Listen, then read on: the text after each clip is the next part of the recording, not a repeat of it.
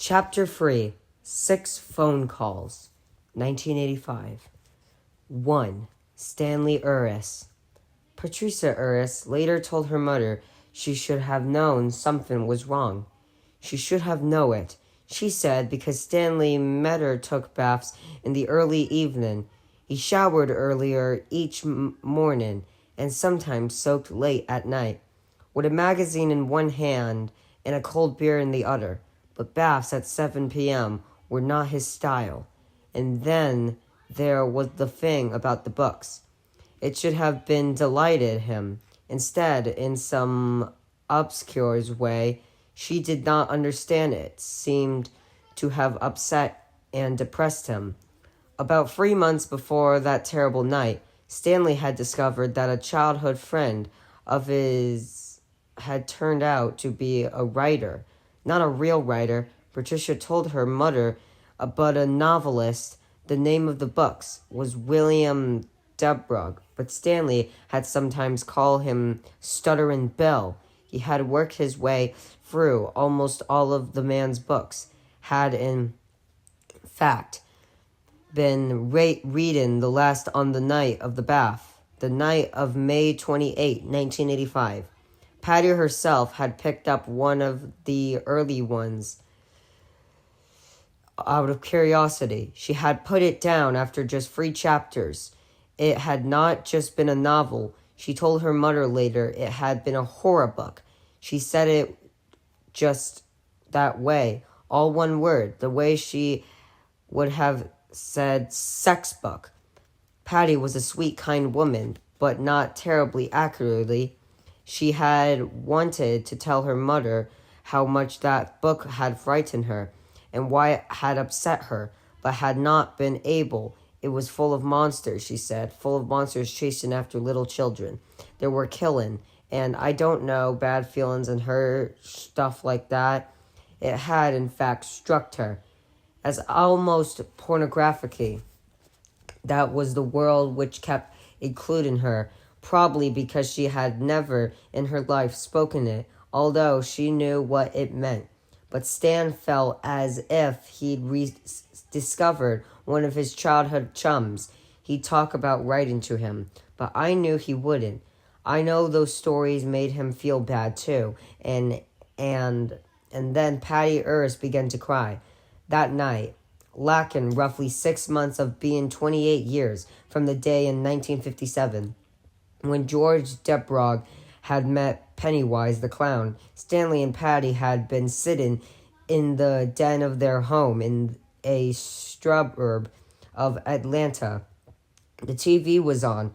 Patty was sitting in the love seat in front of it, dividing her attention between a pile of sewing and her favorite game show, Family Feud. She simply adored Richard Dawson and thought the watch chain he always wore was terribly sexy, although Wild Horses would not have drawn this admission out of her.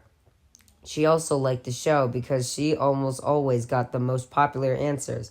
There were no right answers on Family Feud, exactly only the most popular ones. She had once asked Stan why the question that seemed so easy to her usually seemed so hard to the families on the show. It's probably a lot tougher when you're up there under those lights, Stanley's had replied, and it seemed to her that a shadow had drifted over his face. Everything's a lot tougher when it's for real. That's when you choke. When it's for real. That was probably very true. She decided Stanley had finally fine insights into human nature sometimes, much finer, she considered, than his old friend William Debrog, who had gotten rich writing a bunch of horror books which appealed to people's baser natures. Not that the Urises were doing so badly themselves. The Strupenden where they lived was a fine one, and the home which they had purchased for $87,000 in 1979 would probably now sell quickly and patiently for $1,065,000. Not that she wanted to sell, but such things were good to know She sometimes drove back from the fox run, Moll in her Verlo. Stanley drove menacingly Diesel, teasing him. She called it Cinderly, and saw her house set tastefully back behind low yew hedges, and thought, "Who lives there?" "Why, I do, Mrs. Stanley. Urus does." This was not an entirely happy, though mixed with it was a pride to Furious that it sometimes made her feel a bit ill. Once upon a time, you see, there had been a lonely 18-year-old girl named Precious Blum who had been refused entry to the after-prom party that was held at the country club in the upstate town of Glowington, New York. She had been refused admission, of course, because her last name rhymed with Plum. That was her, just a skinny little Hike Plum, 1967, that had been, and such discrimination was against the law, of course. Hardy har har har. And besides, it was all over now, except that for part of her it was never going to be over. Part of her would always been walking back to the car with Michael Rosenblatt, listening to be crushed the gravel under her pumps, and his rented for mall shoes, back to his father's car, which Michael had borrowed her the evening, and which he had spent the afternoon waxing. Part of her would always been walking next to Michael in his rented white jacket. How it had glimmered in the soft spring night. She had been in a pale green evening gown, which her mother, like Dermaclaire, made her look like a mermaid, and the idea of a Hike mermaid was pretty funny. Hardy har har har. They had walked with their hands up, and she had not wept, not then, but she had understood they were walking back. No, not really.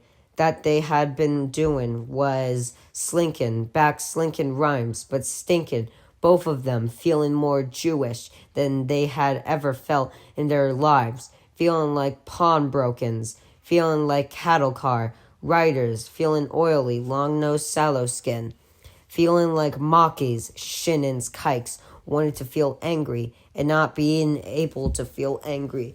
The anger came only later, when it didn't matter. At that moment, she had only been able to feel ashamed, had only been able to ache, and then sometime had laughed, a high shrill titter laugh, like a fast run of notes on the piano. And in the car, she had been able to weep. Oh, you bet! Here is the kink mermaid, whose name rhymes with plum, just weeping away like crazy. Mike Rosenblatted had put in a clumsy comforting hand on the back of her neck, and she had twisted it away from it, feeling ashamed, feeling dirty, feeling Jewish.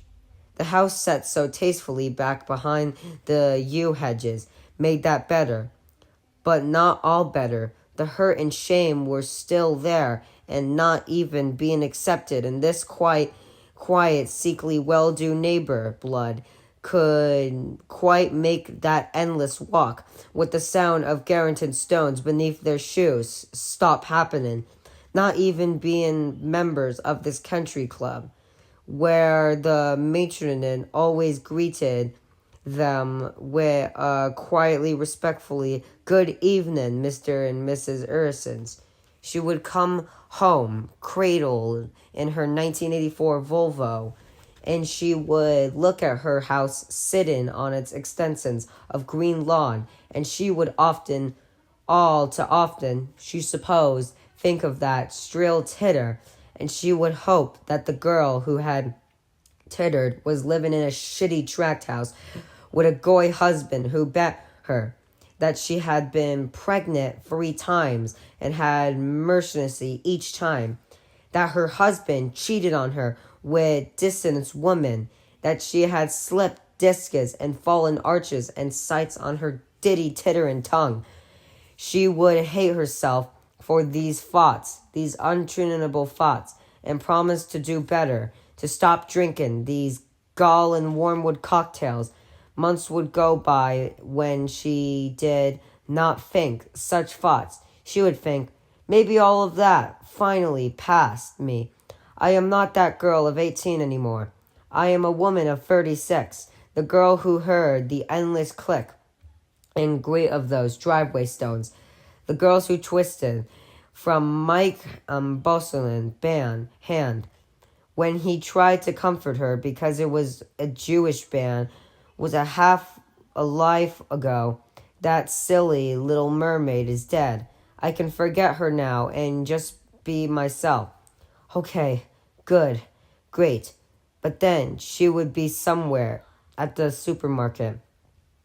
Maybe, and she would hear sudden tittering laughter from the next aisle, and her back would prickle, her nipples would go hard and hurtful, her hands would tighten on the bar of the shopping cart, or just on each other, and she would think someone just told someone else that I'm Jewish, that I'm nothing but a big nose monkey kick, that Stanley's nothing but we let into the country club. We had to back in 1981 when that big nose muckin journalist won his suit. But we laughed at them. We laughed and laughed and laughed. Or she would simply hear the Phantom click and Garrett or Stones and think, mermaid, mermaid. Then the hate and shame would come flooding back like a migraine headache, and she would despair not only for herself, but for the whole human race. Werewolves, the book by Deborah, the one she had tried to read and then put aside, was about werewolves. Werewolves shit. What did a man like that known about werewolves? Most of the time, however, she felt better than that. Felt she was better than that. She loved her man, she loved her house, and she was usually able to love her life and herself. Things were good. They had not always been that way. Of course, were things ever?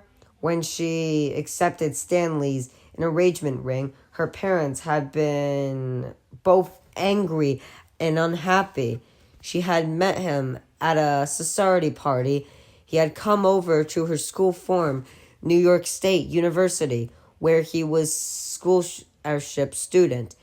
They had been introduced by a marginal friend, and by the time the evening was over, she suspected that she loved him. By the midterm break, she was sure when spring came around and Stanley offered her a small diamond ring with a daisy push through it, she had accepted. In the end, in spite of their qualms, her parents had accepted it as well.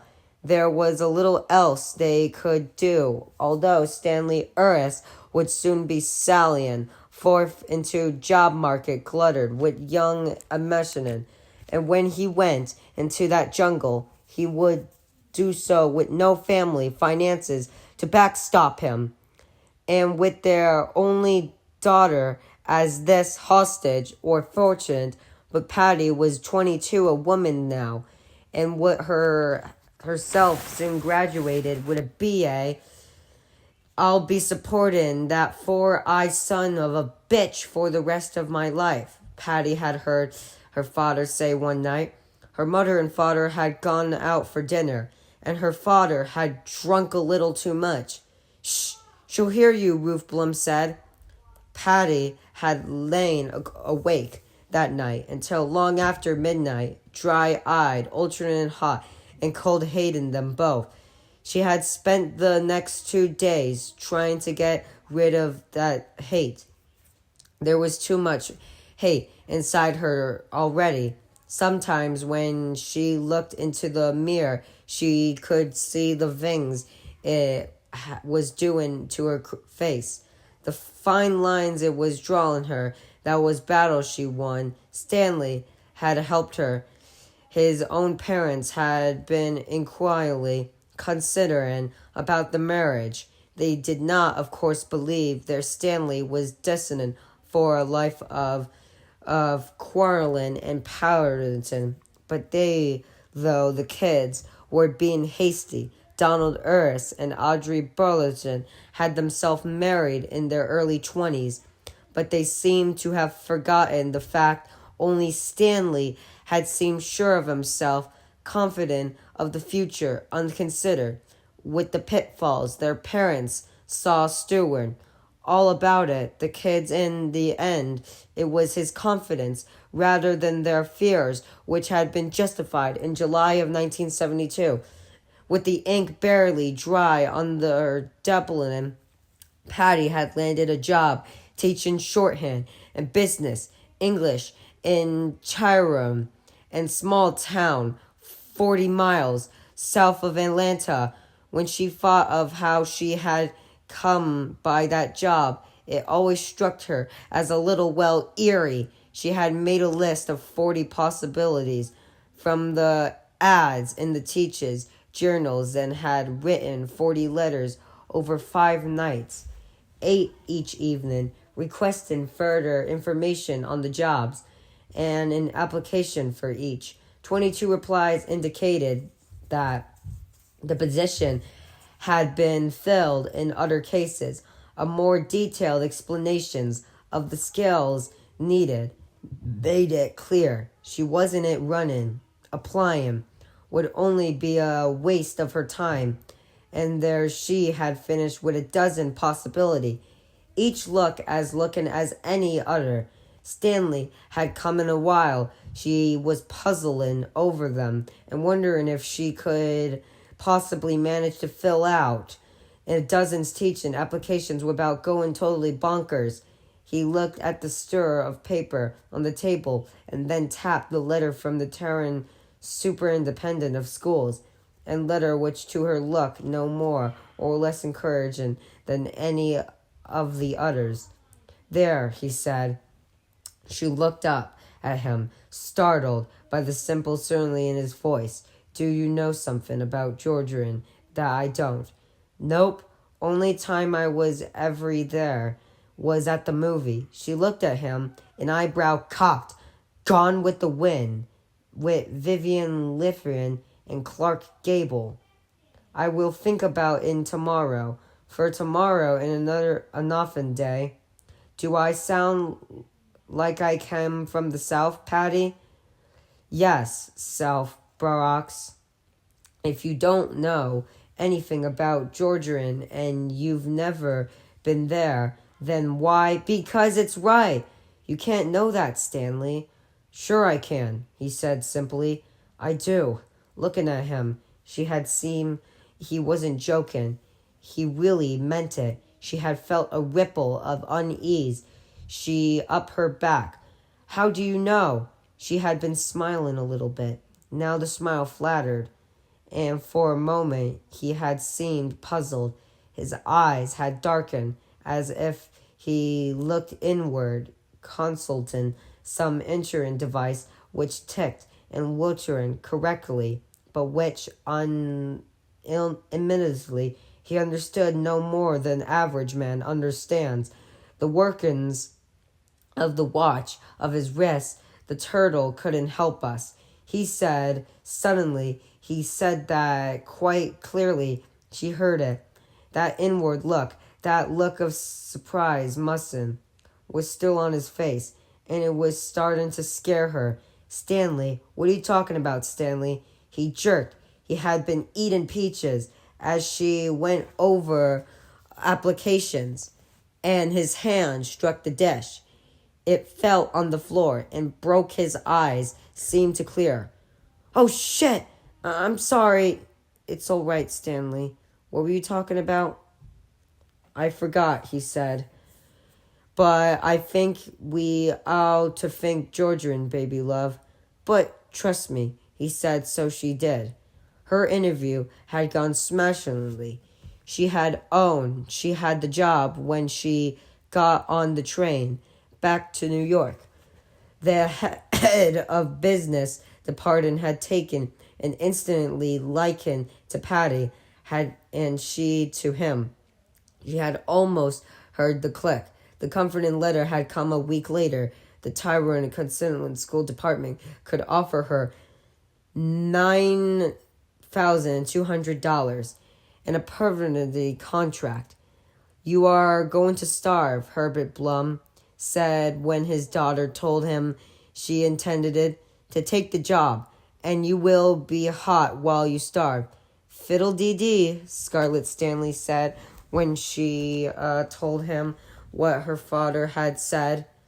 She had been furious, near tears, but now she began to giggle, and Stanley swept her into his arms. Hot then had been starved.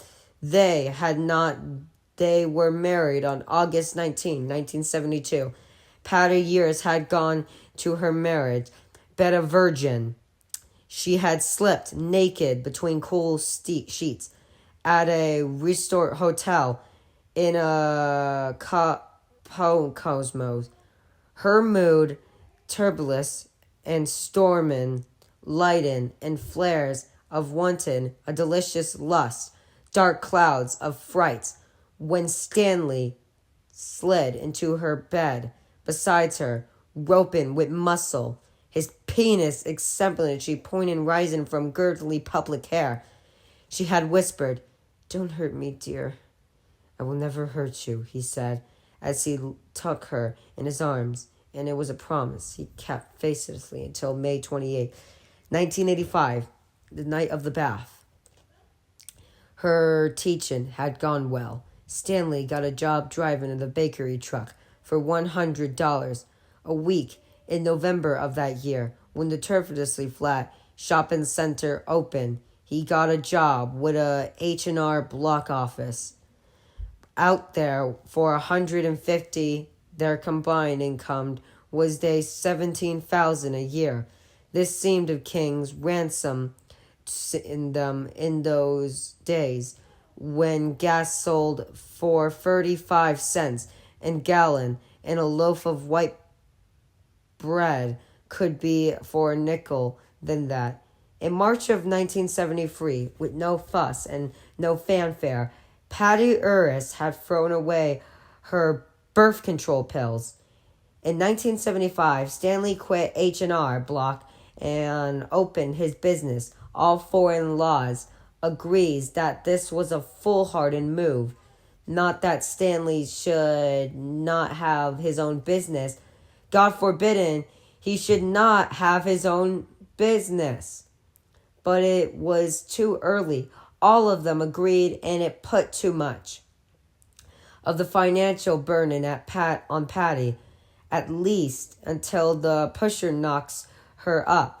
Herbert Plum told his brother mercilessly after a night of drinking in the kitchen, "and then I'll be expecting to carry them." The Christianist of in-law opinion on the matter was that a man should not even think about going into business for himself until he had reached a more sensible and mature age. 78, say. Again, Stanley seemed almost pertinently confident. He was young, pertinently, bright, apt. He had made contracts working for Block.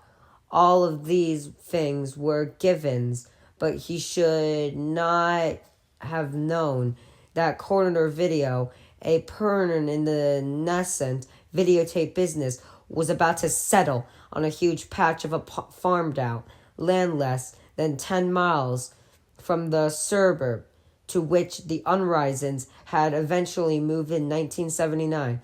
Nor could he have known that Corridor would be in the market for independence, marketing serving less than a year after its move to Travanor.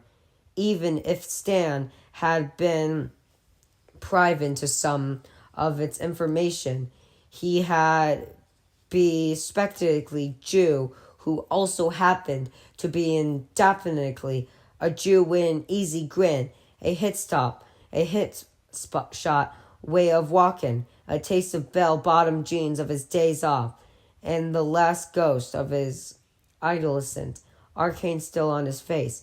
Yet they had, and it seemed that Stan had known it all along. His work for CV led to an offer of a full-time position with the company starting seriously $30,000 a year, and that really is only the start. Stanley told Patty in bed that night. They are going to grow like corn in August, my dear. If no one blows up the world in the next 10 years or so, they are going to be right up. They're on the big board along with Kodak and Sony and RCA. So what are you going to do? She asked, already knowing. I'm going to tell them what a pleasure it was to do business with them, he said and laughed and drew her and kissed her. Moments later, he mounted her, and there were climaxes 1, 2, and 3, like bright rockets going off in the night sky. But there was no baby. His work with Corridor Video had brought him into contact with some Atlanta's richest and most powerful man, and they were both astonished to find that these men were mostly okay in them. They found it a degree of acceptance and broad-mindedly kind lines that was almost unknown in the North. Patty remembered Stanley once writing home to his mother and father, the best rich men in America live in Atlanta, Georgia. I am going to help make some of them richer, and they are going to make me richer. And no one is going to own me except my wife, Patricia. And since I already own her, I guess that is safe enough. By the time they moved from Traynor, Stanley was incompetent and employed 6 people in 1983. Their income had entered unknown territory of which Patty had heard only the immense rumors. This was the fable land of 6 figures, and it all happened with the usual ease of slipping into a pair of sneakers on Saturday morning.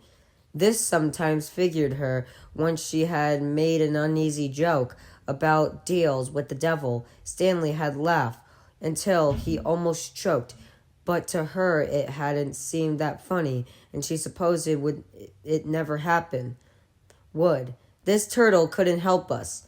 Sometimes, for no reason at all, she would wake up with this, though, in her mind like the last fragment of an otherwise forgotten dream, and she would turn to Stanley, needing to touch him, needing to make sure he was still there. It was a good life. There was no wild drinking, no outside sex, no drugs, no boredom, no bitter arguments about what to do next. There was only a single cloud. It was her mother who first mentioned the purpose of this cloud, that her mother would be the one to filially do so seem. In retrospect, preordained, it finally came out as a question in one of Ruth Blum's letters. She wrote Patty once a week, and that particular letter had arrived in the early fall of 1979. It came forward from the old Traynor address, and Patty reading in a living room filled with cardboard, liquor store, cartons, from which spilled their possessions, looked fallen and unrooted and disposeness. In most ways, it was the usual Ruth Blum letter from home, foreclosing written blue pages, each one headed just a note from Ruth. Her scrawl was nearly illegible, and Stanley had once complained he could not read a single word his mother-in-law wrote. Why would you want to? Patty had responded. This one was full of Mom's usual brand of news, for Ruth Blum, recollection, was a broad delta spreading out from the moving point of them now in ever widening fan of interlocking relationships. Many of the people of whom her mother wrote were beginning to fade in Patty's memory like photographs in an old album, but to Ruth all of them remained fresh. Her concerns for their health and her curiosity about their various doings never seemed to wane, and her prognosis were unfailing and dire. Her father was still having to many stomach aches. He was sure it was just dysmosis. The idea that he might have an urglar, she wrote, would not cross his mind until he actually began coughing up blood, and probably not even then. You know your father, dear. He works like a mule, and he almost thinks like one sometimes. God should forgive me for saying so. Randy Hargelagen had gotten her tubes tied. They took Chris as big as golf balls out of her ovaries, the matchlessly. Thank God, but 27 ovary, Chris. Could you die? It was the water in New York City. She was quite sure of that. The city air was dirty, too, but she was convinced. It was the water that really got to you after a while. It built up disports inside a person. She doubted if Patty knew how often she had thanked God that you kids were out in the country, where both air and water, but particularly the water, were healthier. To roof all of the South, including Atlanta and Birmingham, was the country. Aunt Margeton was feuding with the power company again. Stella Felligan had gotten married again. Some people never learn Richie Huber had been fired again.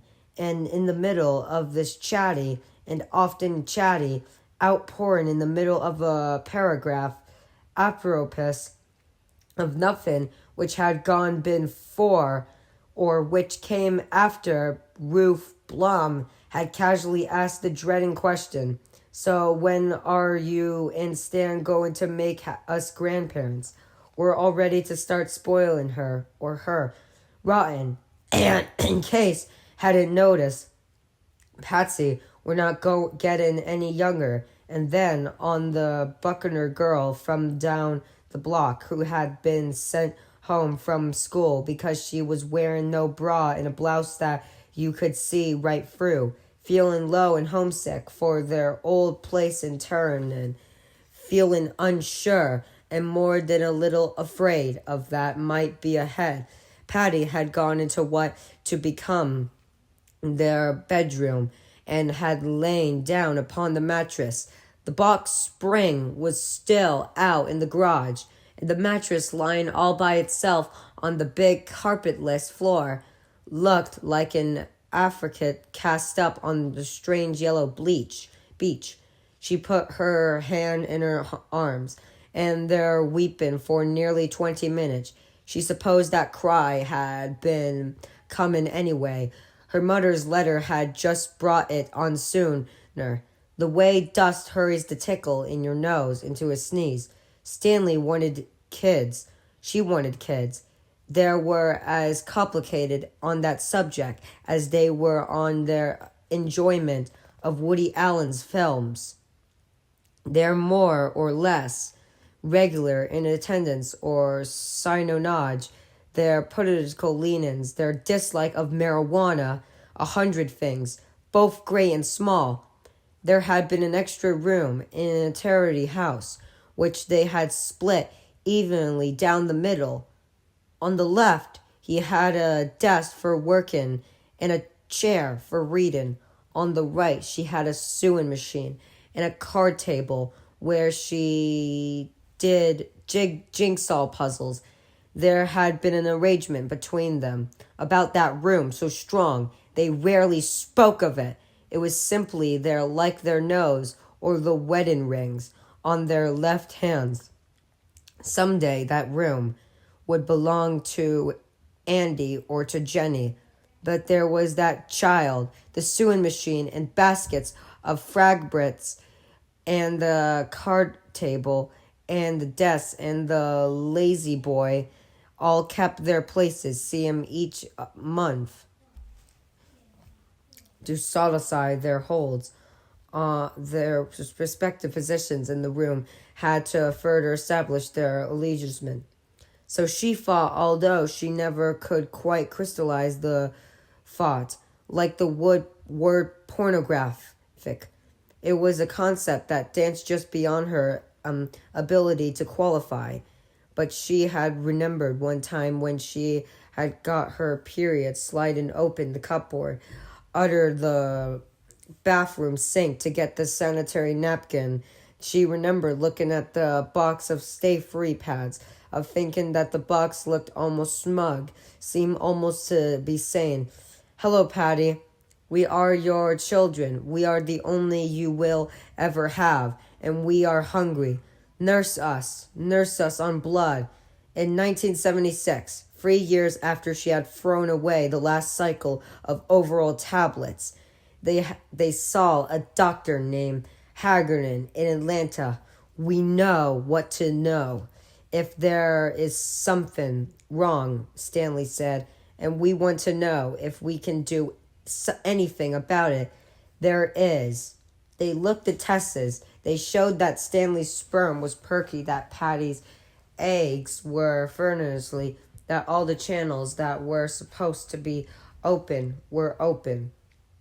Haggerty, who wore no wedding ring and who had the open, pleasant, ruddy face of a college grad student, just back from a midterm skiing vacation in Colorado, told them that maybe it was just nervous. He told them that such a problem was by no means uncommon. He told them that were seemed to be phytophthalical coliverdin and such cases that was in some ways to sexual impropriety. The more you wanted to, the less you could. They would have to relax. They've ought, if they could, to forget all about prostitution when they had sex. Stan was grumpy on the way home. Patty asked him why. "I never do," he said.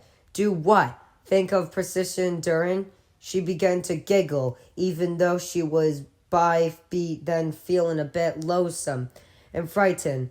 And that night, lying in bed, long after, she believed that Stanley must have been asleep. He had frightened her by speaking out of the dark. His voice was flat, by nefariously choked with tears. "It's me," he said. "It's my fault." She rolled toward him, groped for him, held him. "Don't be a stupid," she said, but her heart was beating fast, much too fast. It wasn't just that he had startled her. It was as if he had looked into her mind and read a secret conviction. She held her, but of which she had not known until this minute. With no rhyme, no reason, she felt knew that he was right. There was something wrong, and it wasn't her. It was him, something in him. "Don't be such a colt," she whispered furiously against his shoulder. He was sweating lightly, and she became suddenly aware that he was afraid. This fear was coming off him, and cold waves lying naked with him was suddenly like lying naked in front of an open refrigerator. "I'm not in Colts, and I'm not being stupid," he said in that same voice, which was sumptuously flat and choked with emotion. "And you know it. It's me. But I don't know why. You can't know any such thing." Her voice was harsh, scolding her mother's voice, when her mother was afraid. And even as she scolded him, a stutter ran through her body, twisting it like a wimp. Stanley felt it in his arms, tightened around her. "Sometimes," he said, "sometimes I think I know why. Sometimes I have a dream, a bad dream, and I wake up, and I think I know how now. I know what's wrong. Not just you not catching pregnant. Everything that's wrong with my life." "Stanley, nothing's wrong with your life." "I don't mean from inside," he said. "From inside is fine. I'm talking about outside. Something that should be over and isn't. I wake up from these dreams and think my whole pleasant life has been nothing but the eye of some storm. I don't understand. I'm afraid, but then it just fades. the ways dreams do. She knew that he sometimes dreamed uneasily, on half a dozen odd cushions. He had awakened her, thrashing a moaning. Probably there had been other times when she had slept through his dark interludes, when she reached for him, asked him, he said the same thing. I can't remember. Then he would reach for his cigarettes and smoke sitting up in the bed, waiting for the references of the dream to pass through his pores like bad sweat. No kids. On the night of May 28, 1985, the night of the bath, their associated in-laws were still waiting to be grandparents. The extra room was still an extra room. The stay fair, Maxis, and stay under the bathroom sink. The Cardinal still paid its monthly visit. Her mother, who was much occupied with her own affairs, but not entirely obviously to her daughter's pain, had stopped asking in her letters, and when Stanley and Patty made their twice-yearly trips back to New York, there were no more humorous remarks about whatever or not they were thinking their vitamin E. Stanley had also stopped mentioning babies, but sometimes when he didn't, she was looking, she saw a shadow on his face, some shadow, as if he were trying desperately to remember something. Another than that one cloud. Their lives were pleasant enough until the phone rang during the middle of Family Feud on the night of May 28. Patty had 6 of Stan's shirts, 2 of her blouse, her sewing kit, and her odd-buying box. Stan had the new William Debrook novel, not even out in the paperback yet, in his hands. There was a snarling beast on the front of his book. On the back was a bald man wearing glasses. Stan was sitting, nearing the phone. He picked it up and said, "Hello, Eris Reticence." He listened, and a frown line devil-faced between his eyebrows. "Who did you say?" Patty felt an instant of fright. Later, shame would cause her to lie, and tell her parents that she had known something was wrong from the instant the telephone had rung. But in reality, there had only been that one instant, that one quick looked up from her sewing. But maybe that was all right.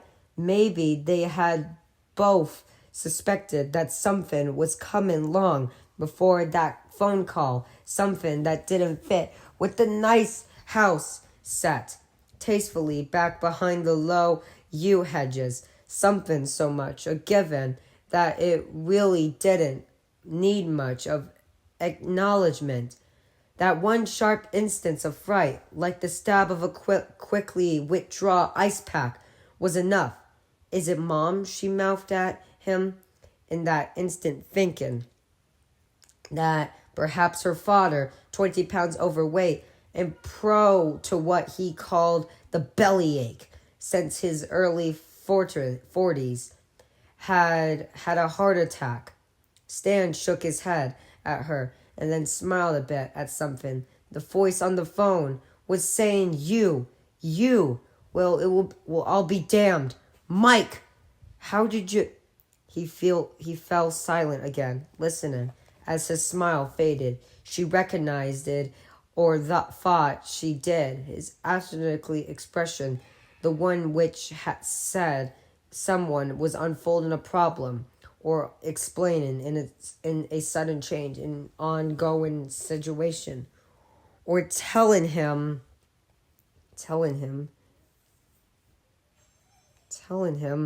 something strange and interesting.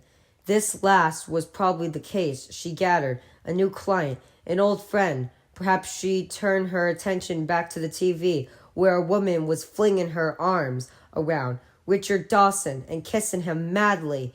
She thought that Richard Dawson must get kissed even more than the Barley Stone. She also thought she wouldn't mind kissing him herself. As she begun searching for a black button, to match the ones on Stanley's blue denim shirt. Patty was virtually aware that the conversation was settling into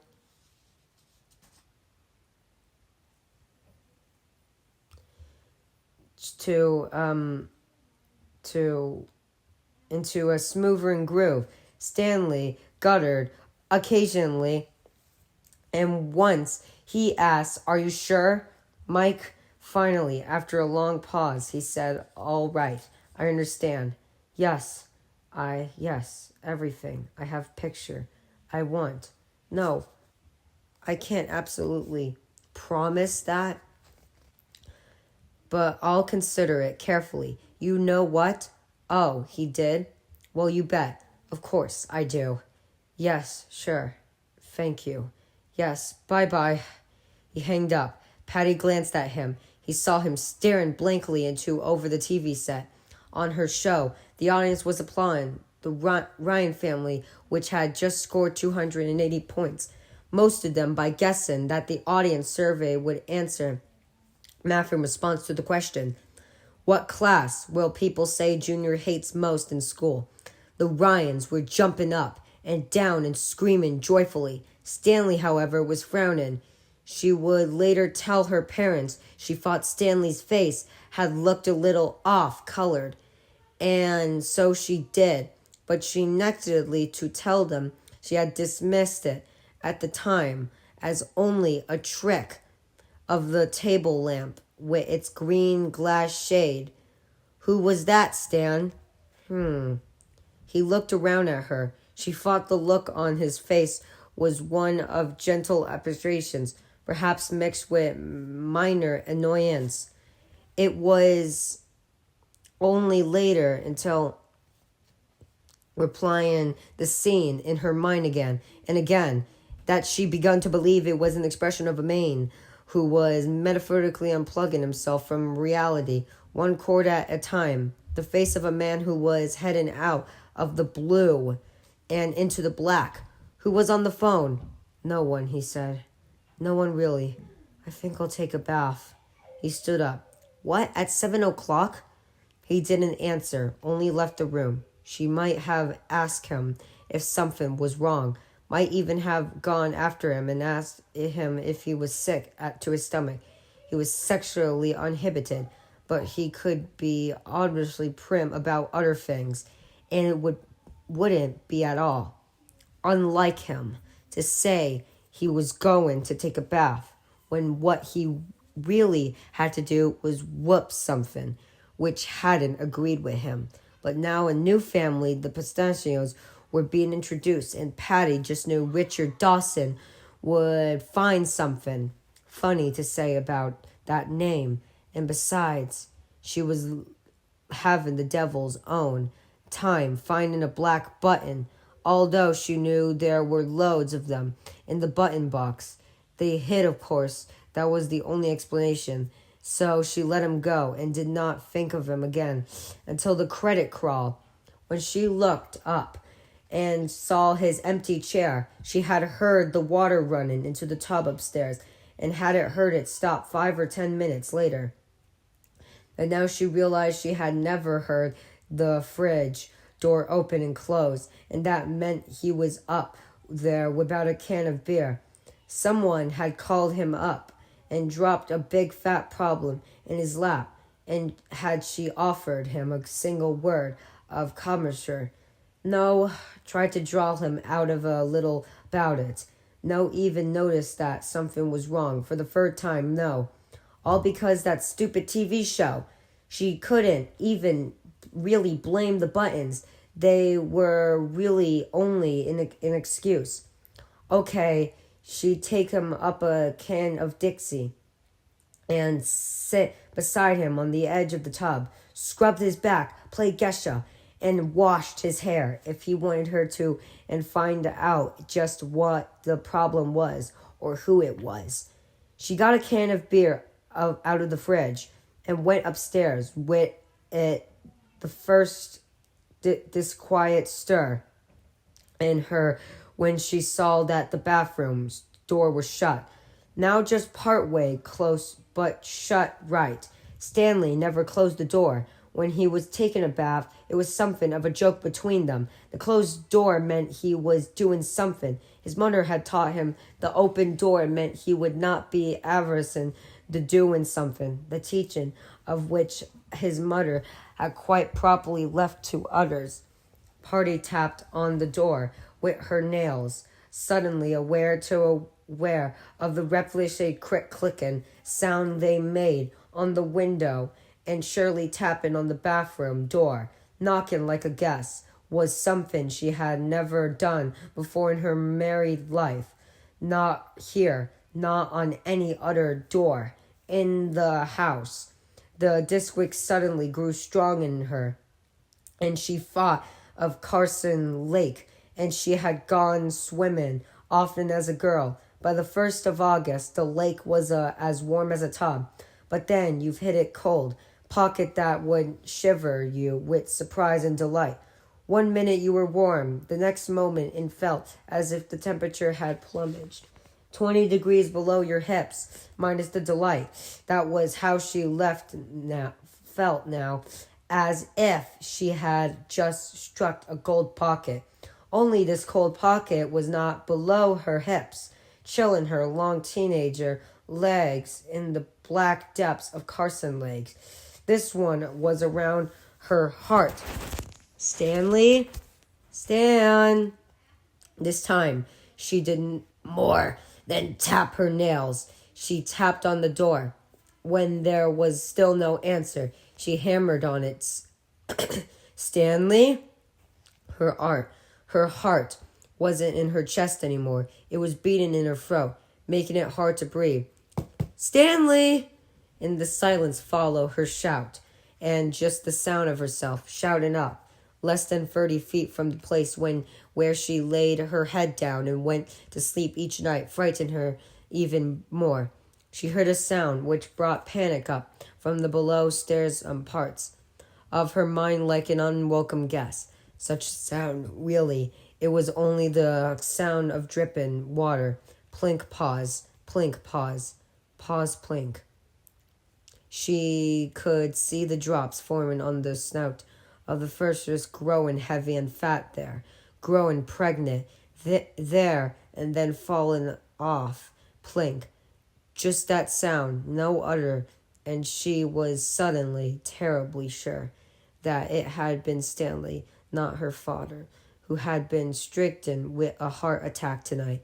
With a moan, she gripped the cut glass doorknob and turned it. Yes, yet still the door would not move. It was locked, and suddenly, free nerves uncured to Patty Urris in rapid session. Stanley never took a bath in the early evening. Stanley never closed the door unless he was using the toilet. And Stanley had never locked the door against her at all. Was it possible? She wondered it crazily. To prepare for a heart attack? Patty ran her tongue over her lips. It proceeded, a sound in her head like fine sandpaper, slidden along a board and call his name again.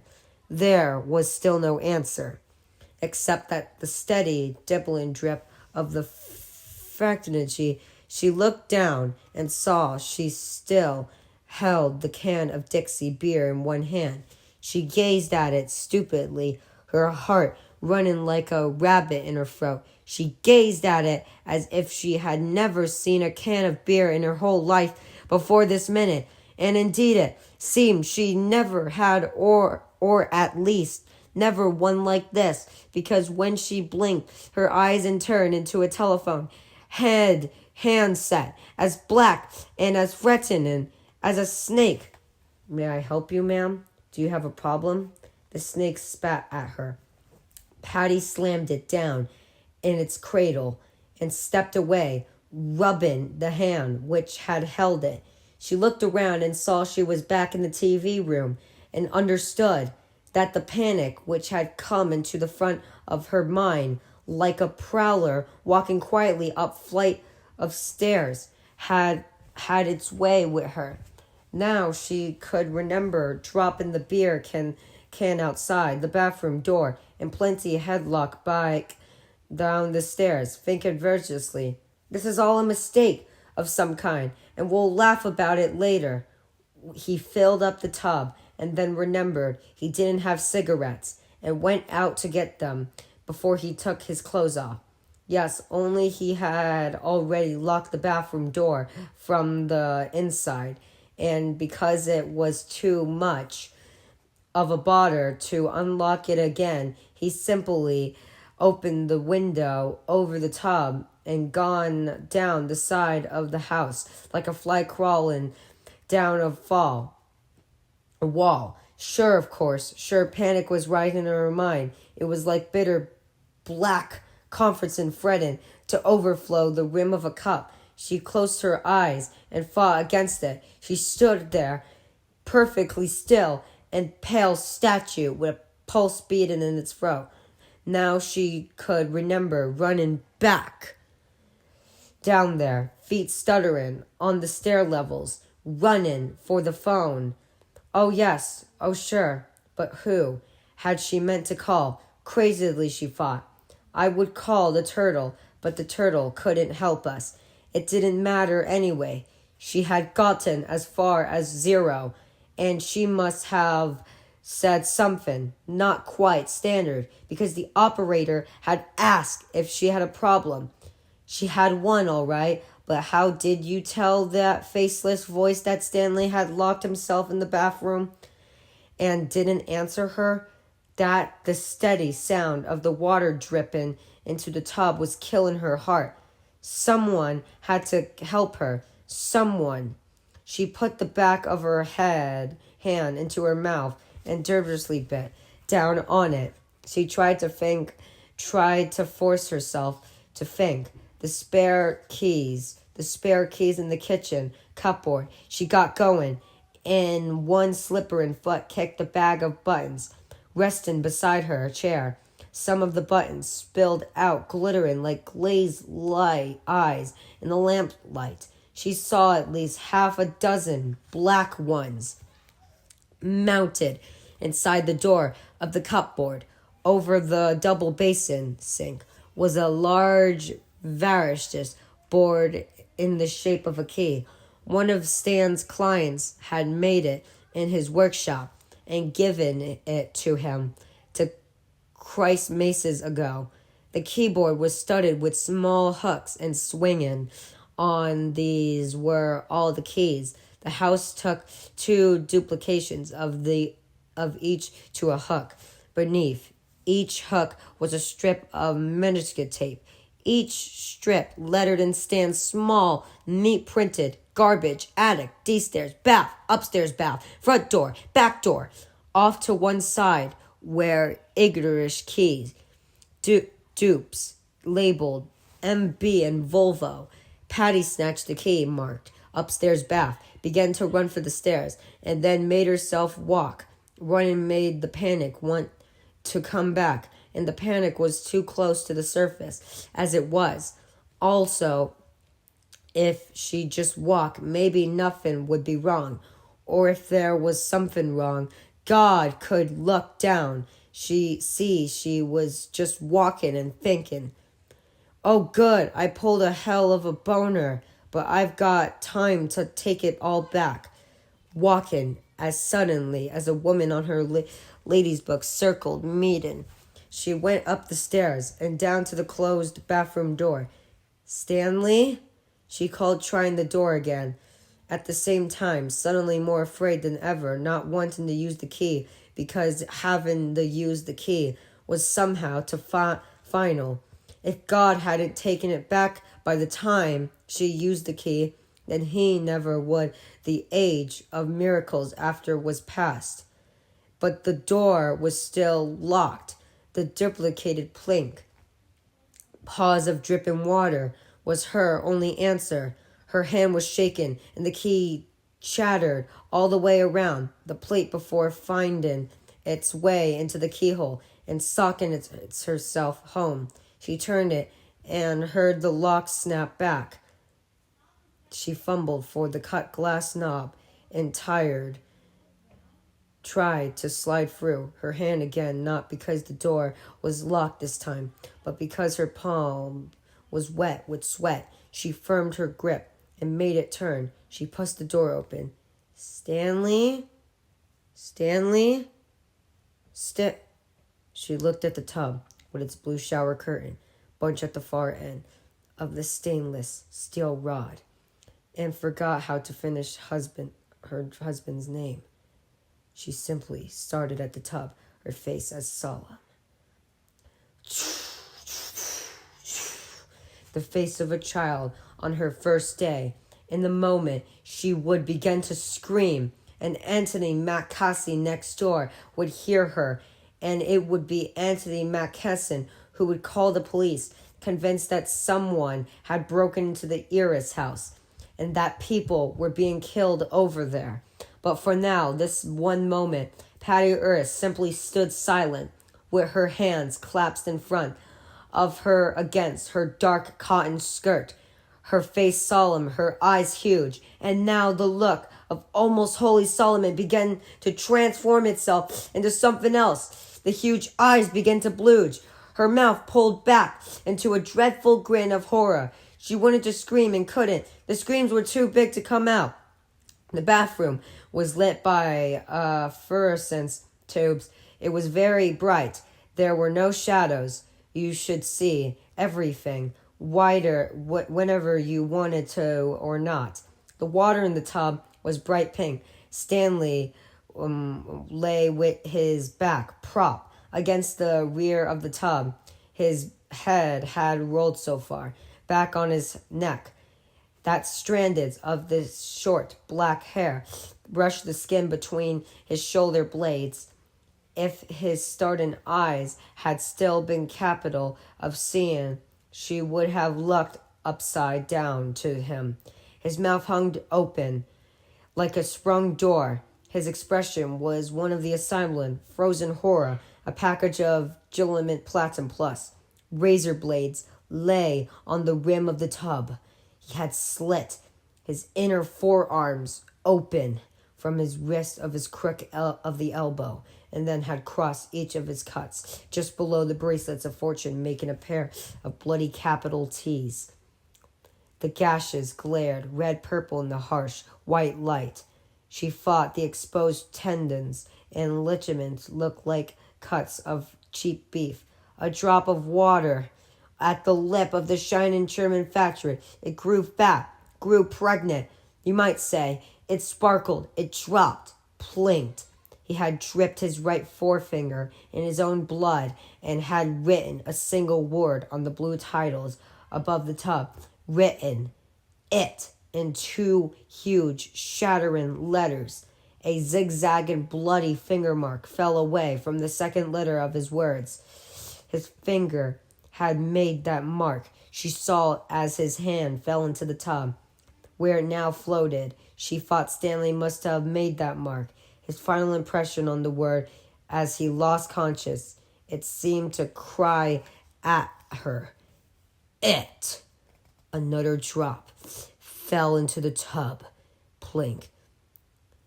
That did it. Patty Eris at last found her voice, staring into her husband's dead, sparkly eyes.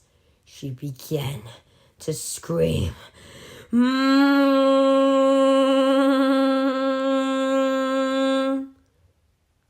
2. Richard Torzor takes a powder. Rich felt like he was doing pretty good until the vomiting started. He had listened to everything Mike Hanlon told him, said all the right things, answered Mike's questions, even asked a few of his own. He was vaguely aware that he was doing one of his voices, not a strange and outrageous one like those he sometimes did on the radio. Kinky Briefcase, Sexual Abdomen was his own personal favorite, at least for the time being, and positively listener response on Kiki was almost as high as for his listeners' all-time favorite, Colonel Bufford, Kiss Drivel, but a warm, rich, confident voice, an I'm all right voice. It sounded great, but it was a lie, just like all the other voices were lies. How much do you remember, Rich? Mike asked him. Very little, Rich said, and then paused. Enough, I suppose. Will you come? I'll come, Rich said, and hung up. He sat in his study for a moment, leaning back in the chair behind his desk, looking out at the Pacific Ocean. A couple of kids were down on the left, horsing around on the surfboard, not really riding them. There wasn't much stuff to ride. The clock on the desk, in expensive LED quartz that had been a gift from a record company rep, said that it was 5:09 p.m. on May 28, 1985. It would of course been 3 hours where Mike was calling from. Dark already. He felt a prickle of goose flesh at that, and he began to move to do things. First, of course, he put on a record, not hunting, just grabbing blindly among the thousand rack on the shelves. Rock and roll was almost as much a part of his life as the voices, and it was hard for him to do anything without music playing, and the louder the better. The record he grabbed turned out to be a Motown retrospect. Marvin Gaye, one of the newer members of that Rich sometimes called the All Dead Band, came on singing. I heard it through the grapevine. Ooh, I bet you're wondering how I knew. I don't know how it comes out. Not bad, Rich said. He even smiled a little. This was bad, and it had immediately knocked him for a loop. And he felt that he was going to be able to handle it. No sweat. He begun getting ready to go back home. And at some point during the next hour, it occurred to him that it was if he died and had yet been allowed to make all of his final business dispositions, not to mention his own funeral arguments, and he felt as if he was doing pretty good. He tried the travel agent he used, thinking she would probably be on the freeway and headed home by now, but taking a shot of an off chance for a wonder, he caught her in. He told her what he needed, and she asked him for 15 minutes. I owe you one, Carol, he said. They had proceeded from Mr. Tozor and Miss Fenny to Rich and Carol over the last 3 years. Pretty chummy considering they had never met face to face. All right, pay off, she said. Can you do Kinky Briefcase? Without even pausing, if you had to pause to find your voice, there was usually no voice there to be found. Rich said, Kinky Briefcase, sexual accompaniment.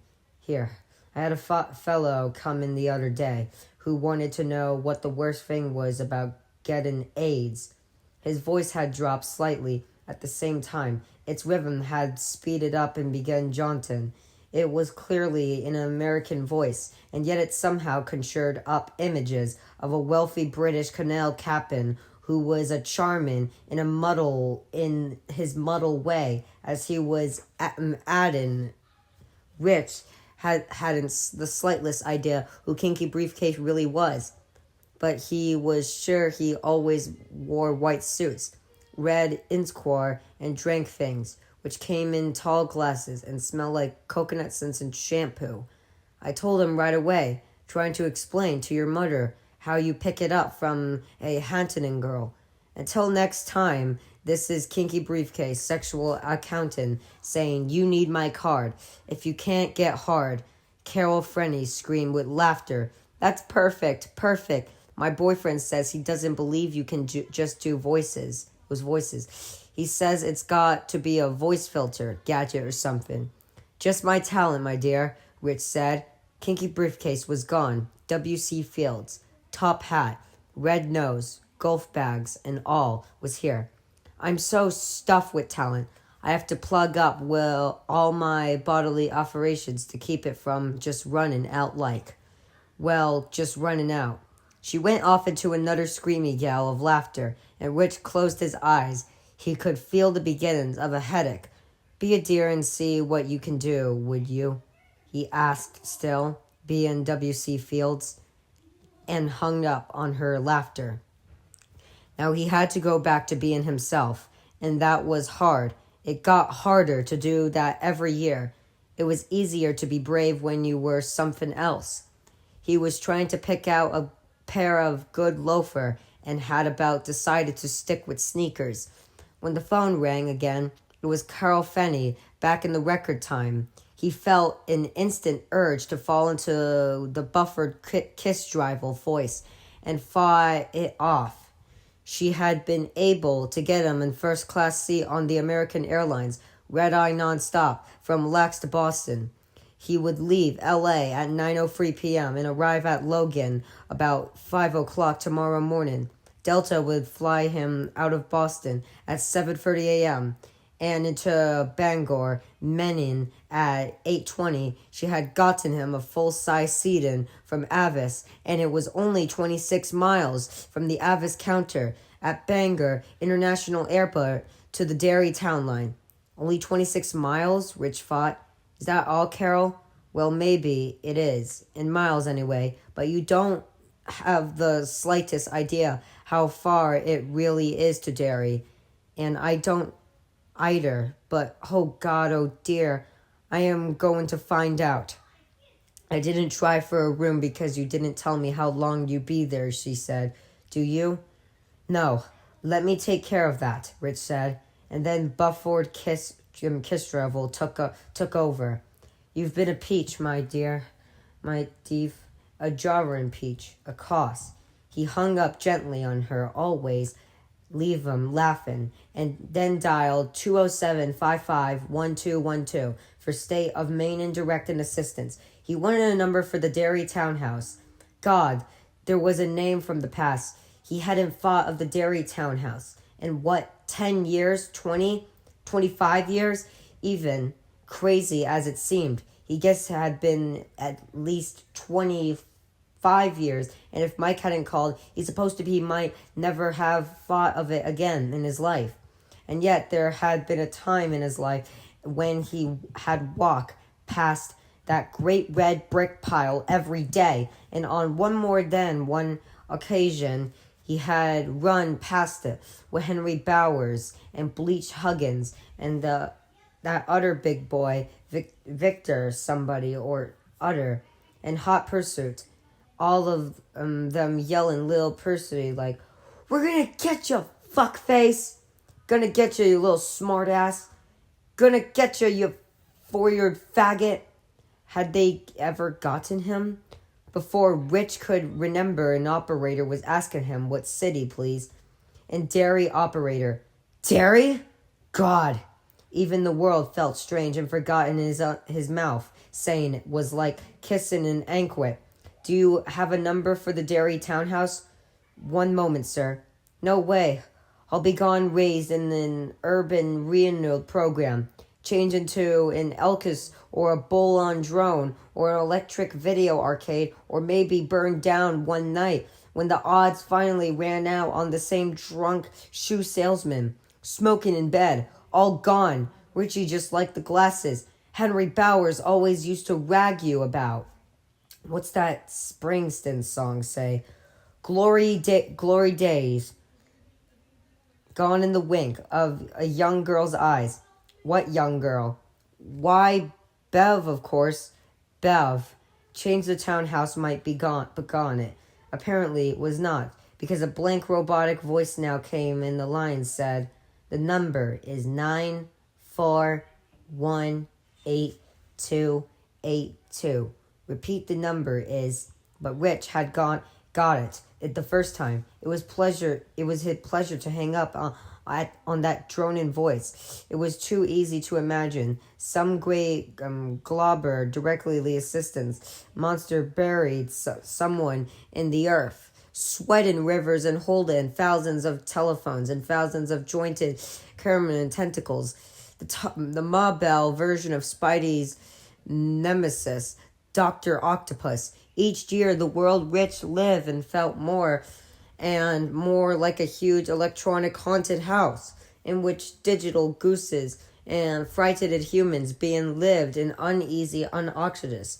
Still standing, to paraphrase Paul Simon, still standing after all these years. He dialed the hotel he had last seen through the horn-rimmed spectacles of his childhood. Dial that number, 1207-941-8282. Was fastidiously easy. He held the telephone to his ear, looking out his study's wide picture window. The surfers were gone. A couple was walking slowly up the beach hand in hand where they had been. The couple could have been a poster on the wall of the travel agency where Carol Feeney worked. That was how perfect they were, except that was for the fact they were both wearing glasses. Gonna get you, fuckface! Gonna break your glasses! Chris, his mind set up imperiously. His last name was Chris. Victor Chris. Oh, Christ. That was nothing he wanted to know now at this late date. But it didn't seem to matter in the slightest. Something was happening down there in the vaults. Down there where Rich Torzor kept his own personal collection of golden oldies. Door were opening. Only they're not records down there. Are they? Down there, you're not Rich Records Torzor, hotshot clad DJ, and the man of 1,000 voices, are you? And those things that are opening, they aren't exactly doors, are they? He tried to shake these thoughts off. Things to remember is that I'm okay, you're okay, Rich Torzor's okay, could use a cigarette is all. He had quite 4 years ago, but he could use one now. All right, they're not records, but dead bodies. You buried them deep, but now there's some kind of crazy earthquake going on, and the ground is spitting them up to the surface. You're not Rich Records Torzor down there. Down there, you're just Richie Four Eyes Torzor, and you're with your buddies, and you're so scared it feels like your balls are turning into Welb's grape jelly. Those aren't doors, and they're not opening. Those are crypts, Richie. They're cracking open, and the vampires you fought were dead are all flying out. A cigarette, just one, even a Clarton, who do for Christ's sweet sake. Gonna catch ya, Four Eyes. Gonna make you eat that fucking book bag. Townhouse. A male voice with a Yankee tang said. It had traveled all the way across New England, the Midwest, and uttered the casinos of Las Vegas to reach his ear. Rich asked the voice if he could receive a suite of rooms at the townhouse beginning tomorrow.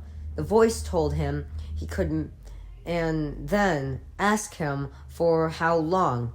I can't say. I've got... He paused briefly, minutely. What did we have exactly? In his mind's eye, he saw a boy with a tartan book bag running from the tough guys. He saw a boy who wore glasses, a thin boy with a pale face that had somehow seemed to scream.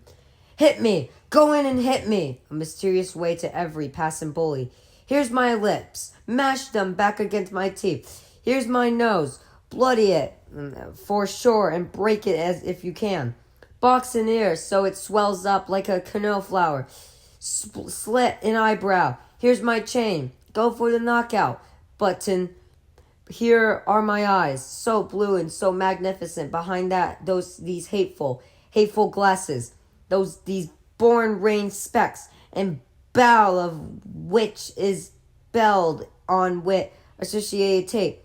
Break the specks. Drive a shard of glass into one of these eyes and close it forever. What the hell? He closed his eyes and said, I've got business in Derry, you see. I don't know how long the transition will take. How about 3 days? When an opposition to renew. An opposition to renew? The desk clerk asked doubtfully, and Rich waited patiently for the fellow to work it over his mind. Oh, I get it. I get you. That's very good. Thank you, and I hope you can vote for us in November, John F. Kennedy said. Jackie wants to do over in the Oval Office, and I've got a job all lined up for my Broughton Bobby. Mr. Torzor? Yes? Okay, somebody else got on the line there for a few seconds. Just an old Pole from the DOP, which fought that's dead old party. In case you should wonder, don't worry about it. A stutter worked through him, and he told him again. Almost, apparently. You're okay, Rich? I heard it too, Rich said. Much have been a crossover. How we looking on that room? Oh, there's no problem with that, the clerk said. We do businesses here in Derry, but it really never brooms. Is that so? Oh, the clerk agreed and Rich stuttered again. He had forgotten that too. That's simple. Northern New England isme for yes. Oh, aha. Gonna get creep. The ghostly voices of Henry Bowers screamed, and he felt more cripes cracking open inside of him. The stench he smelled was not DK bodies, but DK memories, and that was somehow worse. He had the town house clerk his American Express number and hung up. Then he called Steve Coville, the CLAD program director. What's up, Richie? Steve asked. The last abomination rating had shown CLAD at the top of the criminal Los Angeles FM rock market, and ever since then Steve had been in an excellent mood. Thank God for small favors. Well, you might be sorry you asked, he told Steve. I'm taking a powder. Taken? He could hear the frown in Steve's voice. I don't think I get you, Rich. I have to put on my boogie shoes. I'm going away. How do you mean? What do you mean going away? According to the log I have right here in front of me, you're on the air tomorrow from 2 in the afternoon until 6 p.m., just like always. In fact, you're interviewing Clancy and Clernoons in the studio at 4. You know Clarence Cullinan, Rich? As in come and blow a big man? Chellamins can talk to Mike O'Hara as well as he can talk to me. Clarence doesn't want to talk to Mike, Rich. Clarence doesn't want to talk to Bobby Russell. He doesn't want to talk to me, Clarence. He's a big fan of Beaufort Kistrevel. And Wyatt, the homicidal bag boy, he wants to talk to you, my friend. And I have no interest in having a piss-off 250-pound saxophone player who was once almost drafted by a pro football team running amok in my studio. I don't think he was history of running amok, Rich said. I mean, we're talking Clarendon Clemens here, not Keith Moon. There was silence on the line. Rich waited patiently. You're not serious, are you? Steve finally asked. He sounded piteously. I mean, unless your mother just died or you've got to have a brain tumor out or something. This is a call crapping out. I have to go, Steve. Is your mother sick? Did she, God forbid, die? She died 10 years ago. Have you got a brain tumor? Not even a renticle plop? This is not funny, Rich. No. You're being a fucking busher, and I don't like it. I don't like it either, but I have to go. Where? Why? What is this? Talk to me. Rich! Someone called me. Someone I used to know a long time ago. In another place back then, something happened. I made a promise. We all promised that we could go back if the something started happening again. And I guess it has. What something are we talking about, Rich? I'd just as soon not say. Also, you'll think I'm crazy if I tell you the truth. I don't remember. When did you make this famous promise? A long time ago in the summer of 1958. There was another long pause, and he knew Steve Colville was trying to decide if Rich Records Torzor, a.k.a. Buffalo Kiss Drivel, a.k.a. White the Homlico Bag Boy, Inc., was having him or was having some kind of mental breakdown. You would have been just a kid, Steve said flatly. 11, going on 12. Another long pause. Rich waited patiently. All right, Steve said. I'll shift the rotation. Put Mike in for you. I can call Chuck Foster to pull a few shifts. I guess if I can find what Chinese restaurant is currently holed up in, I'll do it because we go back a long way together. But I'm never going to forget you bushed out on me, Rich. Oh, get down off it, Rich said, but the headache was getting worse. He knew he was doing. Did Steve really think he didn't? I need a few days off. Is all you're acting like I took a shit on your FCC, Carter? A few days off for what? The reunion of your Cub Scout pack in Shithouse Falls, North Dakota? Or Pussyhamp City, West Virginia? Actually, I think Shithouse Fall is in Acronis, and Bo Bufford Kissdrivel said in his big hollow barrel voice. But Steve was not to be driveted, because you made a promise when you were 11. Kids don't make serious promises when they're 11, for Christ's sake! And it's not even that, Rich, and you know it. This is an insurance company. This is not a law office. This is show business, but it ever so humble. And you fucking well know it. If you had given a week's notice, I wouldn't be holding this phone in one hand and a bottle of Madeline in the other. You are putting my balls to the wall, and you know it, so don't you insult my intelligence. Steve was nearly screaming now, and Rich closed his eyes. I'm never going to forget it, Steve had said. And Rich supposed he never would, but Steve had also said kids didn't make serious promises when they were 11. And that wasn't true at all. Rich couldn't remember what the promise had been. Wasn't sure he wanted to remember, but had been plenty serious. Steve, I have to, yeah. And I told you I can handle it. So go ahead, you busher. Steve, this is Rich. But Steve had already hung up. Rich put the phone down. He had barely started away from it where it began to ring again. And he knew about picking it up that it was Steve again, madder than ever. Talking to him at this point would do no good. Things would just get uglier. He slid the switch on the side of the phone to the right, cutting off of the mid-ring. He went upstairs, pulled 2 suitcases out of the closet, and filled them with a barely glanced at consignment of clothes. Jeans, shirts, underwear, socks. It would not occur to him until later that he had taken nothing but kids' clothes. He carried the suitcases back downstairs. On the den wall was a black and white Ansel Adams photograph of Big Sir. Rich swung it back on hidden hinge, exposing a barrel safe. He opened it, pawed his way past the paperwork. The house here, poised cozily between the fault line and the brush-free zone, 20 acres of timberland in Idaho, a bunch of stocks. He had brought the stocks seemingly at random. When his brokers saw Rich coming, he immediately clutched his head.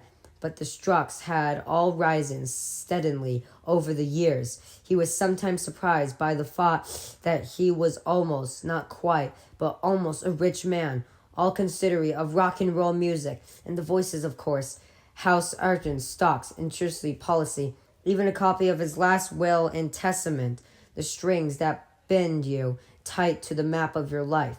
He fought. There was a sudden, wild impulse to whip out his Zippo and light it up. The whole horse combined of wherefores and know ye all men by these presents and the bearing of the confidence and titles. And he couldn't do it, too. The papers in his safe had suddenly ceased to siphonide anything. The first real terror struck him then, and there was nothing at all supernatural about it. It was only a realization of how easy it was to trash your life. That was what was so scary. You just dragged the fan up to everything. You had spent the years raking together and turned the motherfucker on you. Easy, burn it up or blow it away. They just take a powder. Behind the papers, which were only currency second cushions, was the real stuff. The cash, $4,000 and 10 20s and 50s, taking it out, stuffing it into the pocket of his jeans. He wondered if he hadn't somehow known what he was doing when he put the money in here. $50 1 month, 120 the next, maybe only 10 the month after that. Rat hole money. taking a powder money. Man, that's scary. He said, barely aware he had spoken. He was looking blankly out the big window at the beach. It was desert now. The surfer's gone. The honeymooners gone. If that was what they had been, gone too. Ah, yes, Doc, it all comes back to me now. Remember Stanley Uris, for instance? But you're far I do. Remember how we used to say that and think it was so cool? Stanley Urin, the big kids called him. Hey, Urin. Hey, you fucking Christ killer. Where you going? One of your fag friends gonna give him a BJ? He slammed the safe door shut and swung the picture back into place. When had he less thought this of Stan Uris? 5 years ago? 10? 20? Rich and his family had moved away from Derry in the spring of 1960, and how fast all of their faces fade in. His gang, that pitiful bunch of losers with their little clubhouse, and what had been known then as the Barners, funny name for an arena, as lush witch growth as at that place had been kidding themselves that they were jungle explorers or sea bees craving out of a landing strip on the Pacific roll, while they held off the Japs, kidding themselves that they were even damn builders, cowboys, spacemen on a jungle world. You name it. But however you name it, don't let's forget what it really was. It was hiding from the big kids, hiding from Henry Bowers and Victor Chris and Belch Huggins and the rest of them. What a bunch of losers. They had been Stan Uris with a big Jew boy nose, Bill Debrug, who could say nothing but hi-yo silver, about stuttering so badly that it drove you almost dog shit. Beverly Marsh with her bruises and her cigarettes rolled into the eyes of her blouse. Ben Hanscom, who had been so big he looked like a human version of Moby Dick, and Richie Torzor with his thick glasses and his A average and his wise mouth and his face, which just begged to be pounded into new and excited shapes. Was there a word for what they had been? Oh, yes, there always was. Lee Monjusti. In this case, Lee Monjusti was Wimps. How it come back, all of it come back, and now he stood here, he in his den, shivering as he helplessly as a homeless mutt caught in the thunderstorm, shivering because the guys he had run with were all he remembered. There were other things he hadn't thought of in years, trembling just below the surface. Bloody things, a darkness, some darkness. The house on Neobolt Street, and Bill screaming, "You killed my brother, you fucker!" Did he remember? Just enough not to want to remember any more, and you could bet your fur in that. A smell of garbage, a smell of shit, a smell of something else, something worse than ever. It was the stink of the beast, the stink of it, down there in the darkness under Derry, where the machines thunder on and on. He remembered George, but that was too much, and he ran for the bathroom, blundering into his chair on his way, and almost falling. He made it barely. He slid across the sleek tiles to the toilet on his knees like some weird breakdancer, gripped the edges, and vomited everything in his guts. Even then it wouldn't stop. Suddenly, he could see Georgie Debrug, as if he had last seen him yesterday. Georgie, who had been the start of all. Georgie, who had been murdered in the fall of 1957. Georgie had died right after the flood. One of his arms had been ripped from its socket, and which had blocked all of that out of his memories. But sometimes those things come back. Oh, yes, indeed. They come back sometimes. They came back. The sprints passed, and Rich groped blindly for the flush. Warner rode. Water roared. His early supper Register in hot chunks, vanished tastefully down the drain, into the sewer, into the ponds, into the stink and darkness of the sewer. He crossed the lid, laid his forehead against it, and began to cry. It was the first time he had cried since his mother died in 1975. Without even thinking of what he was doing, he cupped his hand under his eye, and the contact lenses he wore slipped out and lay generously in his palms. 40 minutes later, feeling husked out and somehow cleansed, he threw his suitcases into the trunk of his MG and backed it out of the garage. The light was fading. He looked at his house with the new plantains. He looked at the beach, at the water, which had taken on the cast of pale emeralds, broken by a narrow track of beaten gold, and a conviction stole over him that he would never see any of this again, that he was a dead man walking, going home now. Rich Torzor whispered to himself, going home, God help him, going home. He put the car in gear and went, feeling again how easy it had been to slip through an unexpected fissure in what he had considered a solid life, how easy it was to get over onto the dark side, to sail out of the blue and into the black. Out of the blue and into the black. Yes, that was it. Where any things might be waiting. 3. Ben Hansen takes a drink. If, on that night of May 28, 1985, you had wanted to find the man Time magazine had called perhaps the most promising young Afrotrack in America, Urban Energy Conversation in the Young Turks' Time, October 15, 1984. You would have had to drive west out of Omaha on Interstate 80 to do it. You have taken the Sweetle exit and then Highway 81 to downtown Sweet Home, of which there isn't much. There you turn off on Highway 92 at Buc-ee's. High Hat Eat 'em Up, chicken fried steak, our specialty. And once out in the country again, you hang on a right on Highway 63, which runs straight as a string through the desert little town of Gatlin, and finally into Hemingford Home downtown. Hemingford Home made downtown Sweet Home look like New York City. The business district consisted of 8 buildings, 5 on one side and 3 on the other.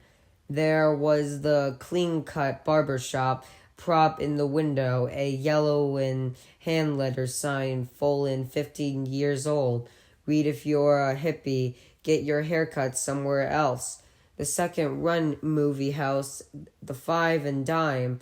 There was a branch of the Nebraska homeowners bank, a 76 gas station, a Rexall drug, and the National Farmstead and Hardware suddenly, which was the only business in town, which looked halfway promising, and near the end of the main drag set off a little way from the other buildings, like a permanent resting.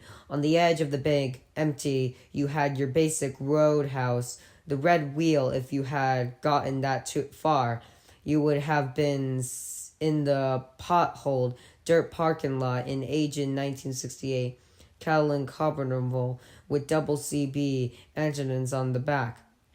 The validity plate on the front read simply Ben's Caddy, and inside, walking toward the bar, you would have found your man lacking, sunburned, dressed in a chambering shirt, faded jeans, and a pair of corners of his eyes. But now, where else, he looked perhaps 10 years younger than his actual age. He was 38.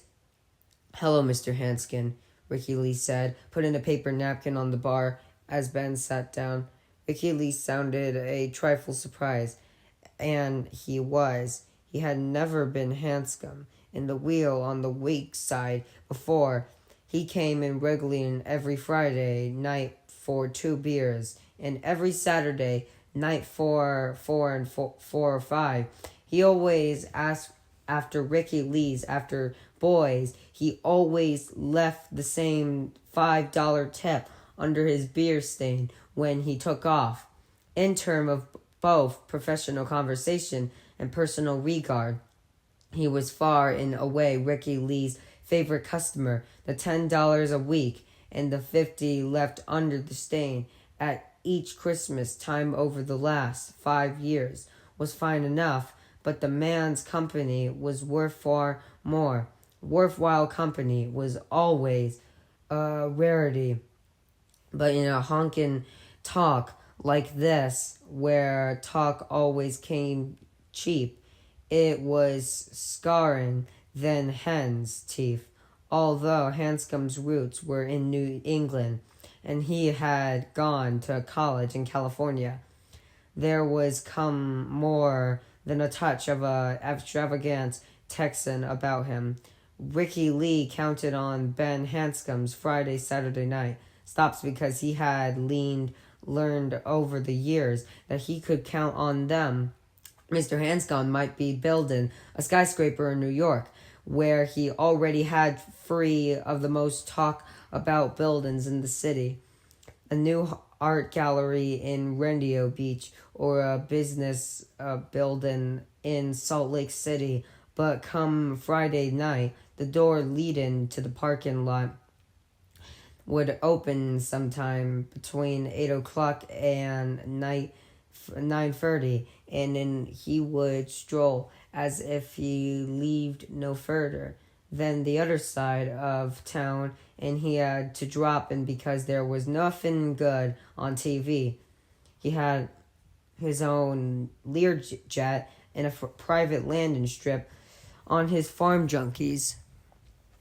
2 years ago, he had been in London, first designing and then overseeing the construction of the new BBC Accommodation Centre, a building that was still hotly debated pro and con in the British press. The Guardian, perhaps the most beautiful building to be constructions in London over the last 20 years, the mere other than the face of my mother-in-law after a pub crawl, the ugliest thing I have ever seen.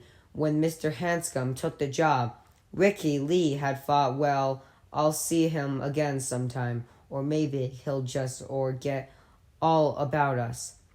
And indeed, the Friday night after Ben Hanscom left for England had come and gone with no sign of him, although Ricky Lee found himself looking up quickly every time the door opened between 8 and 9:30. Well, I'll see him again sometime, maybe sometime, turned out to be the next right. The door had opened at 9:15, and it had an amble wearing jeans and a Go Bama t-shirt, and his old engineer boots looking like he'd come from no further away than Crosstown. And when Ricky Lee cried almost joyfully, "Hey, Mr. Hanscom! Christ! What are you doing here?" Mr. Hanscom had looked mildly surprised there was nothing the least unusual about his being here. Nor had that been a one-shot. He had showed up every Saturday during the 2-year course of his active involvement in the BBC job. He left London each Saturday morning at 11 a.m. on the Condors. He told fascinating Ricky Lee and arrived Kennedy in New York at 10:15 a.m., 45 minutes before he left London, at least by the clock. God, it's like time travel, ain't it? An impressed Ricky Lee had said, and Loomis was standing by to take him over to Teterboro Airport in New Jersey, a trip which usually took no more than an hour on Saturday morning. He could be in the cockpit of his Lear before noon with no trouble at all in touching down in Junkins by 2:30. If you head west fast enough. He told Ricky the day just seems to go on forever. He would take a 2-hour nap, spend an hour with his foreman, and half an hour with his secretary. He would eat supper and when come on over to the Red Wheel for an hour and a half or so. He always came in alone.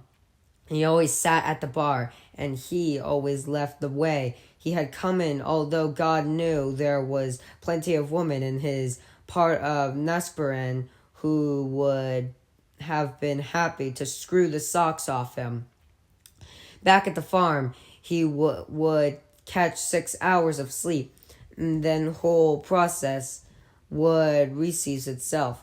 Ricky had never had a customer who failed to be impressed with this story.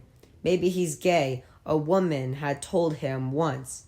Ricky Lee glanced at her beliefs, taking in the carefully styled hair, the carefully tailored clothes, which undoubtedly had designer labels, the diamond chips at her ears, the look in her eyes, and knew she was from somewhere back east, probably New York, out here on the brief duty, visit to a relief or maybe an old school chum, and couldn't wait to get out again. No, he had replied from her purse and held one between her red, glistening lips until he lit it for her.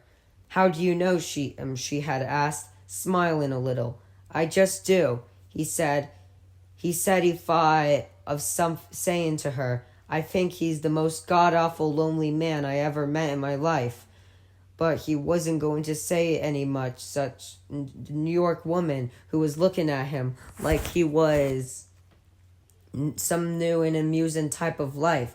Tonight, Mr. Hanscom looked a little pale, a little distracted. Hello, Ricky Lee, he said, sitting down, and then fell to study in his hand. Ricky Lee knew he was slated to spend the next 6 or 8 months in Colorado Springs, overseeing the start of the Mountain States Cultural Center, a sprawling 6-building complex, which would be cut into the side of a mountain. When it's done, people are going to say it looks like a giant kid left his toy blocks all over a flight of stairs. Ben had told Ricky Lee some will, anyway, and they'll be at last half right.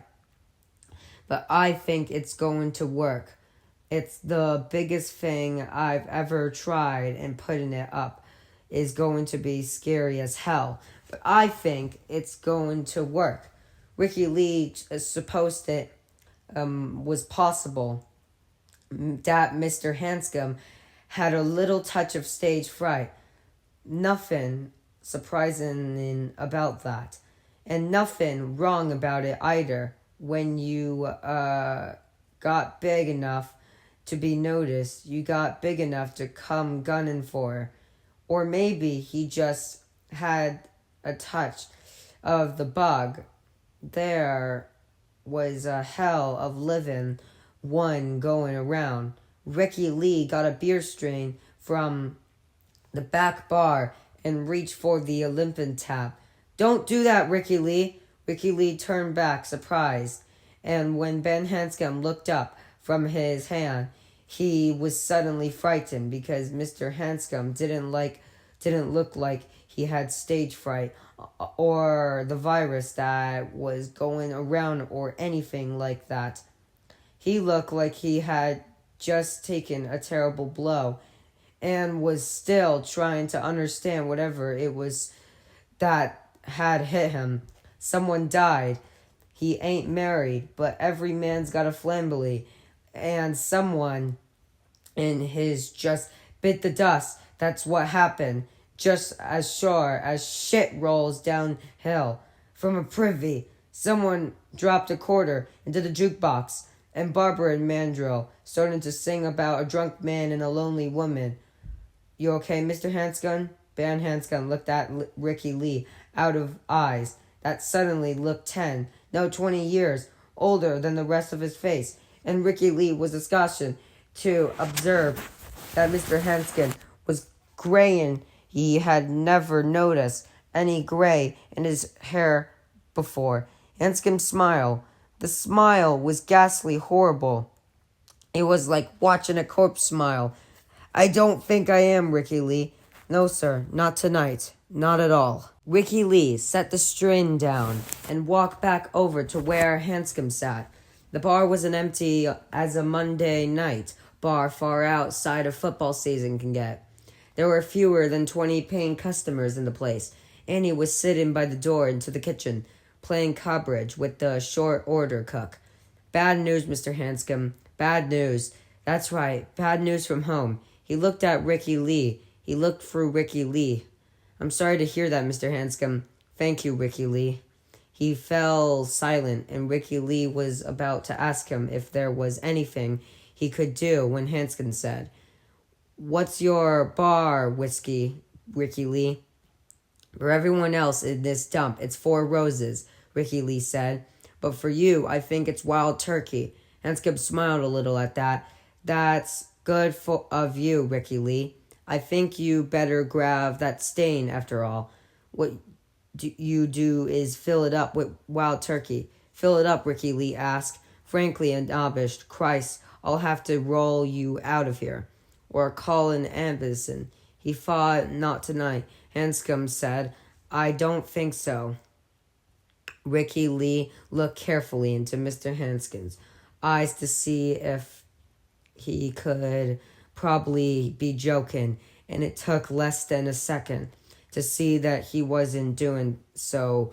He got the stain from the back bar and the bottle of Wild Turkey from one of the shelves below the neck of the bottle, chattering against the rim of the strain as he began to pour. He watched the whiskey gargling out, fascinated in spite of himself. Ricky Lee decided it was more than just a touch of Texan that Mr. Hanscom had in him. This had to be the biggest goddamn shot of whiskey he ever had poured or ever would pour in his life. Call an ambulance, my ass. He drinks this baby, and I'll be calling Parker and Waters and Sumlinhole for their funeral back. Nevertheless, he fought it back and set it down in front of Hanscom's. Ricky Lee's father had once told him that if a man was in his right mind, you brought him what he paid for, bid it piss or poison. Ricky Lee didn't know if that was good advice or bad, but he knew that if you tended bar for a living, it went a fair piece toward saving you from being chumped into garden bait and your own consonants. Hanscom looked at the monster drink, thoughtfully for a moment, and then asked, What do I owe you for a shot like that, Ricky Lee? And then Ricky Lee shook his head slowly, eyes still on the symphony of whiskey, not wanting to look up and meet these shocking, startled eyes. No, he said, this one is on the house. Hanscom smiled again, this time more naturally. Why, I thank you, Ricky Lee. Now I am going to show you something I learned about in Peru in 1978. I was working with a guy named Frank Billings, understanding with him. I guess you'd say Frank Billings was the best damn abrafac in the world. I think he caught a fever, and the doctors injected about 1 billion different Abranox into him, and not a single one of them touched it. He burned through for 2 weeks, and then he died. What I'm going to show you, I learned from the Indians who worked on the project. The local popsicle is pretty potent. You take a slug and you think it's going down pretty mellow. No problem. And then all at once, it's like someone lit a blowtorch in your mouth and aim it down your throat. But the Indians drink it like Coca-Cola, and I rarely saw one drunk, and I never saw one with a hangover. Never had the sack to try it my way myself, but I think I'll give it a go tonight. Bring me some of those lemon wedges there. Ricky Lee brought him four and laid them all neatly on a fresh napkin next to the stain of whiskey. Hanscom picked one of them up, titled his head back like a man about to admire his eye drops to himself, and then begun to squeeze raw lemon juice into his right nostril. "Holy jeez! This!" Ricky Lee cried, horrified. Hanscom's throat worked, his face flushed, and then Ricky Lee saw tears running down the flat planes of his face towards his ears. Now the Spiners were on the juke, singing about the rubber band man. "Oh Lord, I don't know how much of this I can stand." The spinner sprang. Hanscom groped blindly on the bar, found another slice of lemon, and squeezed the juice into his other nostril. "You're gonna fucking kill yourself," Ricky Lee whispered. Hanscom tossed both of the wrung-out lemon wedges onto the bar. His eyes was fiery red, and he was breathing him in hitching, withering gas. Clear lemon juice dripped from both of his nostrils and trickled down to the corners of his mouth, and he groped from the strain, raced it, and drank a third of it. Frozen Ricky Lee watched his Adam's apple go up and down. Hanscom set the stain aside, stuttered twice, then nodded. He looked at Ricky Lee and smiled a little. His eyes were no longer red, works about like they said it. "You're so fucking concerned about your nose that you never feel that's what's going down your throat at all. You're crazy, Mr. Hanscom," Ricky Lee said. "You bet your fur," Mr. Hanscom said. "You remember that one, Ricky? We used to say that when we were kids. You bet your fur." "Did I ever tell you I used to be fat? "No, sir, you never did," Ricky Lee whispered. He was convinced that Mr. Hanscom had received some intelligence so dreadful that the man really had gone crazy, or at least taken temporary leaves of his senses. He was regular butterball, never played baseball or basketball, always got caught first when he played tag, couldn't keep out of my own way. I was fat, all right. And there were these fellows in my hometown who used to take after me pretty regularly.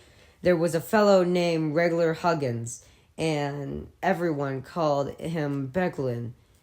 A kid named Victor Chris, a few other guys, but the real brains of the combination was a fellow named Henry Bowers. If there has Ricky Lee, Henry Bowers was that kid. I wasn't the only kid he used to take after my problems was. I couldn't run as fast as some of the others. Hanscom unbuttoned his shirt and opened it. Leaning forward, Ricky Lee saw a funny twisted scar on Mr. Hanscom's stomach, just above his navel, puckered, white and old. It was a letter. He saw someone had craved the letter H into the man's stomach, probably long before Mr. Hanscom had been a man. Henry Bowers did that to me, but about 1,000 years ago. I'm lucky I'm not wearing his whole damn new town there, Mr. Hanscom. Hanscom took the other 2 lemon slices, one of in each, and titles his head back and took them like nose drops. He stuttered, wackling, put them aside, and 2 big swallows from the stain. He stuttered again, took another gulp, and then groped for the padded edge of the bar with his eyes closed. For a moment, he held on like a man on a sailboat, clinging to the rail for support in a heavy sea. Then he opened his eyes and smiled at Ricky Lee. I could this bowl at night, he said. Mr. Hanscom, I wish you wouldn't do that anymore, Ricky Lee said nervously. Annie came over to the waitress and stand with her tray and called for a couple of Millers. Ricky Lee drew them and took them down to her. His legs felt rubbery. Is Mr. Hanscom all right, Ricky Lee? Annie asked.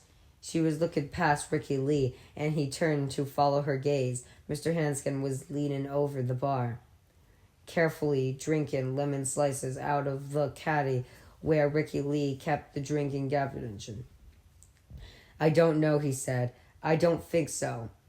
Well, get your thumb out of your ass and do something about it. Annie was like most other women, particular to Ben Hanscom. I don't know. My daddy always said that if a man's in his right mind, your daddy didn't have the brains, God have a gopper. Annie said. Never mind, your daddy, you gotta put a stop to that, Ricky Lee. He's going to kill himself. Fuss given his marching orders.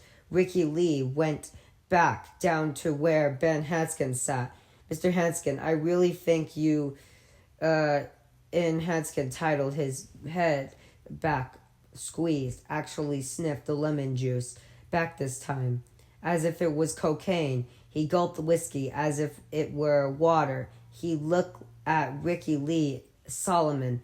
Bang, bing, bang. I saw the whole gang dancing on the living room rug, he said, and then laughed. There was maybe 2 inches of whiskey left in the stain. That is enough, Ricky Lee said, and reached for the strain. Hanscom moved it gently out his reach. Damage has been done. Ricky Lee, he said. The damage has been done, boy. Mr. Hanscom, please. I got something for you, kids. Ricky Lee. Damn if I didn't almost forget. He was wearing a faded denim vest, and now he reached something out of one of his pockets. Ricky Lee heard a malt clink. My dad died when I was 4, Hanscom said. There was no slur at all in his voice. Let us a bunch of depths, and these I want your kiddos to have them. Ricky Lee, he put their cartwheel silver Dover on the bar, where they gleamed under the soft. Ricky Lee caught his breath. Mr. Hanscom, that very kind, but I couldn't. There used to be 4. But I gave one of the to Stutterin' Bill and the others, Bill Deprog. That was his real name. Stutterin' Bill's just what we used to call him. Just a thing we used to say. You bet your fur. He was one of the best kids I've ever had. I did have a few, even a fat kid like me had a few Stutterin' Bills, a writer now. Ricky Lee barely heard him. He was looking at a cartwheels, fascinated. 1921, 1923, and 1924. God knew what they were worth. Now, just in terms of the pure silver they contained. I couldn't, he said again, but I insisted. Mr. Hanscom took hold of the stain, drain it. He could have been flat on his kinskers, but his eyes never left Ricky Lee's. Those eyes were watering and very bloodshot, but Ricky would have sworn on a stack of Bibles that they were also the eyes of a sober man. You're scaring me a little, Mr. Hanscom.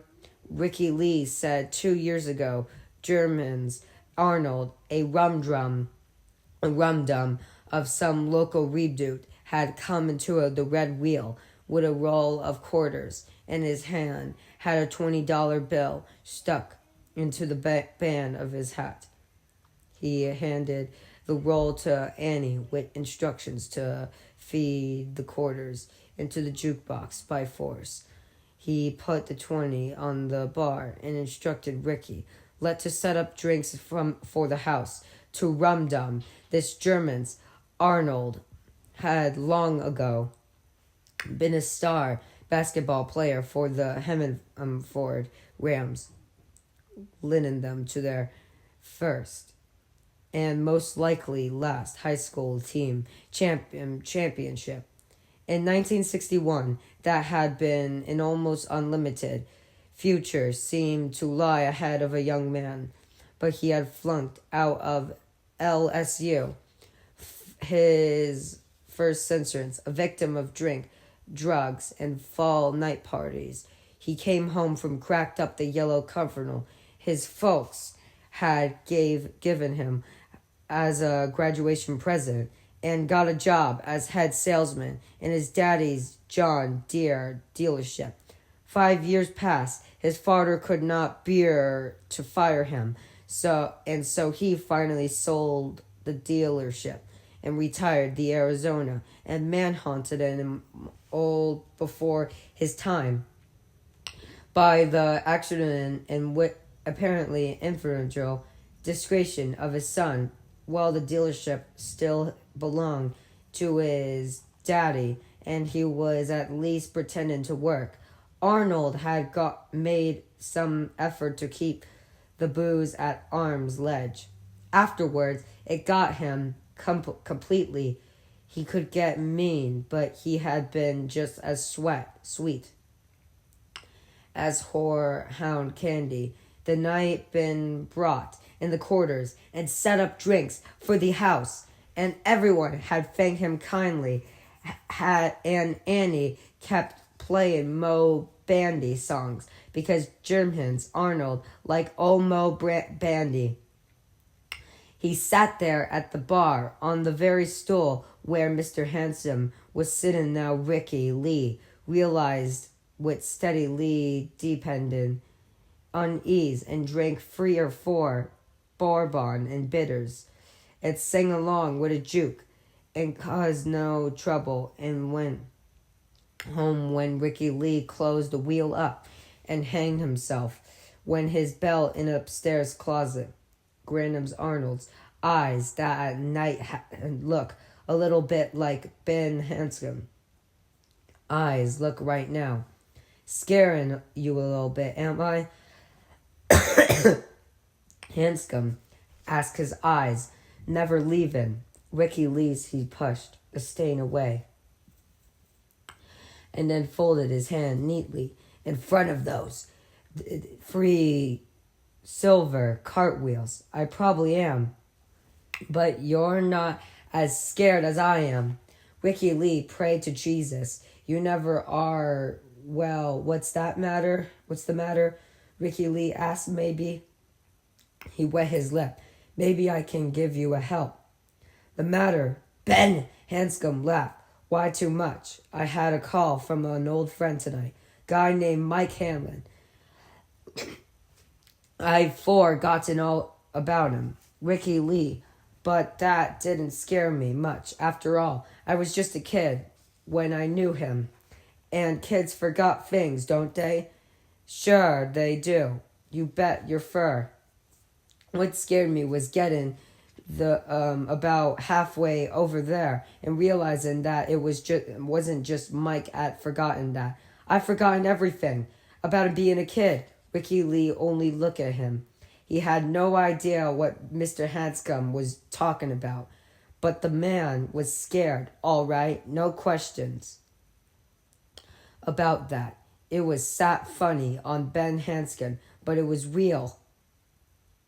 I mean, I'd forgotten all about it. He had and rapped his knuckles lightless on the bar for emphasis. Did you ever hear, Ricky Lee, of having an emesis so completed you didn't even know you had emesis? Ricky Lee shook his head. Me neither, but there I was tolling along in the cabin tonight, and all of a sudden it hit me. I remember Mike Hanlon, but only because he called me on the phone. I remember Derry. but only because that was where he was calling from. Dearie, but that was all it hit me. I hadn't even thought about being a kid since I don't even know when, and then I just like that. It was all starting to flood back in, like what he did with the $4 silver. What did you do with it, Mr. Hanscom? Hanscom looked at his watch and suddenly slipped down from his stool. He stragged a bit, the sightless bit that was all can't let the time get away from me. He said, I'm flying tonight. Ricky Lee looked instantly alarmed, and Hanscom laughed. Flying, but not driving the plane. Not this time. United Airlines. Ricky Lee. Oh, he's supposed to. His reliefs showed on his face. But he didn't care. Where are you going? Hanscom's shirt was still open. He looked thoughtfully down at the puckered white lines of the old scar on his belly and then began to button the shirt over it. Thought I told you that, Ricky Lee. Home, I'm going home. Give those cartwheels to your kids. He started toward the door, and something about the way he walked, even the way he hitched at the side of his pants, terrified Ricky Lee. The reassemblance to the late and most unlimited greet him. Arnold was suddenly so executed it was nearly like seeing a ghost. Mr. Hanscom, he cried in alarm. Hanscom turned back, and Ricky Lee stepped quickly backward. His ass hit the back bar, and glassware gossiped briefly as the bottles knocked together. He stepped back because he was suddenly convinced that Ben Hanscom was dead. Yes, Ben Hanscom was lying dead, someplace in a ditch or an attic, or possibly in a closet, with a belt noosed around his neck and the toes of his $400 cowboy boots dangling an inch or two above the floor. And this moment, just a moment, but it was plenty long enough to cover his working heart with a rime of ice. He was convinced he could see tables and chairs right through the man. What is it, Ricky Lee? No, nothing. Ben Hanscom looked out at Ricky Lee from eyes which had dark purple separates beneath them. His cheek burned with liquor. His nose looked red and sore. Nothing, Ricky Lee whispered again, but he couldn't take his eyes from that face. The face of a man who has died deep in sin and now stands hard by hell's smoked side door. I was fat and we were poor, Ben Hanscom said. I remembered that now. And I remember that either a girl named Beverly or Stutterin' Bill saved my life with a $silver.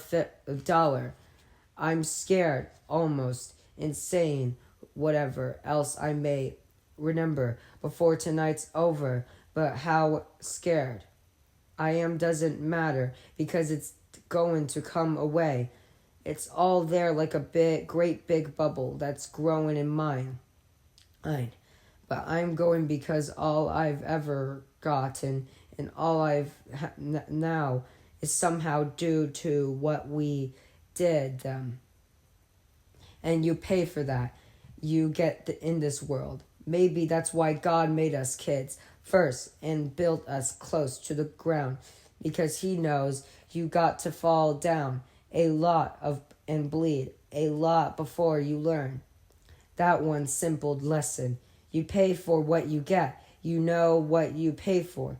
And sooner or later, whatever you own comes back home to you. You're gonna be back this weekend through, ain't you?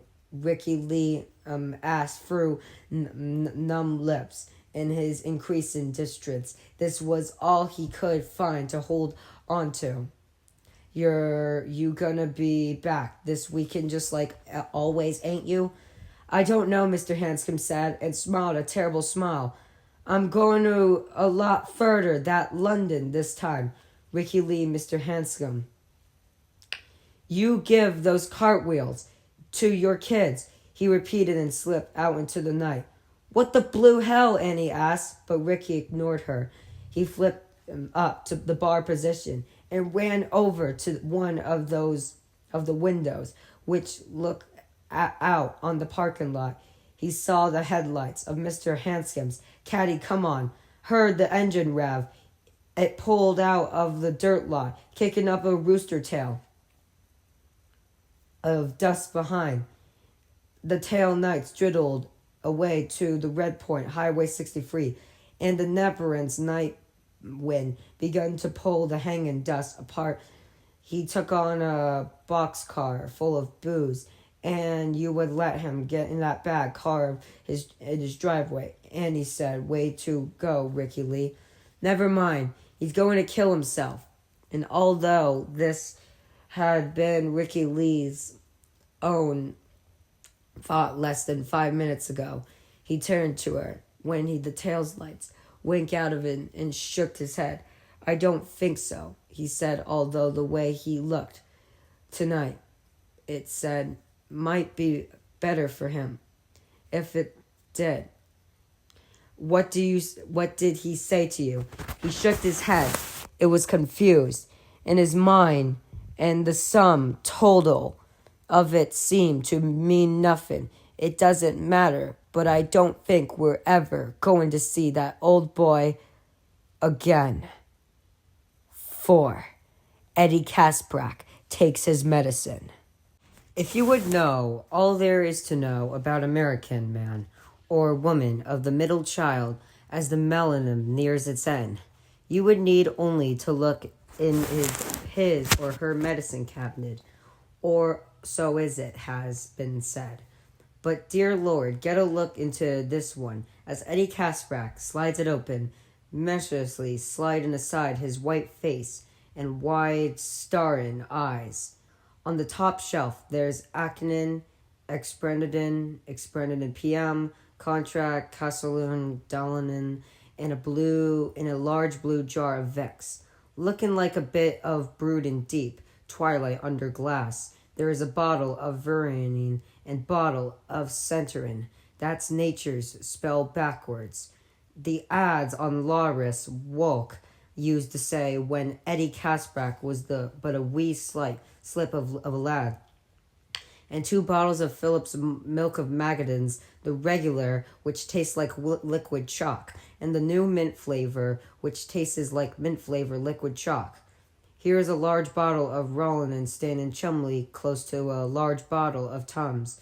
The Tums are standing next to the large bottle of orange-flavored D-Kill tablets. The 3 of them look like a trio of strange piggy banks stuffed with pills instead of dimes. Second shelf, and dig the vites. You got your E, your C, with rose ships. You got B sample, and B complex, and B12. There's Liminis, which is supposed to do something about those embarrassment skin problems, and Lechinins, which is supposed to do something about that embarrassing cholesterol build-up in and around the big pump. There's iron, platinum, and cod liver oil. There's a one-day multiplies, macadans multiplies, central multiplians, and sitting up on top of the cabinet itself is a gigantic bottle of Geronitol, just for good measure. Moving right along to Eddie's third shelf, we find the intuited infielders of the patient medicine world. X-Lax, Carter's little pills. Those 2 keep Eddie Kaspbrak moving the mail. Here nearby is Calperton, Pempo, Bismol, and Permanation H in case the mail moves too fast or too painfully.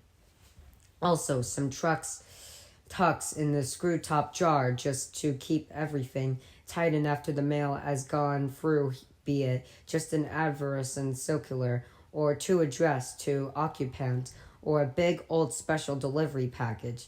Here's Formula 44 for coughs, Nacuol, and Distrents for colds, and a big bottle of castor oil.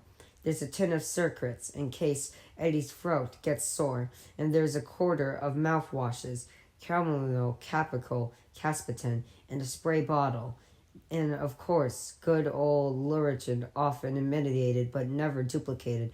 Vyson and Murray for the eyes, Copperton and Neosport's ointment for the skin. The second life of defense, if the limitless does live up to expectation. A tube of Oxy-5 in a plastic bottle of Oxy-Wash, because Eddie would definitely rather have a few less cents than a few more zets, and some technically pills.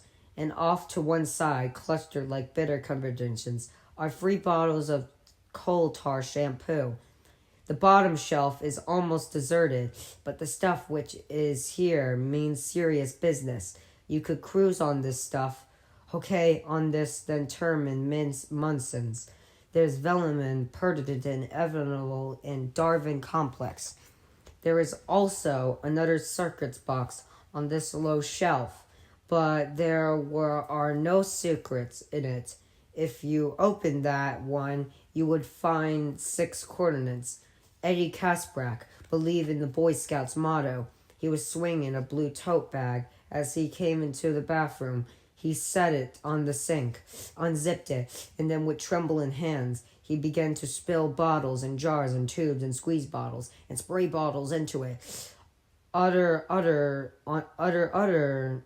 other circumstances, he would have taken them out handfully, by carefully handful, but there was no time for such incidents now. The choice, as Eddie saw it, was as simple as if Bertel get moving and keep moving, or stand in one place long enough to start thinking about what all this meant.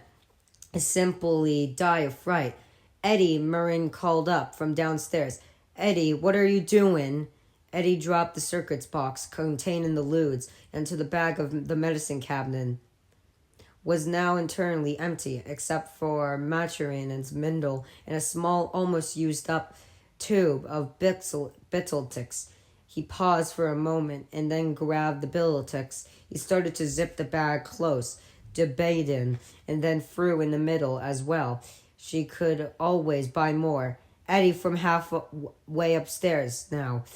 Eddie zipped the bag the best of the way, closed, and then left the bathroom, swinging it by his side. He was a short man with a Timbin rabbit sort of face. Much of this hair was gone. What was left grew in lessons, piebald patches. The weight of the bag pulled him noticeably to one side. An extremely large woman was climbing slowly to the second floor. Eddie could hear the stairs creak parsimoniously under her. What are you doing? Eddie did not need a shrink to tell him that he had, in a sense, married his mother. Maureen Kasprak was huge. She had only been big when Eddie married her 5 years ago, but he sometimes thought his submission had been the potential of Huggins in her. God knew his own mother has been a whopper, and she looked somehow more huge than ever as she reached the second-floor landing. She was wearing a white nightgown which swelled comber-like at bosom and hips. Her face, devoid of makeup, was white and shiny. She looked baldly frightened.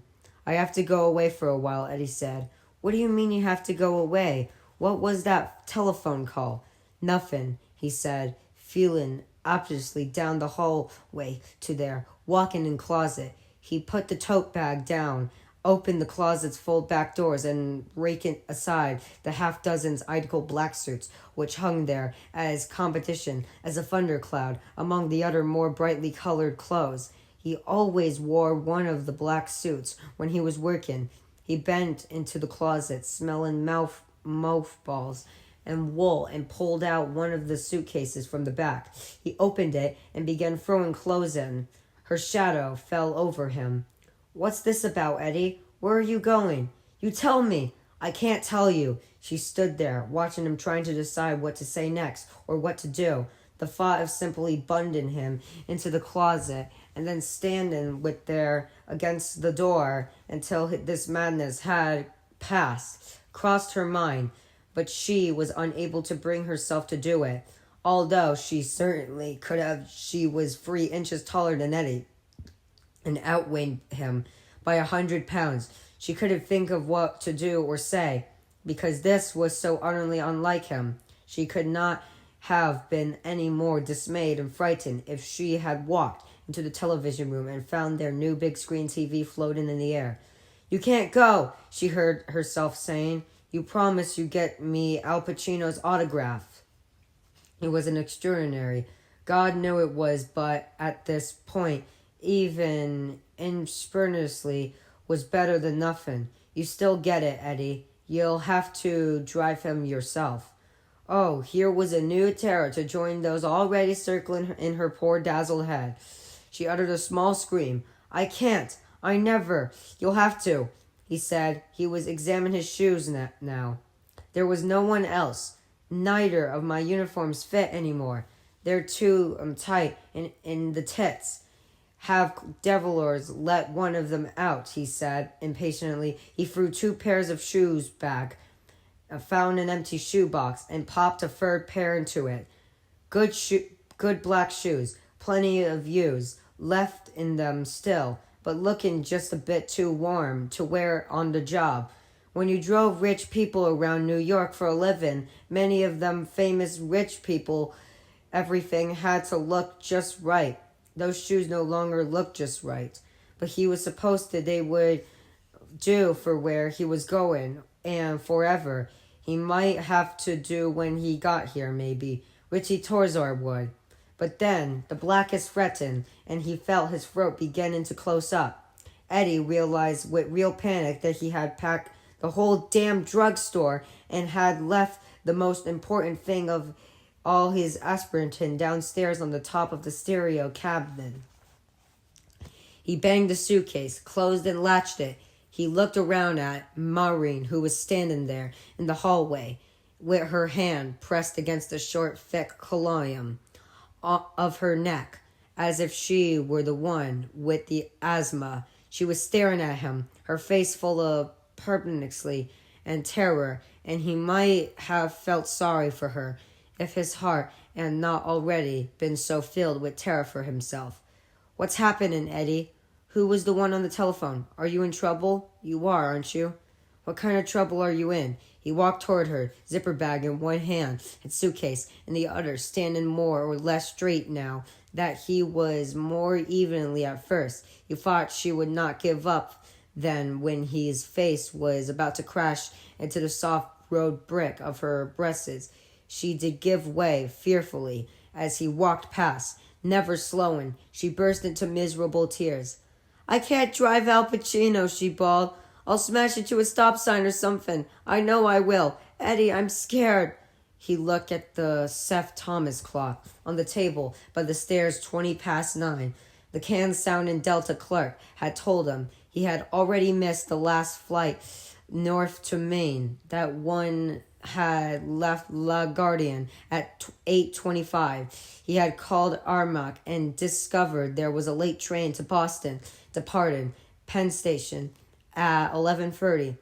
It would drop him off at South Station, when he could take a cab to the offices of Cape Cod Limousine on Ashland Street. Cape Cod and Eddie's company, Royal Crest, had worked out a caseful of friendly Republican arrangement over the years. A quick call to Butch Carrington in Boston had taken care of his transportation. North Butch said he would have a Cadillac limo gassed and ready for him, so he would go in the style, and with no pain in the ass clients sitting in the back seat, stinking up the air up with a big cigar and asking if Eddie knew where he could score a board for a few grams of coke or both. Going in style, all right, he thought. Only way you could go in Mom's style would be if you were going in hearse. But don't worry, Eddie, that's probably how you'll come back. If there's enough of you left to pick up, that is. Eddie, 9:20, plenty of time to talk to her, plenty of time to be kind. Ah, but it would have been so much better if this had been her whist night. If he could have just slipped out, leaving a note under one of the magnets of the refrigerator door. The refrigerator door was where he left all the notes for Maureen because there she never missed them.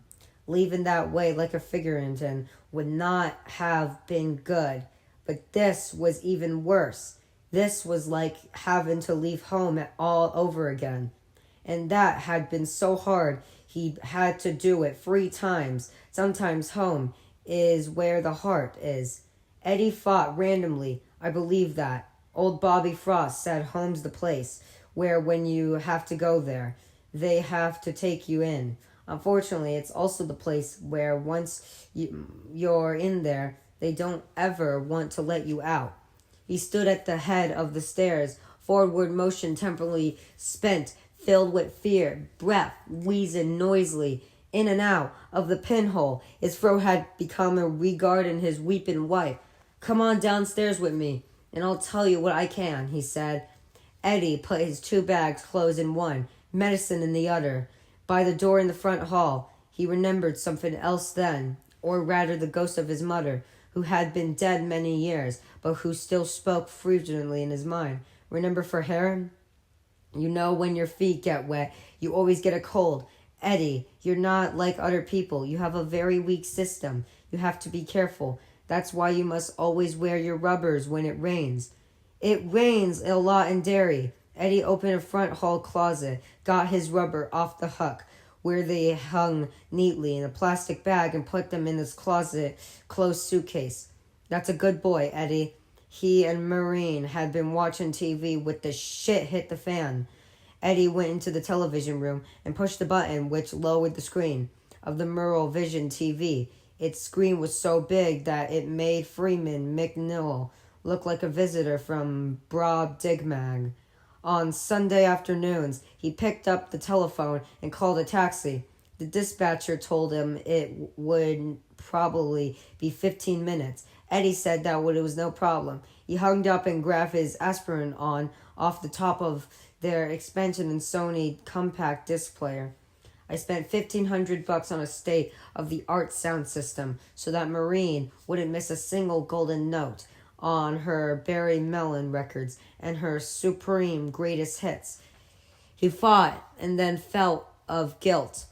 That wasn't fair, and he damn well knew it. Maureen would have been just as happy with her old scratchy records as she was with the new 45 RPM sized laser discs.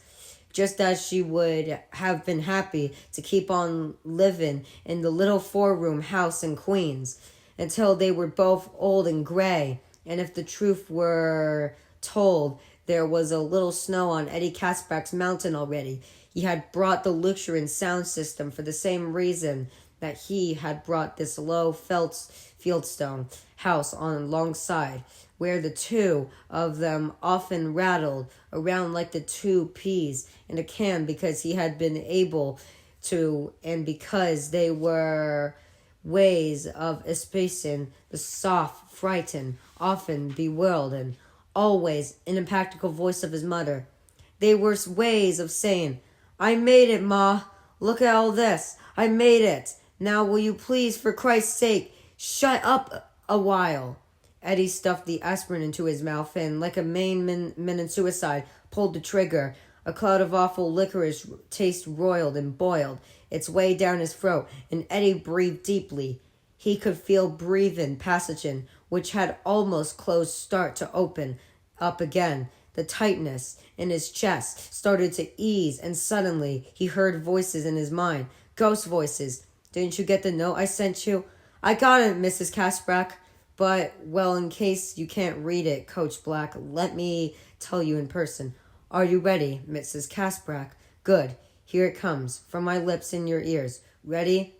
My Eddie cannot take physical education. I repeat, he cannot take phys eds. Eddie is very deplicant, and if he runs or jumps, Mrs. Kaspbrak, I have the results of Eddie's last physical on file in my office. That's a state requirement. It says that Eddie is small for his age, but otherwise he obviously normal, so I called your family physician just to be sure, and he confirmed. Are you saying I'm a liar, Coach Black? Is that it?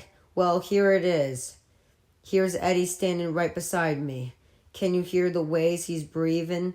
Can you? Mom, please, I'm all right. Eddie, you know better than that. I taught you better than that. Don't interrupt your elders. I hear him, Mrs. Kasprak. But, do you? Good. I thought maybe you were deaf. He sound like a truck going uphill in low gear, doesn't he? And if that isn't asthma, Mom, it'll be quiet, Eddie. Don't interrupt me again. If that isn't asthma, Coach Black, then I'm Queen Elizabeth. Mrs. Kasprak, Eddie often seemed very well and happy in his physical education classes. He loves to play games, and he runs quite fast. In my conversation with Dr. Brines, the world physician, it came up. I wonder if you considered the possibility that my son is crazy? Is that what you're trying to say? Are you saying that my son is crazy? No, but he's delicate, Mrs. Kasprak. My son is very delicate. Mrs. Kasprak, Dr. Brines confirmed that he could find nothing at all. Physically wrong? Eddie finished. The memory of that humiliating encounter, his mother screaming at Coach Black in the Derry Elementary School gymnasium while he gasped and cringed at her side, and the other kids huddled around one of the baskets and watched, had recurred to him tonight for the first time in years. Nor was that the only memory which Mike Hanlon's called was going to bring back. He knew he could feel many others as bad or even worse, crowding and jostling like sale-mad shoppers bottlenecked in department stores' doorway. But soon the bottleneck would break, and they would be able, he was quite sure of that. And what would they find on sale? His sanity could be half-prints, smoke and water, damaged, everything must go. Nothing physically wrong. He took a deep, shuddering breath and stuffed the atmosphere into his pocket. Eddie, Maureen said, please tell me, what all is this about? Tear tracks shone on her chubby cheeks. Her hands twisted restlessly together, like a pair of pink and hairless animals at play. Once shortly before actually proposing marriage, he had taken a picture of Maureen, which she had given him, and had put it next to one of his mother, who had died of congestive heart failure at the age of 64.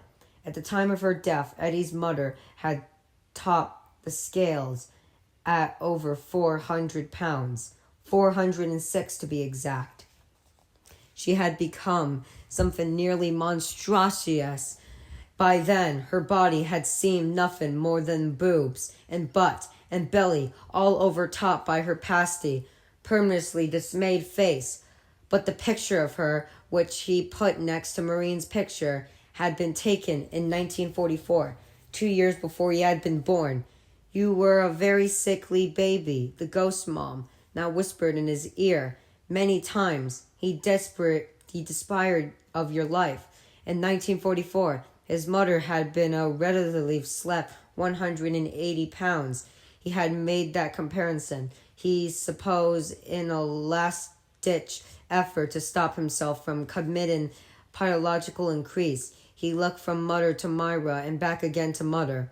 They could have been sisters. The wrestling then was that close. Eddie looked at two nearly identical pictures and promised himself he would not do this crazy thing.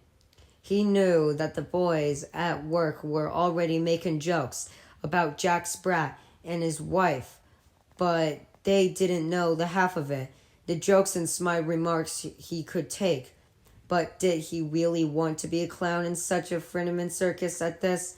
No, he did not. He would break it off with Maureen. He would let her down gently because she was really very sweet and had even less experience with men than he'd had with women. And then after she had finally sailed over the horizon of his life, he could maybe take those tennis lessons he'd been thinking of for such a long time. Eddie often seems very well and happy in his physical education classes. Or there were the pool memberships they were selling at the UN Palazzo Hotel.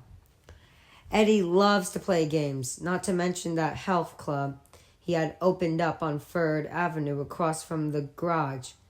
Eddie runs quite fast. He runs quite fast when you're not here. Runs quite fast when there's nobody around to remind him of Bao Dockleman. He is, and I see in his face, Mrs. Kasprak, that he knows even now, at the age of 9, he knows that the biggest favor in the world he could do himself would be to run fast in any direction. You're not going to let him go, Mrs. Kasprak. Let him run. But in the end, he had married Maureen anyway. He had, in the end, the old ways and the old habits had simply been too strong. Home was the place where when you have to go there, then have to chain you up. Oh, he might have beaten his mother's ghost. It would have been hard, but he was quite sure he could have done that much. If that had been all which needed doing, it was Maureen herself who had ended up tipping the scales away from independence. Maureen had confidence in him with solitude, had nailed him with concern, had chained him with sweetness. Maureen, like his mother, had reached the finale fatal insight into his character. Eddie was all the more delicate because he sometimes suspected he was not delicate at all. Eddie needed to be protected from his own demonstration of possible bravery. On rainy days, Maureen always took his rubbers out of the plastic bag in the closet and put them by the coat rag next to the door. Besides his plate of unbuttered and wheat toast, each more was a dish of what might have been taken at a casual glance for a multicolor, pre-sweetened children's cereal, but which a closer look would have revealed to be a whole spectrum of vitamins, most of which Eddie had in his medicine bag right now. Matron, like mother, understood, and there had really been no chance for him. As a young unmarried man, he had left his mother 3 times and returned home to her 3 times. Then, 4 years after his mother had died, in the front of hall of her Queen's apartment, blocking the front door so completely with her bulk that the MECU guys called by the people downstairs when they heard the monstrosity fund of Mrs. Kasprak going down for the final count, had to break in through the locked door between the apartment's kitchen and the service stairwell. He had returned home for a 4th and final time at least. He had believed, and then it was for the final time. Home again, jiggity jog, home again, with Marion the hog. A hog she was, but she was a sweet hog, and he loved her, and there had really been no chance for him at all. She had drawn him to her with the final hypnotizing snake's eye of understanding, home again forever. He had fought them, but maybe I was wrong. He thought maybe this isn't home, nor ever was maybe home is where I have to go tonight. Home is the place where when you go there, you have to finally face the thing in the dark. He stuttered helplessly, as if he had gone outside without his rubbers and caught a terrible chill. Eddie, please. She was beginning to weep. Tears were her final defense, just as they had always been his mother's. The soft weapons which paralyzes, which turns kindness and tenderness into faulty chicks and one-armors. Not that he'd ever worn much armor anyway. Suits of armor did not seem to fit him very well.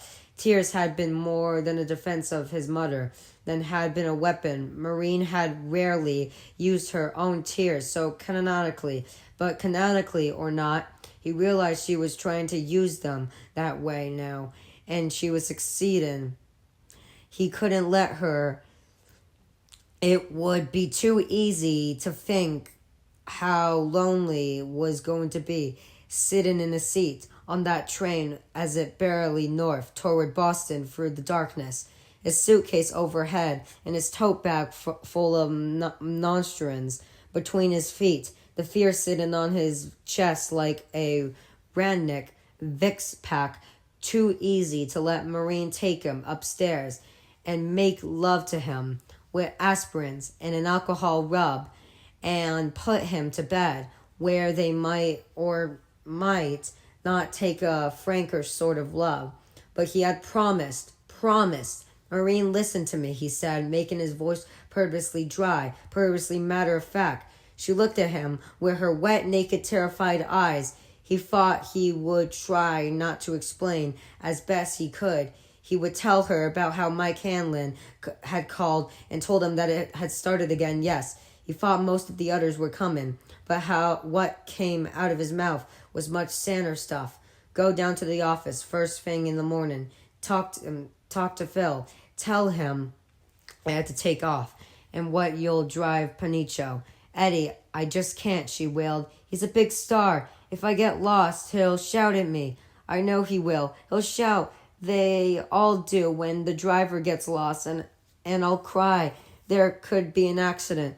There probably will be an accident. Eddie, you have to stay home. For God's sake, stop it. She recoiled from his voice, hurt although Eddie gripped his aspirin. He would not use it. She would see that as a weakness, one she could use against him. Dear God, if you are there, please believe me when I say I don't want to hurt Maureen. I don't want to cut her, don't even want to burst her. But I promise, we all promise, we swore in blood. Please help me, God, because I have to do this. I hate it when you shout at me, Eddie, she whispers. Maureen, I hate it when I have to, he says, and she winced. There you go, Eddie. You hurt her again. Why don't you punch her around the room a few times? That would probably be kinder and quicker. Suddenly, probably, it was the thought of punching someone around the room which caused the image to come. He saw the face of Henry Bowers. It was the first time he had thought of Bowers in years, and it did nothing for his peace mind, nothing at all. He closed his eyes briefly, then opened them and said, You won't get lost, and he won't shout at you. Mr. Panicho is very nice and very understanding. He had never driven Pacino before in his life, but consented for himself with knowing that at least the law of averaging was on the side of this lie. According to popular myth, most celebrities wear shit heels, but Eddie had driven enough of them to know it usually wasn't true. There were, of course, expectation the rule, and in most cases, expectation were real monstrosities. He hoped eventually, for Maureen's sake, that Panicho wasn't one of these. Is he? She asked timbly. Yes, he is. How do you know? Dementors drove him 2 or 3 times, and he worked at maintenance limousines. Eddie said gimbally. He said Mr. Panicho always tipped at least $50. I wouldn't care if he only tipped me 50 cents, as long as if he didn't shout at me. Maureen, it's all as easy as 1, 2, 3, 1 you make the pickup at the St. Regis tomorrow at 7 p.m. and take him over to the ABC building. They're retapping the last act of this place, Panicho, an American Buffalo. I think it's called 2. You can take him back to the St. Regis around 11. 3. You go back to the garage, turn in the car, and sign the green sheet. That's all? That's all you can do it? Standing on your head, Marion? She usually giggled at this pet name, but now she only looked at him with a painfully childlike solemnity. What if he wants to go out to dinner instead, to back at the hotel, or for drinks, or for dancing? I don't think he will, but if he does, you take him. If it looks like he's going to party all night, you can call Phil Thomas on the radio phone after midnight. By then, he'll have a driver free to relieve you. I'd never stick you with something like this in the first place if I had driver who was free. But I got 2 guys got out sick, Dementorin on vacation, and everyone else booked up solid. You'll be snug in your own bed by 1 in the morning. Marty, 1 in the morning at the very, very lastest. I apple salute and guarantee it. She didn't laugh at apple saluting either. He cleared his throat and leaned forward, elbows on his knees. Instantly, the ghost mom whispered, "Don't sit that way, Eddie. It's bad for your persons, and it cramps your lungs. You have very delighted lungs." He sat up straight again, hardly aware he was doing it. "This better be the only time I have to drive," she nearly moaned. "I've turned into such a horse in the last 2 years, and my uniform looks so bad now. It's the only time, I swear." "Who called you, Eddie?" And if IQ lights swept across the wall, a horn honked once as the cab turned into the driveway. He felt a surge of relief. They had spent the 15 minutes talking about Pacino instead of Derry, and Mike Hanlon and Henry Bowers, and that was good. Good for Maureen and good for him as well. He did not want to spend any time thinking or talking about those things until he had to. Eddie stood up. "It's my cab." She got up so fast she tripped over the hem of her own nightgown. Grave doubt she outweighed him by 100 pounds, and she was beginning to blubber. "Eddie, you have to tell me. I can't. There's no time." "You never kept anything from me before, Eddie," she wept. "And I'm not now.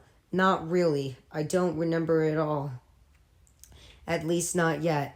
The man who called was an old friend. You'll get sick," she said desperately, following him as he walked toward the front hall again. "I know you will. Let me come, Eddie, please. I'll take care of you. Pacino can get a cab or something. It won't kill him. What do you say, okay?"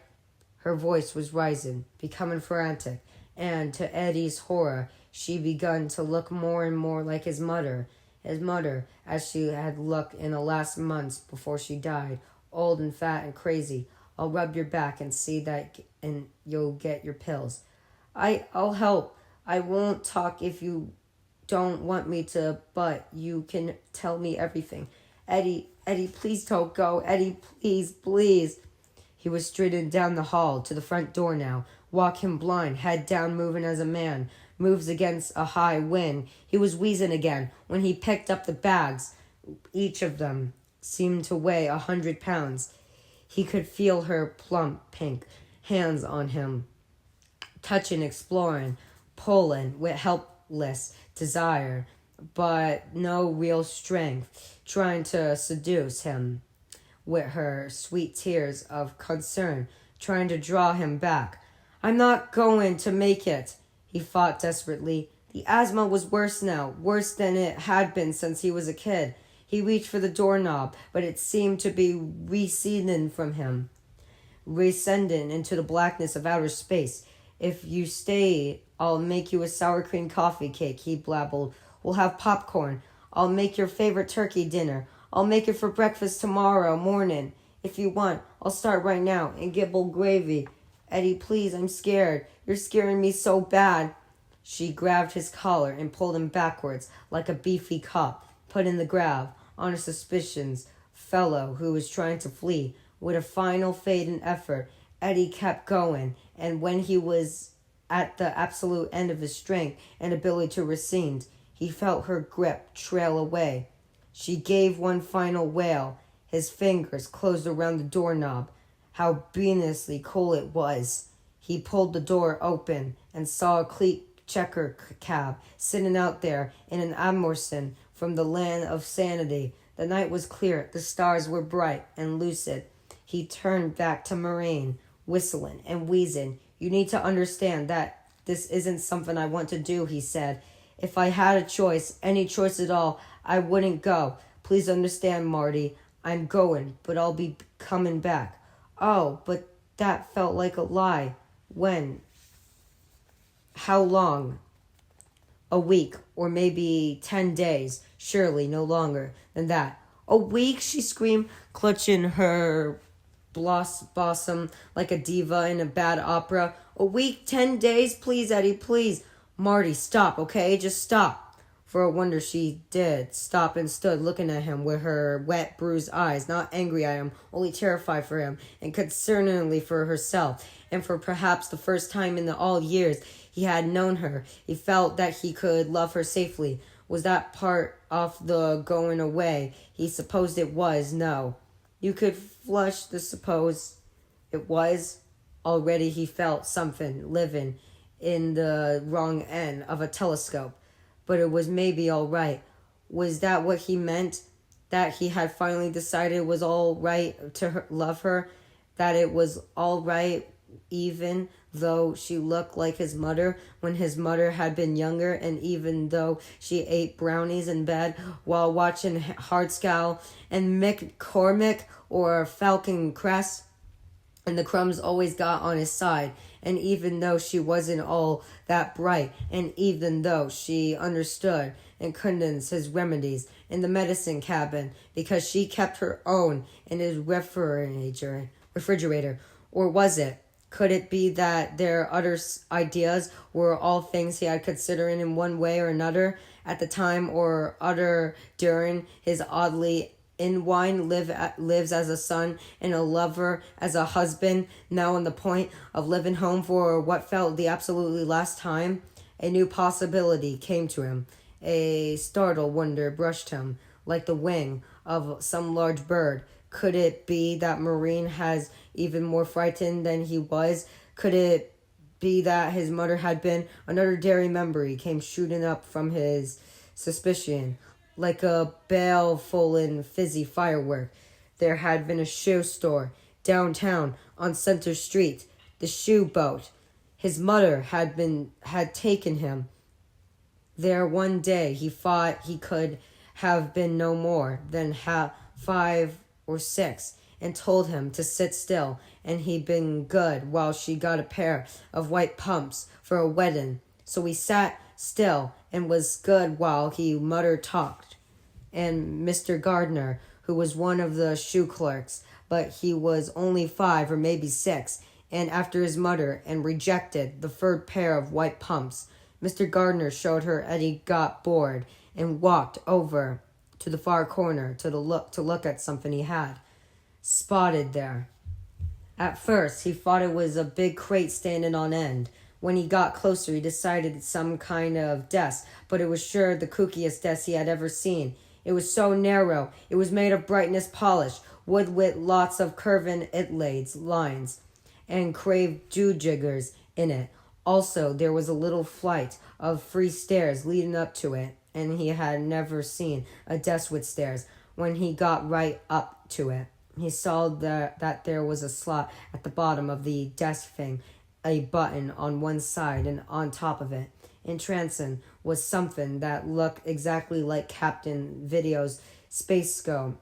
Eddie walked around to the other side, and there was a sign. He must have been at least 6, because he had been able to read it softly, whispering each word aloud. Do your shoes fit right? Check and see.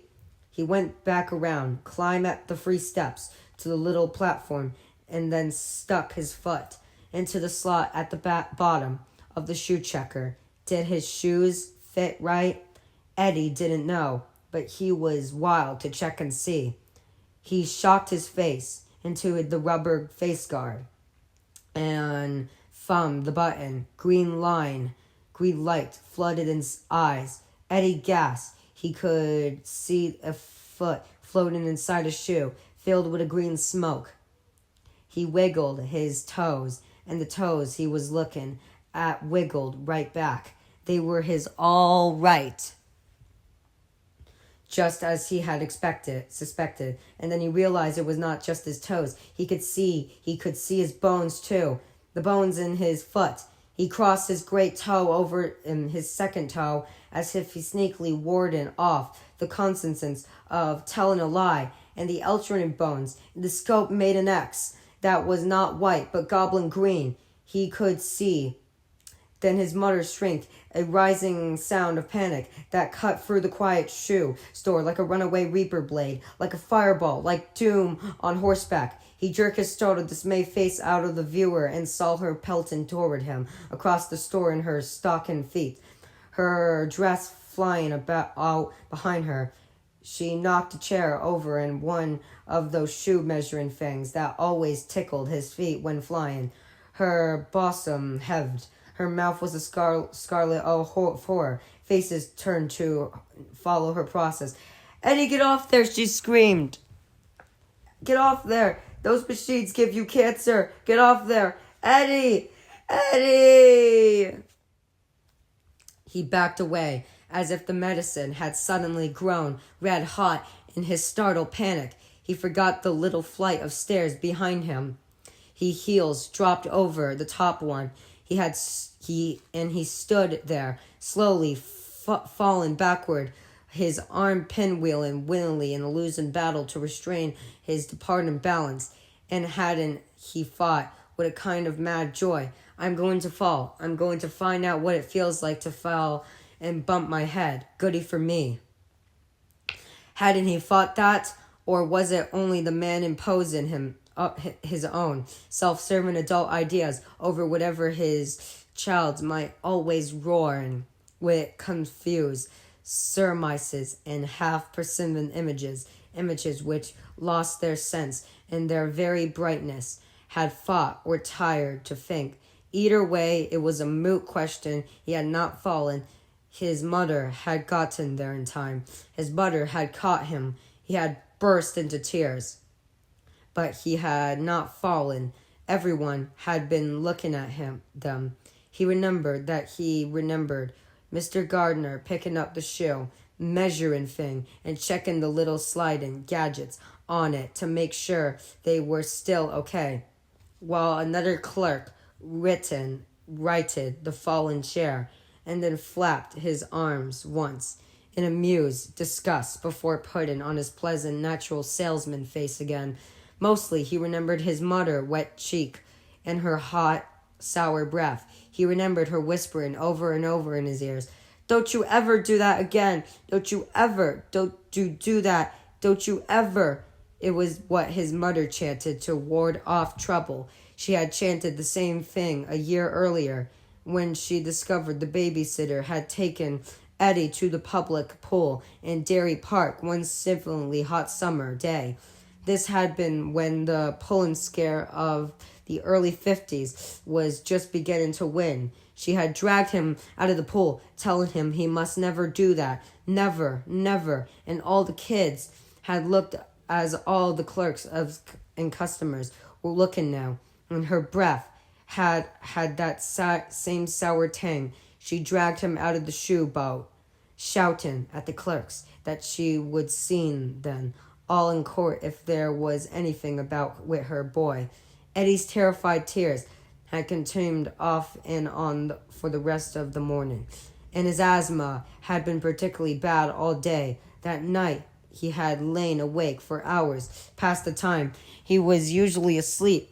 He had been awake for hours past the time he was usually asleep, wondering exactly what cancer, if it was then polio, if it killed you, how long it took if it did, and how bad hurt before you died. He also wondered if he'd go to hell afterward. The threat had been serious. He knew that. She had been so scared. That was how he knew. So terrified.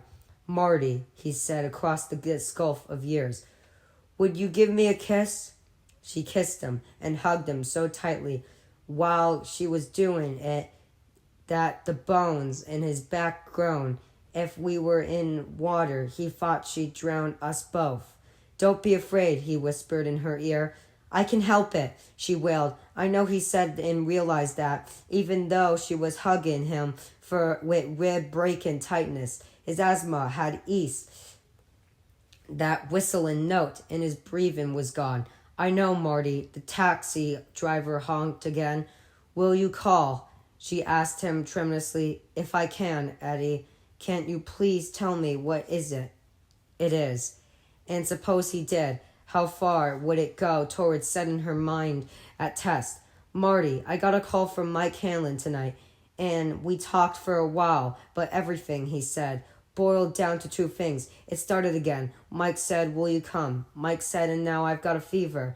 Marty, only it's a fever you can't damp down with aspirin. And I've got a shortness of breath the goddamn aspirin won't touch because that shortness of breath isn't in my throat or my lungs. It is around my heart. I'll come back to you if I can, Marty, but I feel like a man standing at the mouth of an old mine shaft that is full of cave-ins waiting to happen, standing there and saying goodbye to the daylight. Yes, yes, that would surely set her mind at rest. No, he said, I guess I can't tell you what it is. And before she could say more, before she could begin again, Eddie, get out of that taxi. They give you cancer. He was straining away from her faster and faster. By the time he got into the cab, he was almost running. She was still standing in the doorway when the cab backed into the street. Still standing there when they started for the city. A big black woman's shadow cut out of the light spilling from their house. He waved and thought she raised her hand in return. Where we heading tonight, my friend? The cabbie asked. Penn Station, Eddie said, and his relax on the aspirin. His asthma had gone to whatever it went to brood between its as salts on its Birkeland tubes. He felt almost well, but he needed the aspirin worse than ever 4 hours later, coming of a light doze, and all in a single sentiment jerk that caused the fellow in the business suit across the way to lower his paper and at him with faintly appreciation curiosity. I'm back, Eddie, the asthma yelled gleefully. I'm back, and oh, I don't know this time, but I just might kill ya. Why not? Gotta do it sometimes, you know. Can't fuck around with you forever. Eddie's chest surged and pulled. He groped for the associated, sat back in the tall Anmark seat, shivering, waiting for relief, thinking of the dream from which he had just awakened. Dream? Christ, if that was all. He was afraid it was more memory than dream. In it there had been a green light, like the light side at a shoe store, x-ray machine, and a rotten leaper had pursued a screaming boy named Eddie Kasprak through tunnels under the earth. He ran and ran. He runs quite fast. Coach Black had told his mother, and he ran plenty fast with that rotten thing after him. Oh, yes, you better believe it. You bet your fur. In this dream, when he 11 years old, and then he had smelled something like the death of time, and someone lit a match, and he had looked down and seen the composing face of a boy named Patrick Hotstetter, a boy who had disappeared in July of 1958, and there were worms crawling in and out of Patrick Hotstetter's cheeks, and that ghastly, awful smell was coming from inside of Patrick Hotstetter, and in that dream, that was more remembering than dream, he had looked to one side and had seen two schoolboys. There were fat with monstrosity and overgrown with green mold, roached everywhere, and understanding our American. They were in their current condition because it was foul wetness down there. How I spent my summer vacation and themed by Patrick Hotstetter. How I spent it dead in the tunnel. Moss grew on my bucks, and they swelled up to the size of Scar's coalition. Eddie opened his mouth to scream, and that when the subservient fingers of the leaper kilotron around his cheek and plugged themselves into his mouth, and that was when he woke up with that black backstabbing jerk to find himself, not to sewers under Derry, Maine, but in the Atmar Club car near the head of the train spreading across Rhode Island under a big white room. The man across the Isle.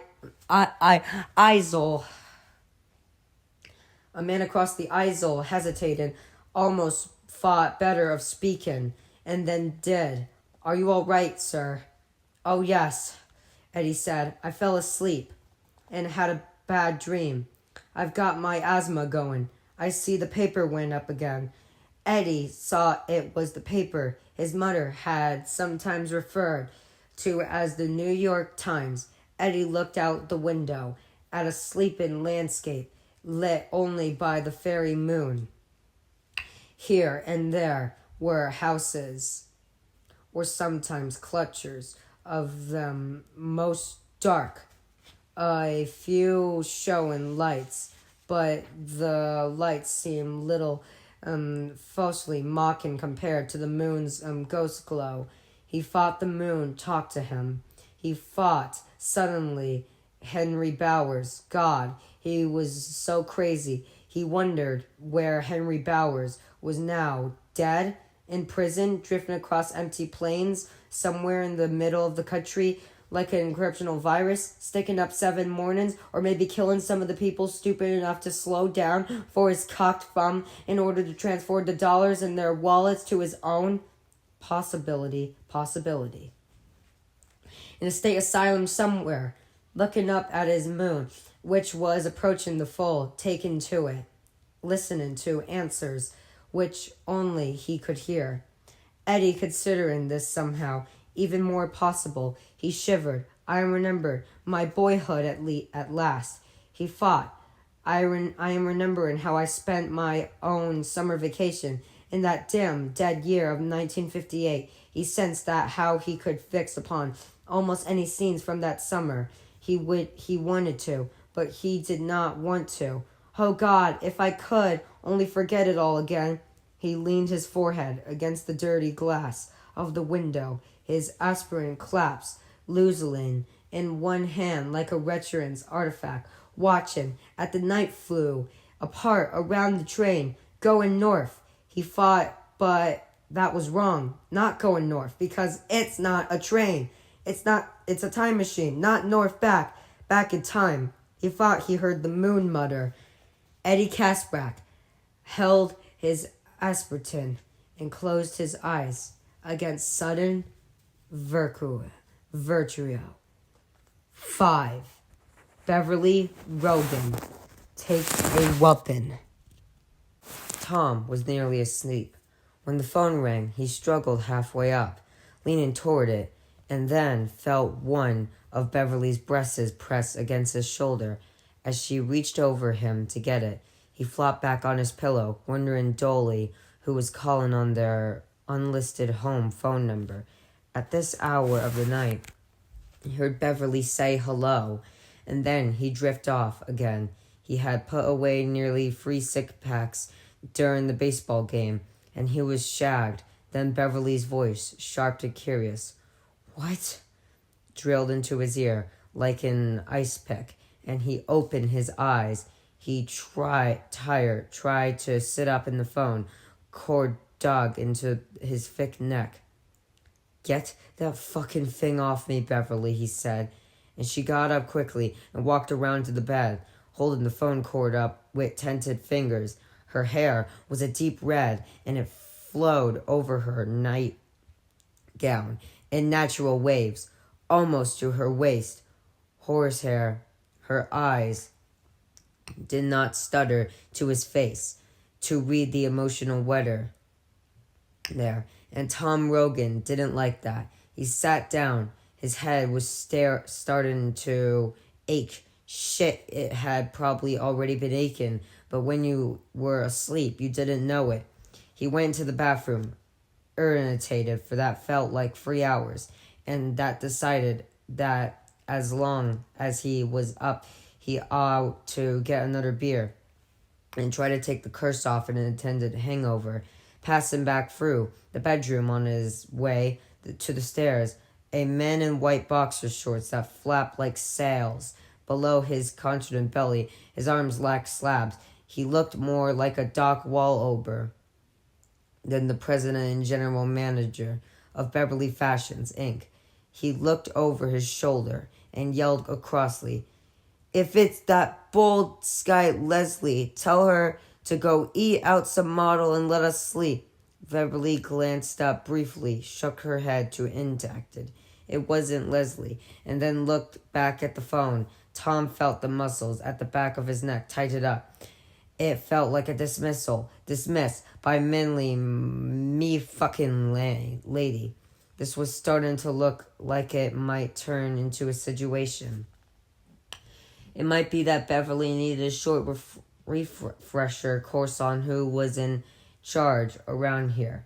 It was possible sometime. She did. She was slow learning. He went downstairs and paddled along the hall to the kitchen, absolutely packing the seats of his shorts out of the crack in his ass, and opened the refrigerator. His reaching hand closed on nothing more alcoholic than a blue Tupperware dish of leftover noodles Ramonov.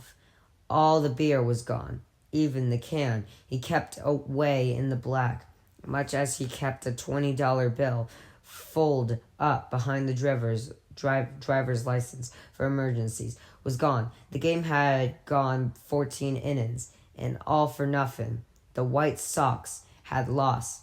Bunch of candy asses this year.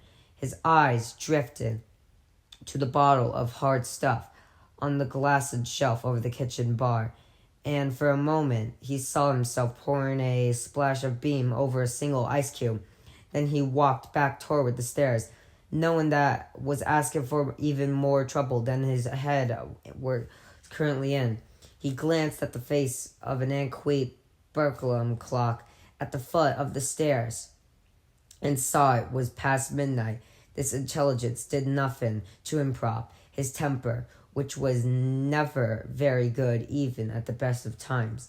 He climbed the stairs with slow deliberation, too aware of how hard his heart was working. Kaboom! Kafad! Kaboom! Kafad! Kaboom! Kafad!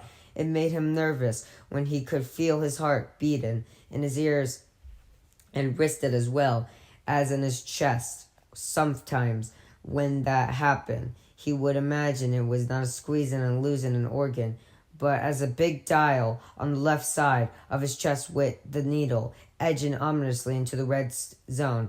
He did not like that shit. He did not need that shit. What he needed was a good night's sleep. But the nub cunt he was married to was still on the phone. I understand that, Mike. Yes, I am. I know, but... A longer pause. Bill Debrock, she exampled that, and that ice-pink drilled into his ear again. He stood outside the bedroom door until he got his breath back. Now it was a kafad, kafad, kafad again. The booming had stopped. He briefly imagined the needle edging out of the red and then while the picture away. He was a man, for Christ's sake, and a damn good one. Not a furnace with a thermostat. He was in great shape. It was iron, and if she needed to learn that, he would be happen to teach her. He started in, then thought better of it and stood where he was a moment longer, listening to her, not particularly caring about who she was talking to or what she said, only listening to the rise and fall in tones of her voice. And what he felt was the old familiar dull rage. He had met her in a downtown Chicago singles bar 4 years ago. Conversation had been easy enough because they both worked in the Sandro brands, building a few of the same people.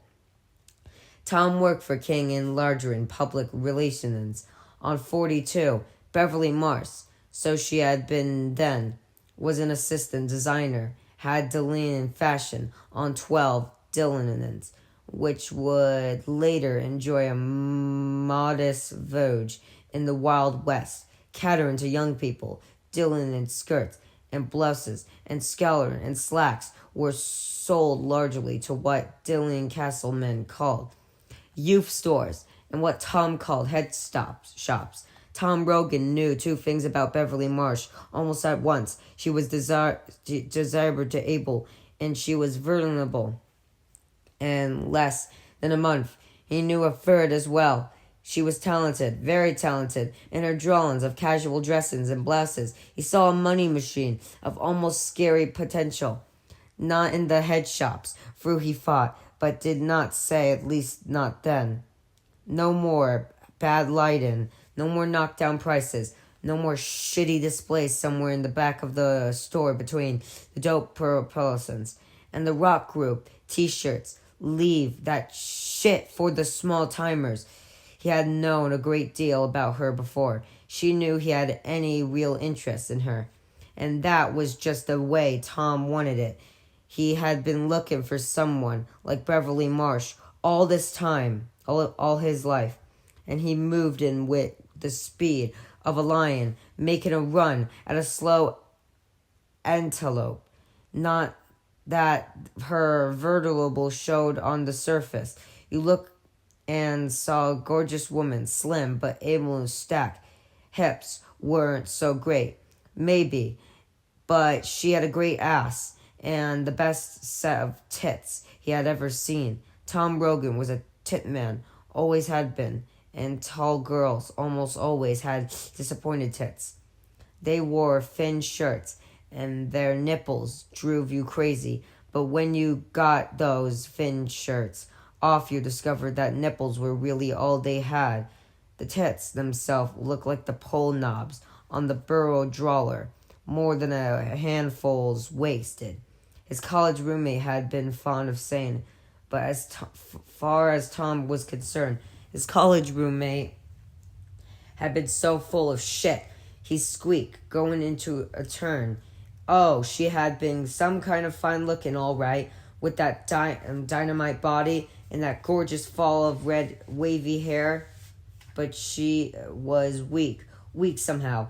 It was as if she was sending out radio signals, which only he could receive. You could point to certain things, how much she smoked, but he had almost cured her of that, the restless way her eyes moved, never quite meeting the eyes of whoever was talking to her, only touching them from time to time, and then leaping nimbly away, her habit of lightly rubbing her elbows when she was nervous, the look of her fingernails, which were kept neat but brutally short. Tom noticed this letter the first time he met her. She picked up her glass of wine. He saw her nails and thought she keeps them sort like that because she bites them. Lions may not think, at least not the way people think, but they see. And when antelopes start away from a waterhole, addling by the dusty rug sense of approaching death, the cats can observe which one falls to the rear of the pack. Maybe because it has a lame leg. Maybe because it just naturally slower. Or maybe because that some antelopes and some women want to be brought down. Suddenly he heard a sound that jerked him ruddily out of these memories. The snap of the cigarette lighter. The dull rage came again. His stomach filled with a heat which was not internally unpleasant. Smoking. She was smoking. They had a few Tom Rogan special serums on the subject. And here she was doing it again. She was a slow learner, all right, but a good teacher is at his best with slow learners. Yes, she said now. Uh-huh, all right, yes. She listened, then uttered a strange laugh he had never heard before. 2 things, since you asked reserve me a room and say me a prayer. Yes, okay, uh-huh. Me too. Good night. She was hanging up as he came in. He meant to come in hard, yelling at her to put it out. Put in now. Right now! But when he saw her, the words died in his throat. He had seen her like this before, but only 2 or 3 times. Once before their first big show, once before the big private preview showing for national buyers, and once when they had gone to New York for the International Design Awards. She was moving across the bedroom in long strides, the white lance nightgown molded to her body, the cigarette clamped between her front teeth. God, he hated the way she looked, with a butt in her mouth, sending back a little white ribbon over her left shoulder like smoke from a Lectov stack, but it was her face that really gave him a pause that caused the plain shout to die in his throat. His heart lurched. Kabam! And he winced, telling himself that what he felt was not fear, but only surprise at finding her this way. She was a woman who really came alive all the way, only when the rhythm of her work spiked toward a climax. Each of those remaining oxygen had of course been career related. At those times he had been a different woman from the one he knew so well, a woman who fucked up his sensitive fear radar with wild bursts of static. The woman who came out in the times of stress was strong but high-strung, fearless but unpredictable. There was lots of color in cheeks now, a natural blush high on her cheekbones. Her eyes were wide and sparkly, not a trace of sleep left in them. Her hair flowed its stream, and oh, looky here, friends and neighbors. Oh, you just looky right here. Is she taking a suitcase out of the closet? A suitcase? By God, she is. Reserve me a room. Say me a prayer. Well, she wasn't going to need a room in any hotel, not in a foreseeable future, because little Beverly Rogan was going to be staying right here at home. Taken very much, and taken her standing up for the next 3 or 4 days. But she very well might need a prayer or two before he was through with her. She fought the suitcase on the foot of the bed, and when to her bureau, she opened the top drawer and pulled out 2 pairs of jeans and a pair of cords, tossed them into the suitcase, back to the bureau cigarettes, screaming smoke over her shoulder. She grabbed a sweater, a couple of t-shirts, one of the old ship inshore blouses that she looked so stupid in but refused to give up. Whoever had called her sure hadn't been a jet sweater. This was dull stuff, strictly Jackie Killen Henron's weak stuff. Not that he cared about who had called her or where she thought she was going. Said she wasn't going anywhere. Those were not the things. Which pecked steadily at his mind, dull and aching from too much beer and not enough sleep. It was that cigarette. Supposedly she had thrown them all out, but she had held out on him. The proof was clamped between her teeth right now, and because she still had enough, noticed him standing in the doorway. He allowed himself the pleasure of remembering the 2 nights which had accused him of his completed control over her. I don't want you to smoke around me anymore, he told her as they headed home from a party in Lake Forest. October that had been. I have to choke that shit down at parties and at the office, but I don't have to choke it down when I'm with you. You know what it's like? I'm going to tell you the truth. It's unpleasant, but it's the truth. It's like having to eat someone else's snot. He thought this would bring some faint spark of protest, but she had only looked at him in her shy, wanted to please way. Her voice had been low and meek and intimidated. All right, Tom, pitch it then. She pitched it. Tom had been in a great good humor for the rest of that night. A few weeks later, coming out from a movie, she unthinkingly lit a cigarette in the lobby and puffed it as they walked across the parking lot to the car. It had been a bitter November night, the wind chopping like a maniac at any exposed square inch of flesh it could find. Tom remembered he had been able to smell the lake as you sometimes could on cold nights. A flat smell that was both fishy and somehow empty. He let her smoke the cigarette. He even opened her door for her. When they got to the car, he got in behind the wheel, closed his own door, and then said, Bev. She took the cigarette out of her mouth, turned toward him, inquiring and unloading on her pretty good, his hard, open hand striking across her cheek, hard enough to make his palm tingle, hard enough to rock her head back against the headrest. Her eyes widened with surprise and pain, and something else as well. Her own hand flew to her cheek to investigate, to warmth and tingle in numbers there. She cried out, "Ow! Tom! Tom!" He looked at her eyes, narrowed, mouth smiling casually, completely alive, ready to see what would come next, how she would react. His cock sniffing in his pants, but he barely noticed. There was for later. The first school was at session. We replayed what had just happened. Her face, what had that third expression, been there for a bare instant, and then gone. First the surprise, then the pain, then the nostalgia. Look of a memory, of some memory. It had only been for a moment. He didn't think she even knew it had been there on her face or in her mind.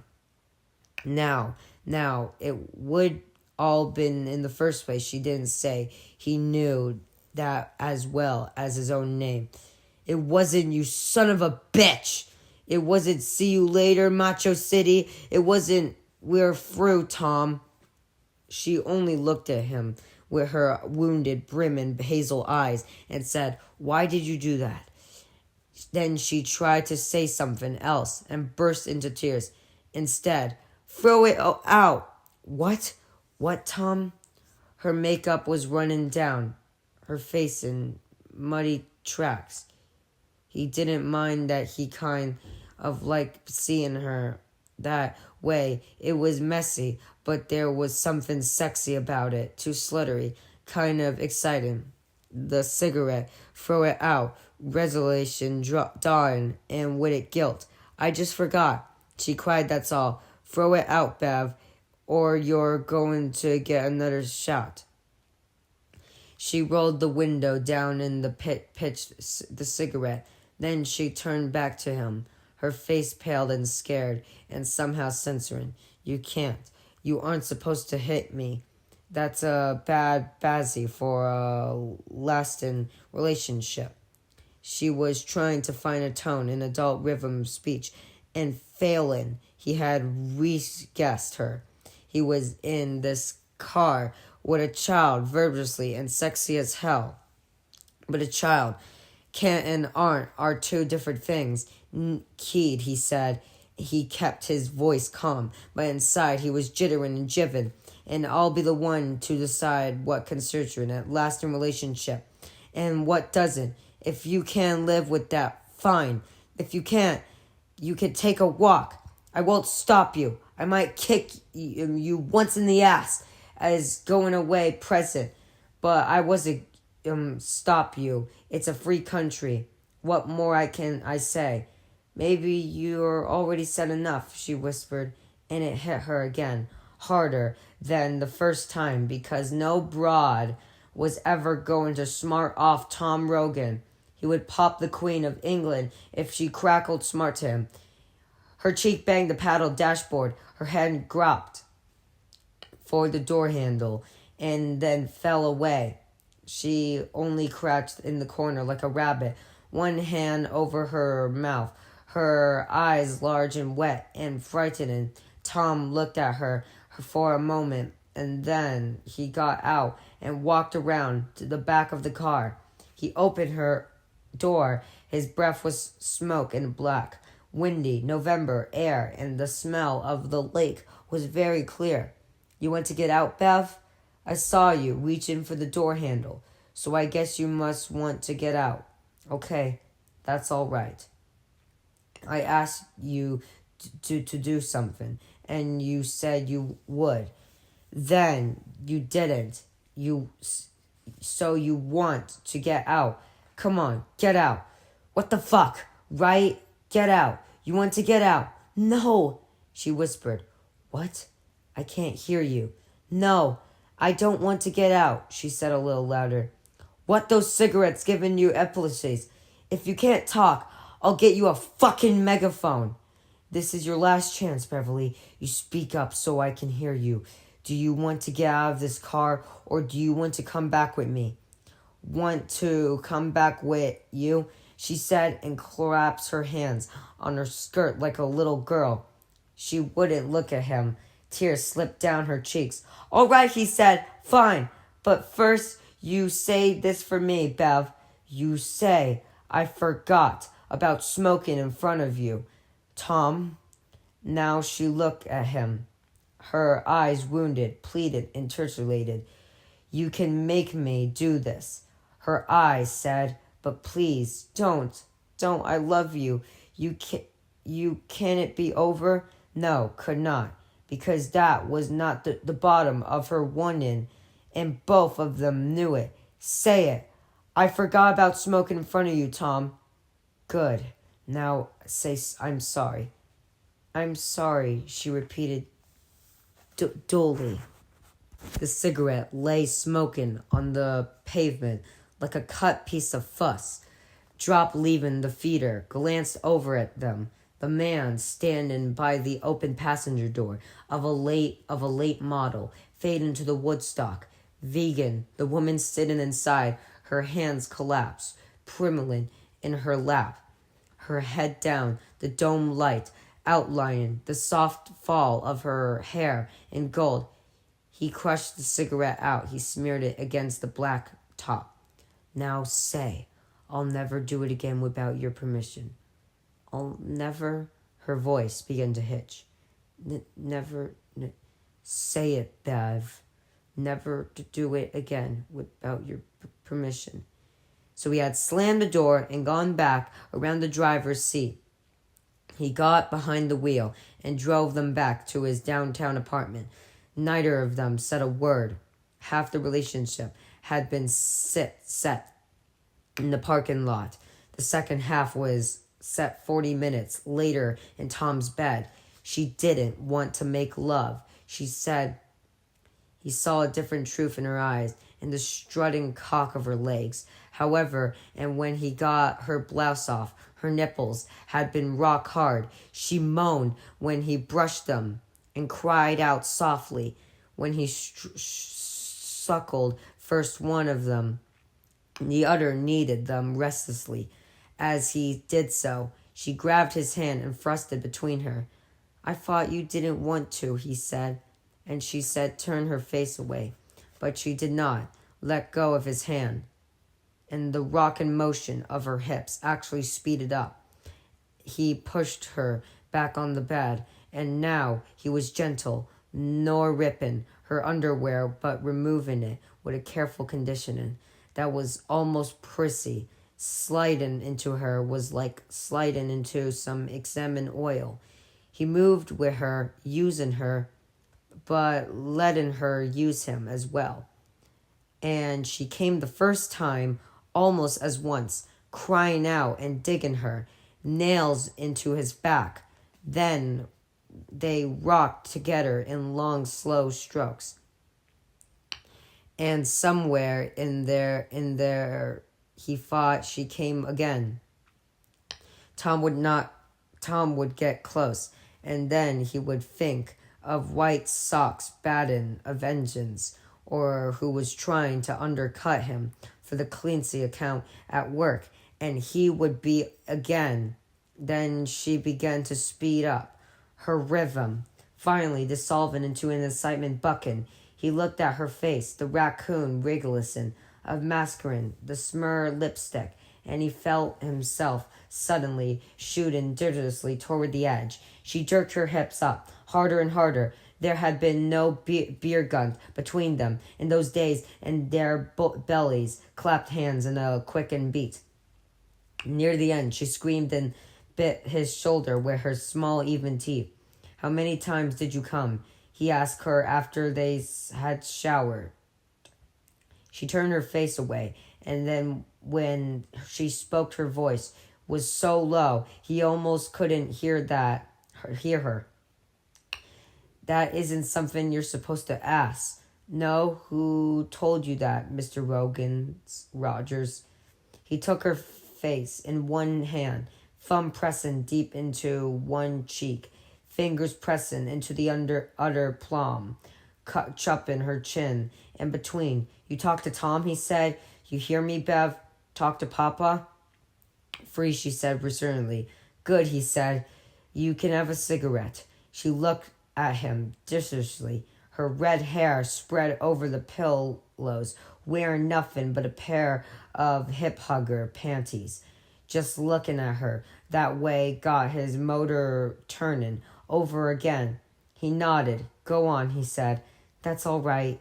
They had been married in a silver ceremony, and 3 months later, two of his friends had come. The only friend of hers to attend had been Kay Mackle, Whom Tom called that titsy woman a bitch. Of all of these memories went through Tom's mind in the space of seconds, like a speeded up piece of film. As he stood in the doorway watching her, she had gone to the bottom drawer of what she sometimes called her weekend bureau, and now she was tossing art stain and smooth silk. This was cotton stuff. Little girl stuff, most of it fading, and with little puffs of pop elastic on the waistbands, a cotton nightin that looked like something out of a little house on the Puritan. She poked in the back of his bottom drawer to see what else might be lurking in there. Tom Rogan, meanwhile, moved across the shug rug toward his wardrobe. His feet were bare, and his passengers noiseless was as a puff of breeze. It was a cigarette. That was what had really got him mad. It had been a long time since she had forgotten that first lesson. There had been other lessons to learn since the great many, and there had been hot days when she had wore long sleeves, blouses, or even cardigan sweaters, buttoned all the way to the neck. Gray days when she had wore sunglasses. That first lesson had been so sudden and fundamental. He had forgotten the telephone call that had wakened him out of the deepest sleep. It was the cigarette. If she was smoking now, and she had forgotten Tom Rogan, temporarily, of course, only temporarily, but even temporarily was too damned long. What might have caused her to forget didn't matter. Such things were not to happen in his house for any reason.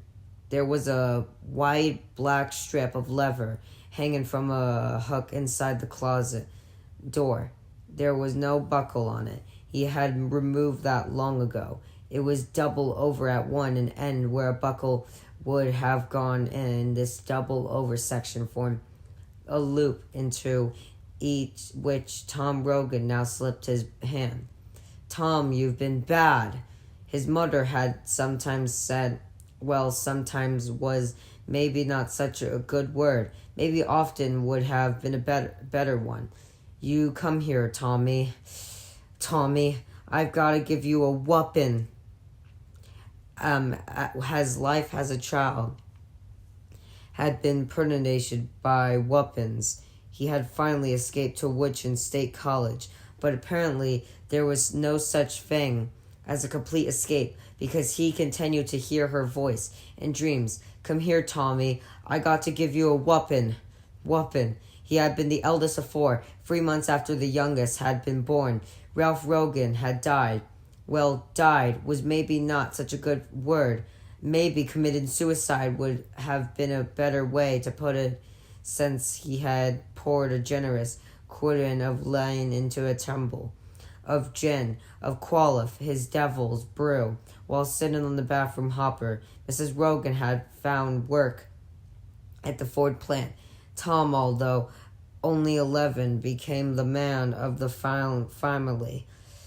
And if he screwed up, if the baby shat, her ditties after the sitter went home, and the mess was still in them when Mom got home. If he forgot to cross Megan on the Broad Street corner of after her nursery school, got out, and that nosy Mrs.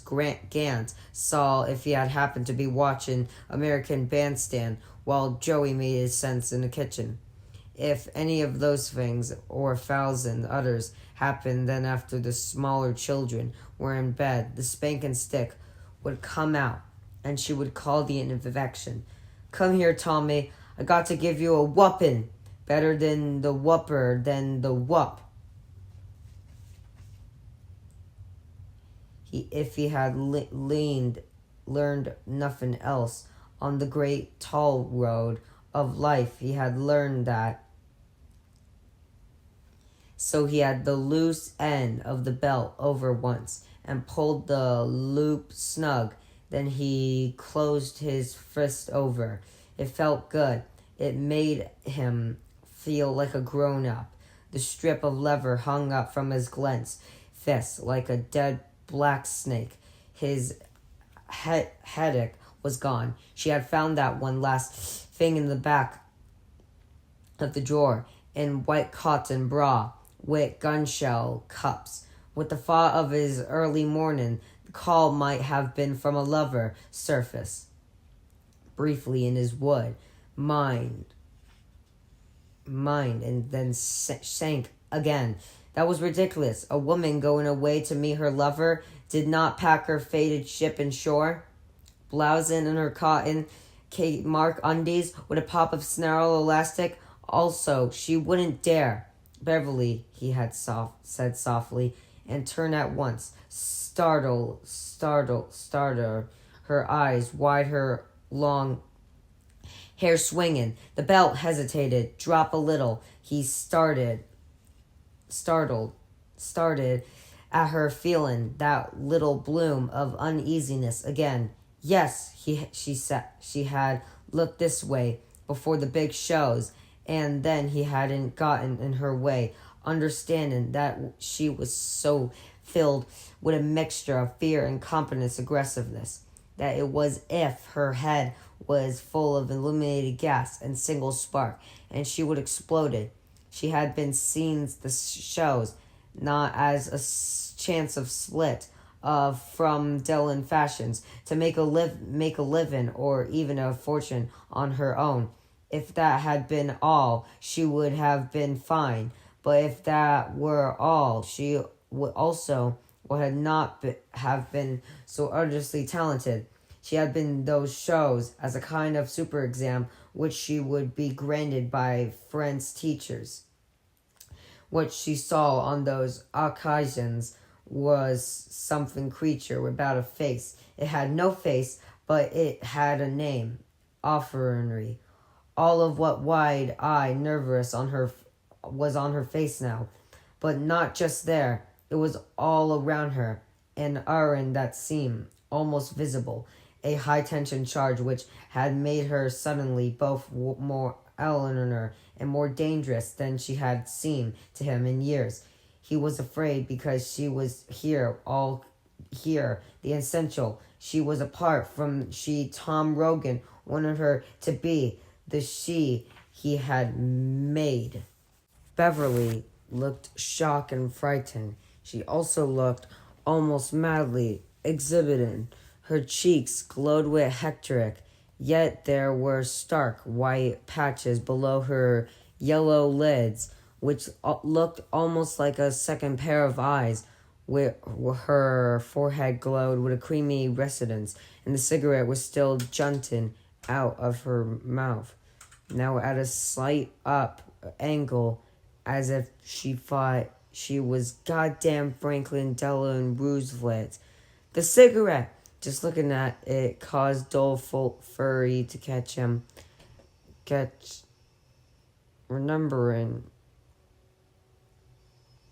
Remembered her saying something to him one night out of the dark, speaking in a dull and listless voice.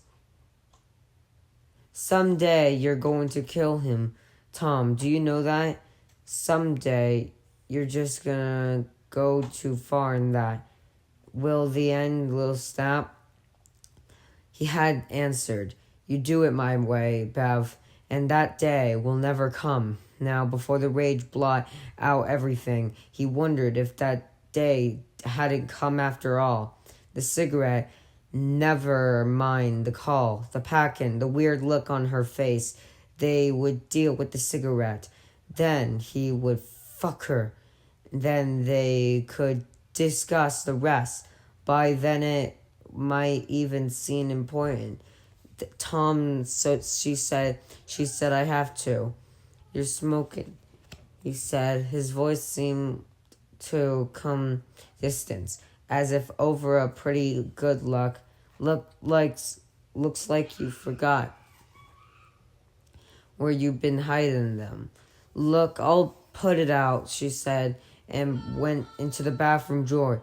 She flipped the cigarette. Even from her here, he could see the teeth marks driven deep into the filter, into the bowl of the John. She came back out. Tom, that was an old friend. An old friend. I have to. Shut up. What? That's what you have to do, he shouted at her. Just shut up. But the fear he wanted to see, the fear of him, was not on her face. There was fear, but it had come out of the telephone, and fear was not supposed to come to Beverly in the direction. It was almost as if she didn't see the belt. Didn't seem him, and Tom felt a trickle of unease. Was he here? And so elemental that for a moment he felt in danger of coming completely unwrapped from the root of himself and just floating off like a tumbleweed in a high breeze. And then he told him of himself. He was here all right, and that was quite enough. Fucking physical for one night.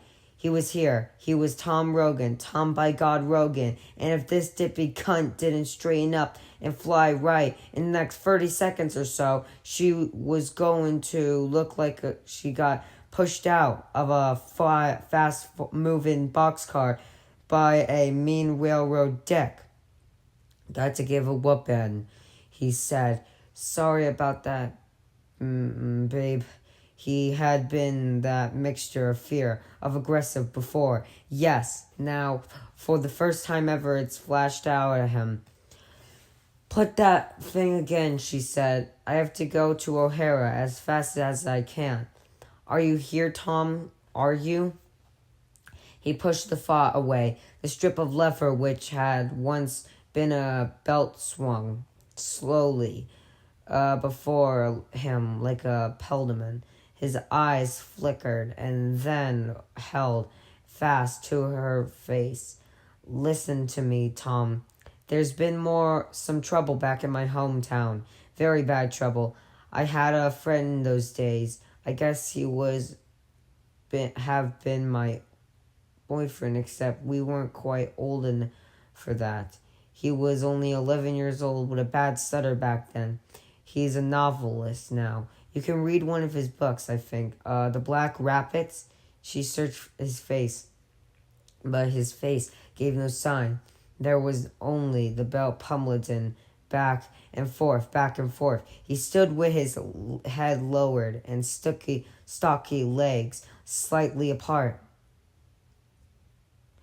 Then she ran her hand restlessly, fought her hair distractedly, as if she had many important things to think and hadn't been the belt at all. And that haunted awful question resurfaced in his head again. Are you there? Are you sure? The book laid around here for weeks, and I never made the connection. Maybe I should have, but we're all older, and I have even thought about dairy in a long, long time. Anyway, Bill had a brother, George, and George was killed before I really knew Bill. He was murdered, and then the next summer, but Tom had listened to enough craziness, but from within and from without. He moved in her fast, cocking his right arm back over his shoulder like a man about to throw a javelin. The belt hissed a path through the air. Beverly saw it coming and tried to duck away, but her right shoulder struck the bathroom doorway, and there was a meaty whap as the belt struck her left forearm, leaving a red wheal. "Gonna whoop you," Tom repeated.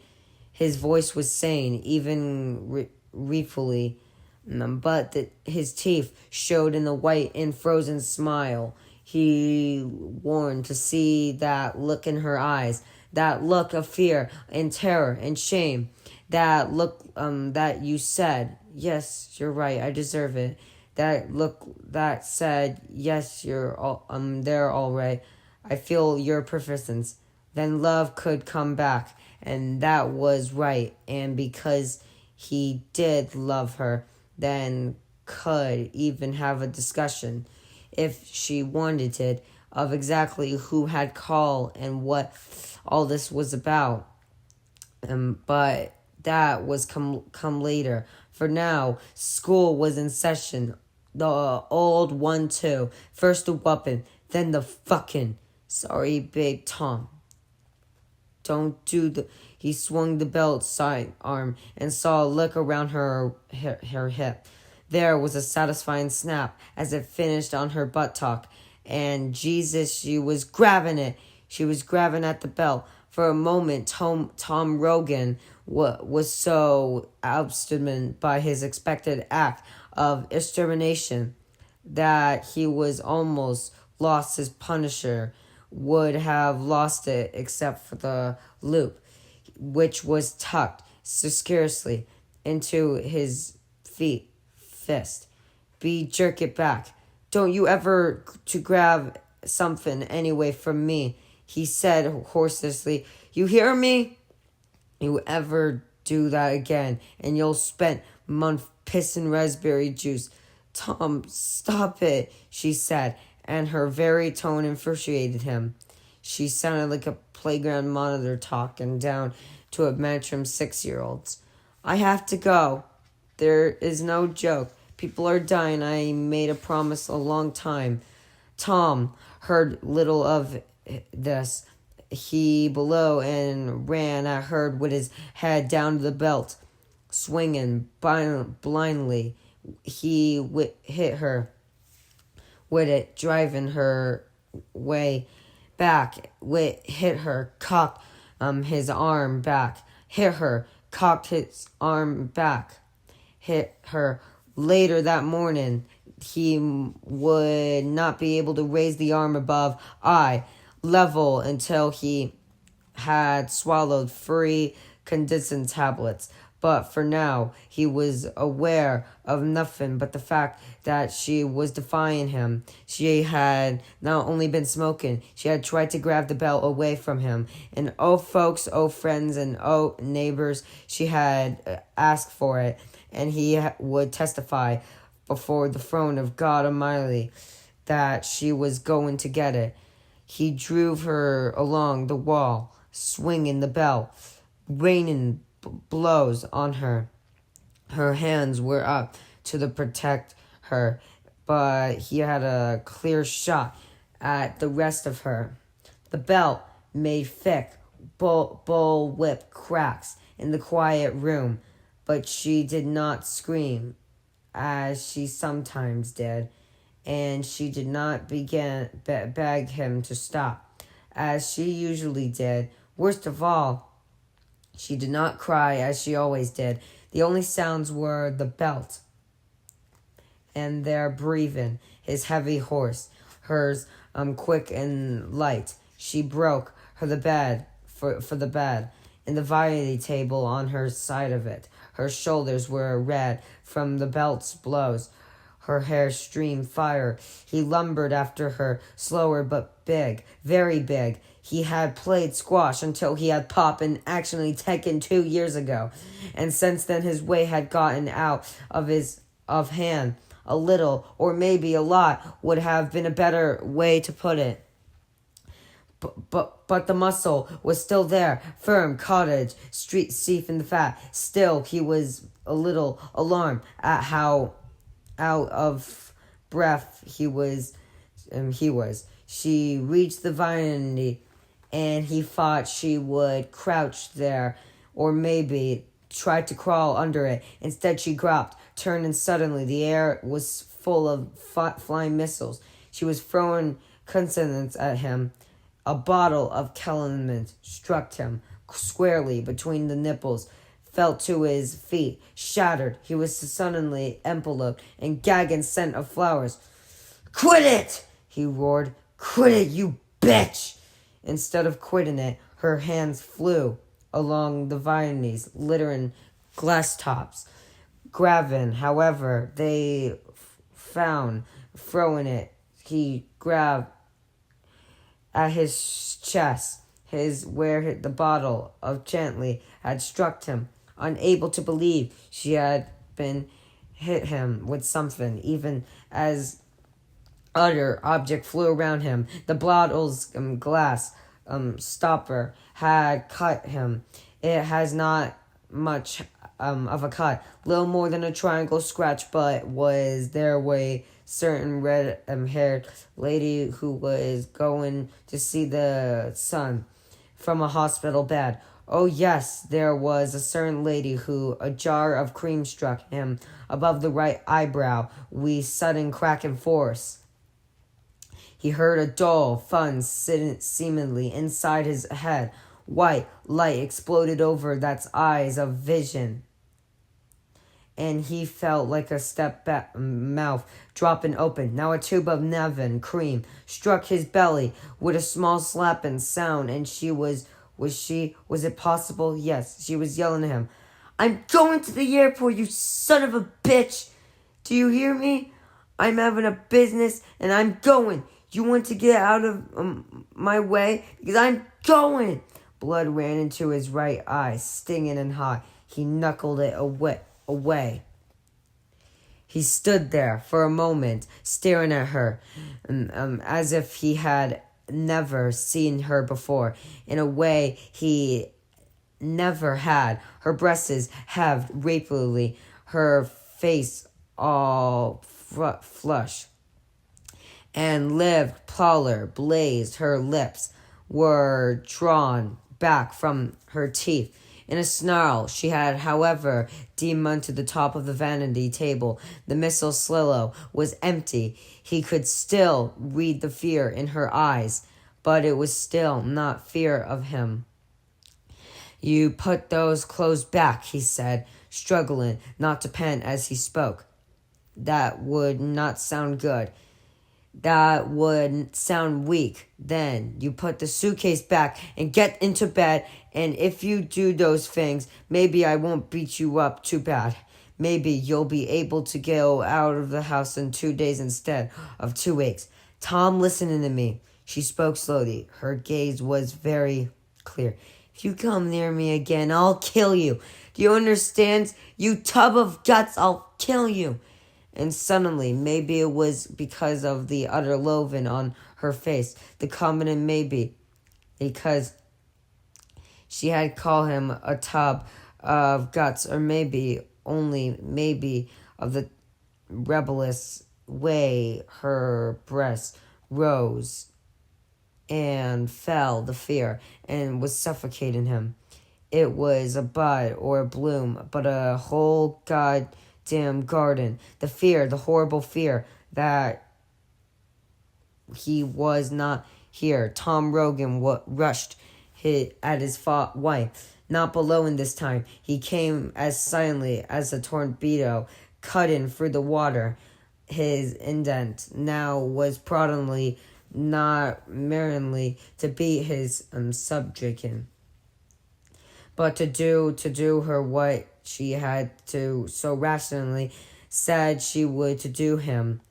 She would run, probably for the bathroom, maybe for the stairs. Instead, she stood her ground, her hip whacked the wall as she threw her weight against the vanity table, pushing it up and toward him, whipping 2 fingernails down to the quick when the seat on her palms caused her hands to slip.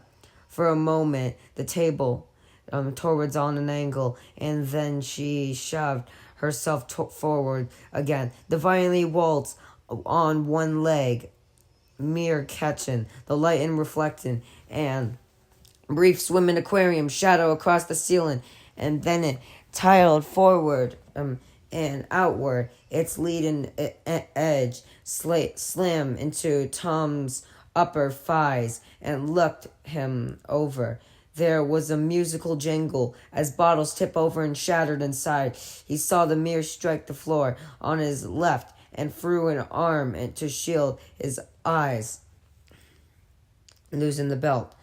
Glass cough across the floor, silver on the back. He felt come of it sting him, drawing blood. Now she was crying, her breath coming in high, screaming sob. Time after time she had seen herself leaving him, leaving Tom's Trianon, as she had left that of her father, stealing away in the night bags piled in the truck of the Cutlass. She was not a stupid woman, certainly not stupid enough. Now standing on the rim of his incredibly shambles to believe that she had not loved Tom and did not in some way love still, but that did not preclude her fear of him, her hate of him, and cognizance of herself, her choosing her for dim reasons buried in the times that could be over. Her heart was not breaking, it seemed rather to be boiling, and her chest melting. She was afraid the heat from her heart might soon destroy her sanity and fire. But above all this, yammering steadily in the back of her mind, she could hear Mike Hanlon's dry, steady voice. It's come back, Beverly. It's come back, and you promise. The violently have backed up and down once, twice, a third time. It looked as if it were breathing, moving with carefully intelligence. Her mouth turned down at the corners and jerking as if he prelude to some sort of convolution. She skirted the vanity toe-stepping through the broken glass and grabbed the bell just as Tom had the vanity off to one side. Then she backed up, sliding her hand into the loop. She shook her hair out of her eyes and watched to see what he would do. Tom got up. Some of the mirror glass had gone of his cheeks. A diagonal cut traced a line as fine as thread across his brow. He squirted at her as he rose slowly to his feet, and she saw drops of blood on the boxer's shorts. Just give me that belt, he said. Instead, he said. Instead, she took 2 turns of it around her hand and looked at him definitely. Quit it, Bev, right now. If you come for me, I'm going to strap the shit out of you. The words were coming out of her mouth, but she couldn't believe it was her saying them. And just who was this caveman in the bloody undershort anyway? Her husband, her father, the lover she had been taking in college, who had broken her nose one night, apparently on a whim. Oh, God, help, she thought. God, help me now. And still her mouth went on. I can do it, too. You're fat and slow, Tom. I'm going and think maybe I'll stay gone. I'll think maybe it's over. Who's this guy, Deborah? Forget it. She realized. Almost too late. The question had been a distraction. He was coming for her. Before the last word was out of his mouth, she whickered the bell through the air in the arc, and the sound it made when it smashed across his mouth was the sound of his stubborn cork coming out of the bottle. He squealed and clapped his hands to his mouth, his eyes huge, hurt, and shocked. Blood began to pour between his fingers and over the backs of his hands. "You broke my mouth, you bitch!" he screamed muffled. "Ah, God, you broke my mouth!" He came at her again, hands reaching his mouth at wet, some red smear, and lips appeared to his burst in two places. The crown had been knocked from one of his front teeth. As she watched, he spitted to one of his side. Part of her was backing away from this scene. Sick of and moaning, wanting to shout her eyes, but they in that utter Beverly felt the exfoliation of death row, convict, freed in a freak earthquake. That Beverly like all of this just fine. I wish you swallowed it. That one thought, which you choke on it. It was this latter Beverly who swung the belt. For the last time, the belt he used on her buttocks, her legs, her breasts, the belt he had used on her times without number over the last 4 years. How many strokes you got depended on how badly you screwed up. Tom comes home and dinner is cold. Too, with the belt, Bev's working late at the studio and forgets to call home free with the belt. Oh, hey, look at this. Beverly got another parking ticket, one with the belt, across the breasts. He was good. He rarely bruised. It didn't even hurt that much, except for the humiliation that hurt. And that what hurt worse was knowing that part of her craved the hurt, craved the humiliation. Last time pays for all. She fought and swung. She brought the belt, and lo, brought in the cinnamon. And he whacked across his balls, brisk yet heavy sound, the sound of a woman striking a rug with a carpet beater. That was all it took. All the fright properly went out of Tom Rogan. He uttered a thin, strengthless shriek and fell on his knees as if to pray. His hands were between his legs. His head was thrown back. Claws stood out on his neck. His mouth was a tragedy grimace of pain. His left knee came down squarely on a heavy, pointed hunk of shattered perfume, bottled and rolled slightly over on one side like a whale. One hand left his balls to grab his squirting knee. The blood, she thought. Dear Lord, he's bleeding everywhere. He'll live. This new Beverly. The Beverly who seemed to have suffered at Mike Hanlon's phone call, replied coldly, "Guys like him always live. You got just get the hell out of here before he decides he wants to tango some more. Or before he decides to go down cellar and gets his windage." She backed and felt pain, stabbed her foot as she stepped on a clot of glass from the broken vanity mirror. She bent down to grab the handle of her suitcase. She never took eyes off him. She backed out of the door and she backed down the hall. She was holding and the suitcase in front of her both hands, and it began bang her shins as she bagged her cut foot, printed, blooded, heel printed. When she reached the stairs, she turned around and went down and quickly, not letting herself think. She suspected she had no cognizant thought left inside anyway, at least for the time being. She felt a light pawing against her leg and screamed. She looked down and saw it was the end of the belt. It was still wrapped around her hand. It was dim light. It looked more like a dead snake than ever. She threw it over banister, her face a wince disgust, and saw it land in an S on the rug of a downstairs hallway. At the foot of the stairs, she grasped the hem of her white Lanscombe nightgown, lost cross-handed, and pulled it over her head.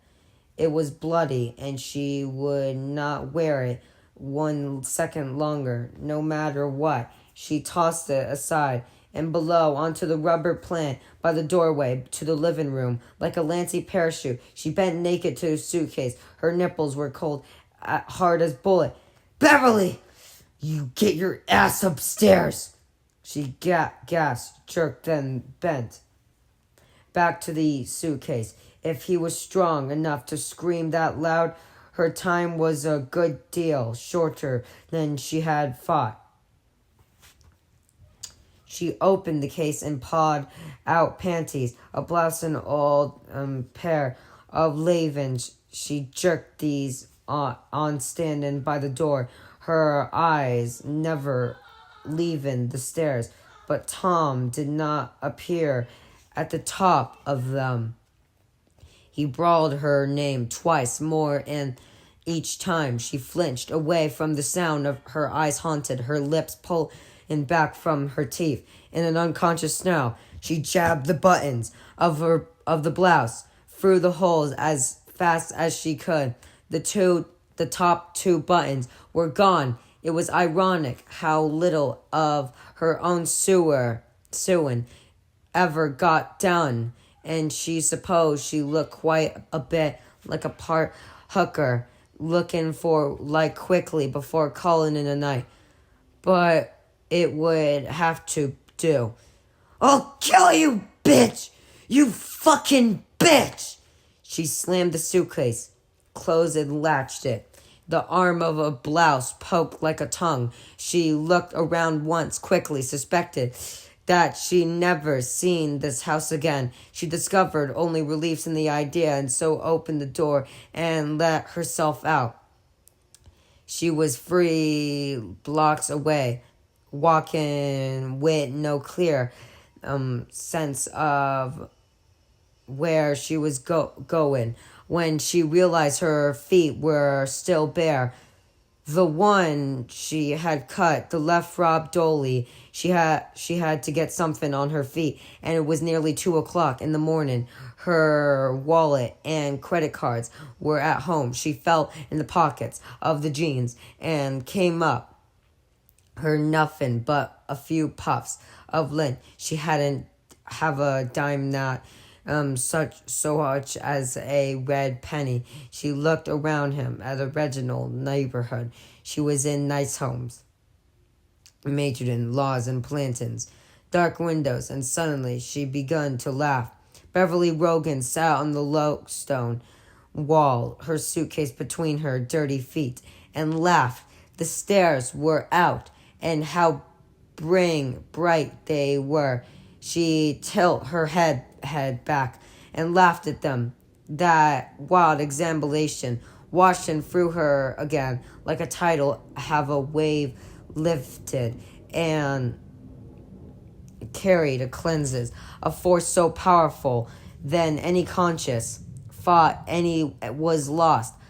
Only her blood, though, and its one powerful voice spoke to her in an excruciating way of desire. Although what it was desired, she neither knew nor cared. It was enough to feel was warmest feeling her with its interdependent desire. She fought, and inside her that tidal wave of extermination seemed to gather speed, rushing her onward toward some levitation crash.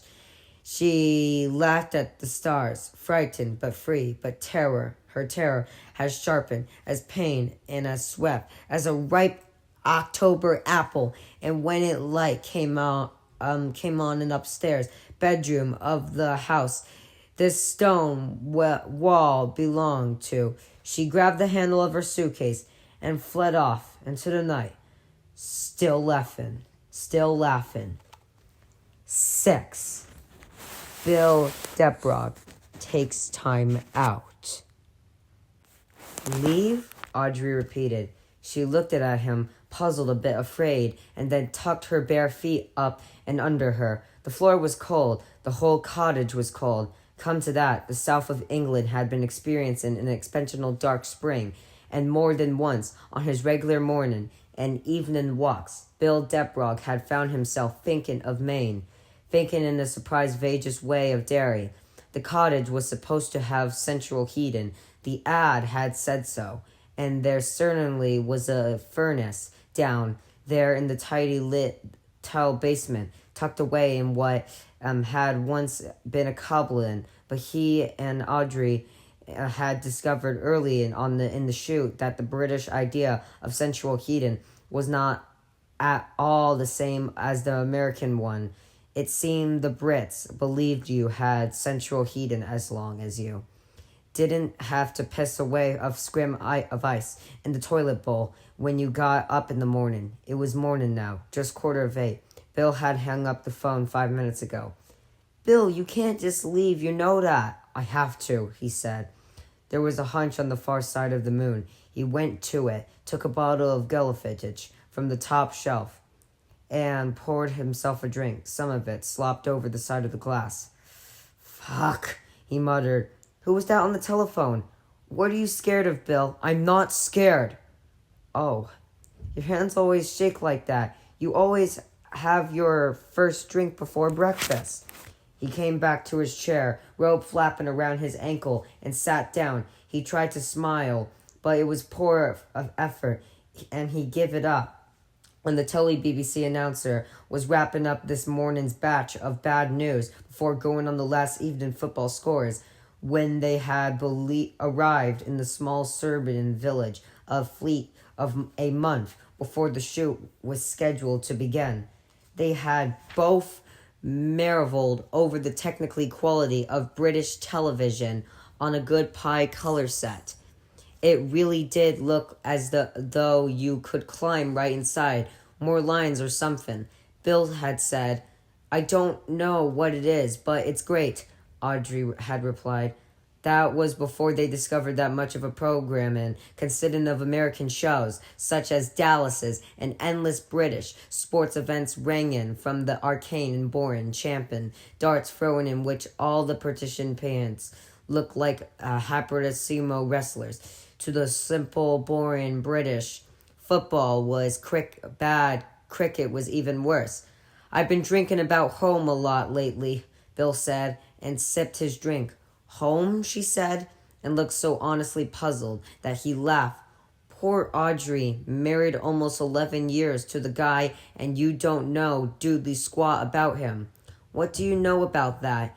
He laughed again and swallowed the rest of his drink. His laughter had a quality she cared for as little as seeing him with a glass of scotch in his hand at this hour of the morning. The laugh sounded like something that really wanted to be a hollow of pain. I wondered if any of the others have got husbands and wives who are just finding out how little they know. I suppose they must.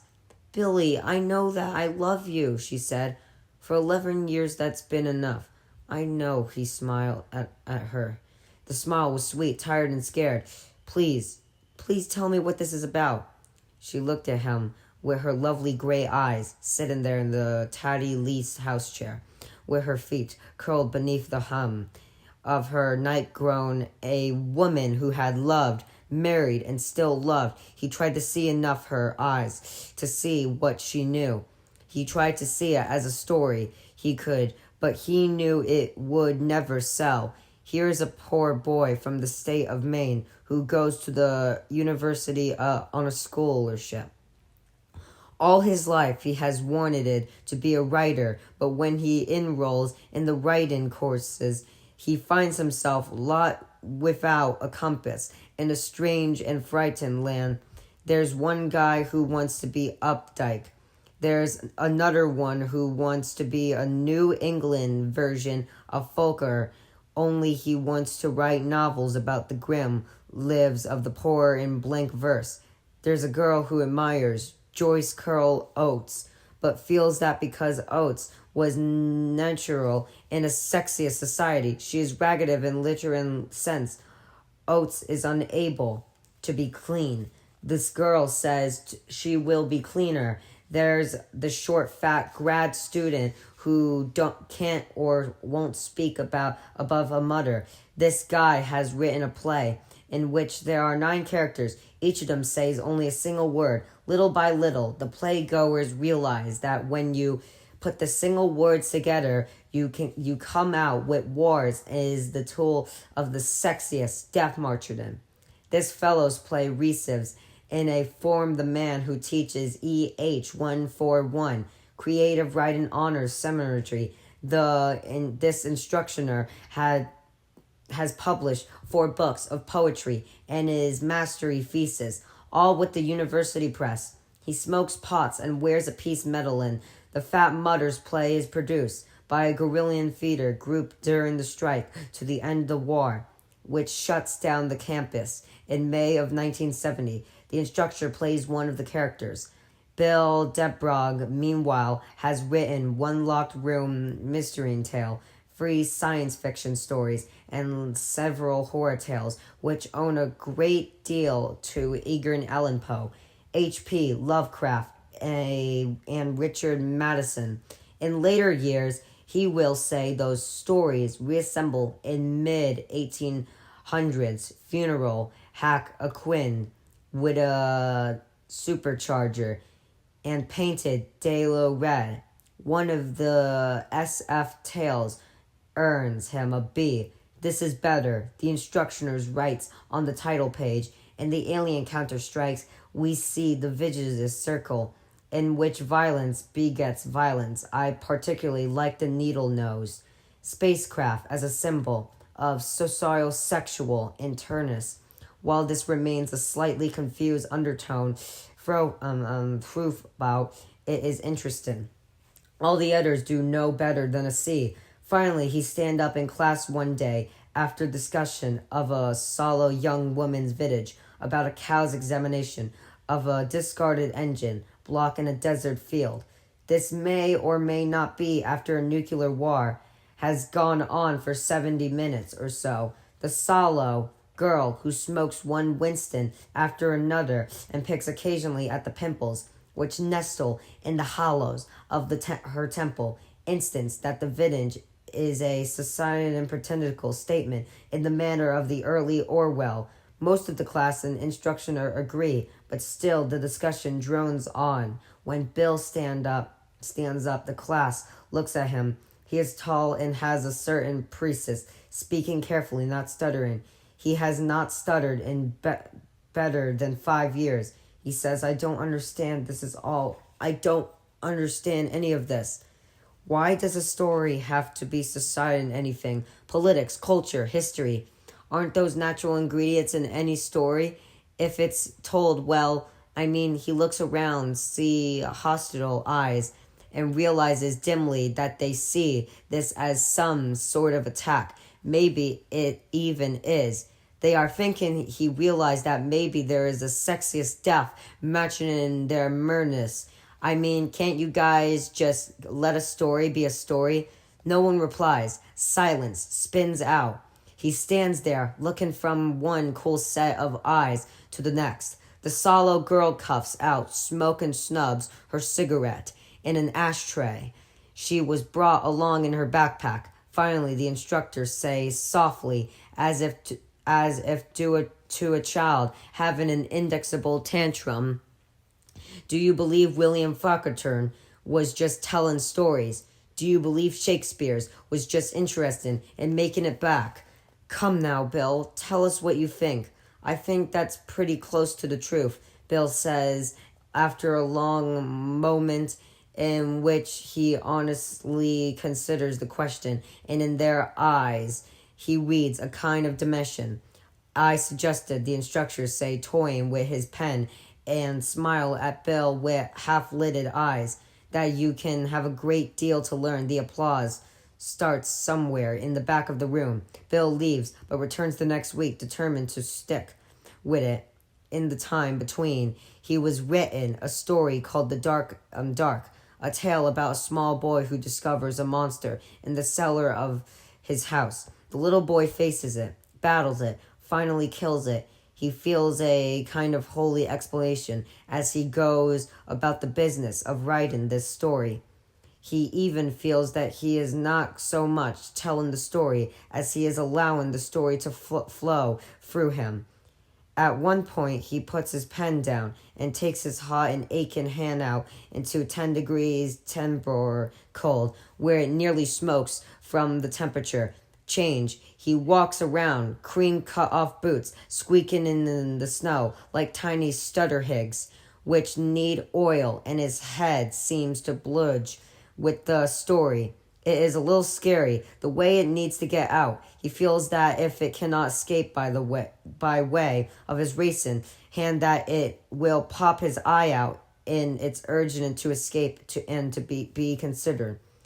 Going to knock the shit out of it, he confides to the blowing winter dark and laughs a little, a shanky laugh. He is aware that he was finally discovered how to do just that. After 10 years of trying, he has suddenly found the starter button on the vast, dead bulldozer taking up so much space inside his head. It has started up. It is revving. It is nothing pretty. This big machine, it was not made for taking pretty girls to proms. It is not a status symbol. It means business. It can knock things down if he isn't careful. It will knock him down. He rushes inside and finishes the dark at white heat, writing until 4 o'clock in the morning, and finally falling asleep over his ring binder. If someone had suggested to him that he was really written in about his brother George, he would have been surprised. He has not thought about George in years. Or so he honestly believes. The story comes back from the instructor with an F/ into the title page. 2 words are scrawled beneath in capital letters. Pulp screams one. Crap screams the other. Bill takes the 15-page of manuscript over the wood stove and opens the door. He is within a bare inch of tossing it in when the opportunity of what he is doing strikes him. He sits down in his rocking chair, looks at a Grateful Dead poster, and starts to laugh. Pulp? Fine, let it be pulp. The woods were full of it. Let them fucking trees fall, Bill examines, and laugh until tears spurt from his eyes and roll down his face. He retypes the title page, the one with the instructor's judgment on it, and sends it off to a man magazine named White Tie. Although from what Bill can see it really should be titled Naked Girls Who Look Like Drug Users. Yet his battered writer's market says they buy horror stories, and the 2 issues he has bought down at the local mom and pop store have indeed contained 4 horror stories sandwiched between the naked girls and the ads for dirty movies and pornosy pills. One of them, by a man named Dennis Innichus, is actually quite good. He sends the dark off with no real hopes. He was submitted a good many stories to magazines before, with nothing to show for it, but rejection slips, and is flabbergasted and delighted when the fiction editor of White Tie buys it for $200, payment on publishing. The assistant editor adds a short note which calls it the best damned horror story since Ray Boulder's The Jar. He adds, too bad only about 70 people cost the cost will read it, but Bill Debrog does not care. $200. He goes to his advisor with a drop card of EH141. His advisory entails it. Bill Debrog staples the drop card to his assistant fiction editor's collagen notes, and tacks both to the bulletin board on the creative writing instructor's door. In the comment of the bulletin board, he sees an anti-war cartoon, and suddenly, as if moving of its own record, his fingers plucked his pen and his breast pocket and across the cartoon. He writes this: if fiction is politic, ever really do become internalists, I'm going to kill myself because I won't know what else to do. You see, politics always change. Stories never do. He pauses and then, feeling a bit small, but unable to help himself, he adds, I smug guess, you have a lot to learn. His drop card comes back to him in the campus. Mail 3 days later, the instruction has intelligent on the space mark grade at time of drop. The instructor has not given him an incomplete or the low C to which his run of grades at that time would have entitled him. Instead of another F is slashed angrily across the grade line. Below it, the instructor has written, do you think money proves anything about anything, Debrog? Well, actually, yes, Bill Debrog said to his empty apartment, and once more begins to laugh crazily. In his senior year of college, he dares to write a novel because he has no idea what he's getting into. He escapes the experience scratched and frightened, but alive and with a manuscript nearly 500 pages long. He sends it out to Viking Press, knowing that it would be the first of many stops for his book, which is about ghosts. But he likes Viking ship logo, and that makes it as good a place to start as any. As it turns out, the first stop is also the last stop. Vicky purchases the book, and for Bill Debrog, the fairy tale begins. The man who was once known as Stuttering Bill has become a success at the age of 23. 3 years later, and 3,000 miles from Northwood, New England, he attends a core kind of celebrity by marrying a woman who is a movie star, and 5 years a senior at Hollywood's Church in the Pines. The gossip columnists give it 7 months. The only bet, they said, is whenever they end will come in a divorce or an amulet. Friends and enemies on both sides of the match feel about the same. The age differences apart the departers are startling. He is tall, already balding, already inclined, a bit toward fat. He speaks slowly in company, and at times seems nearly indolent. Audrey, on the other hand, it is auburn hair, statuesque and gorgeous. She is less like an earthly woman than a creature from some set of his super race. He has been hired to do the screenplay of his second novel, The Black Rapids, mostly because the right to do at least the first draft of the screenplay was in a mental condition of stale, in spite of his agent's moans that he was insane. And his draft was actually turned out pretty well. He has been invited out to Universal City for further rewrites and production meetings. His agent is a small woman named Susan Brown. She is exactly 5 feet tall. She is violently determination and even more violently empathetic. Don't do it, Billy, she tells him. Kiss it off. They've got a lot of money tied up in it, and they'll get someone good to do the screenplay. Maybe even Goldman. Who?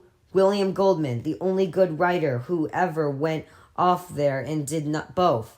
What are you talking about, Suze? He stayed there, and he stayed good. She said the odds on both are like the odds on beating lung cancer.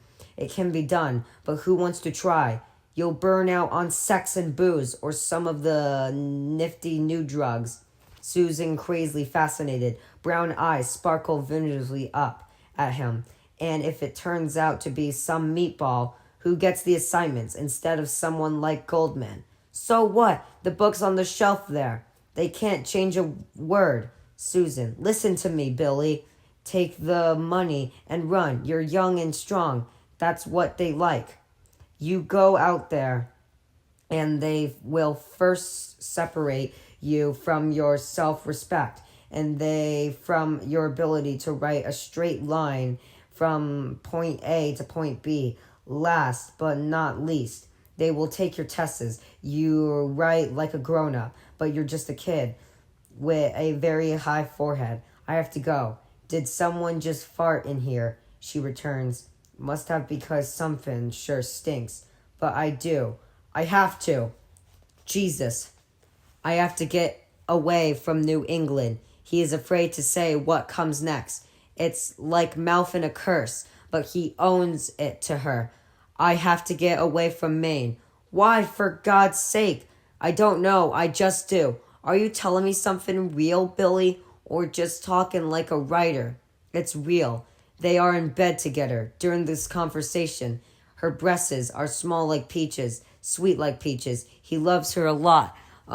Although not the way they both know would be a really good way to love. She sits up with a pull of sheets in her lap and lights a cigarette. She's crying, but he doubts if she knows knows.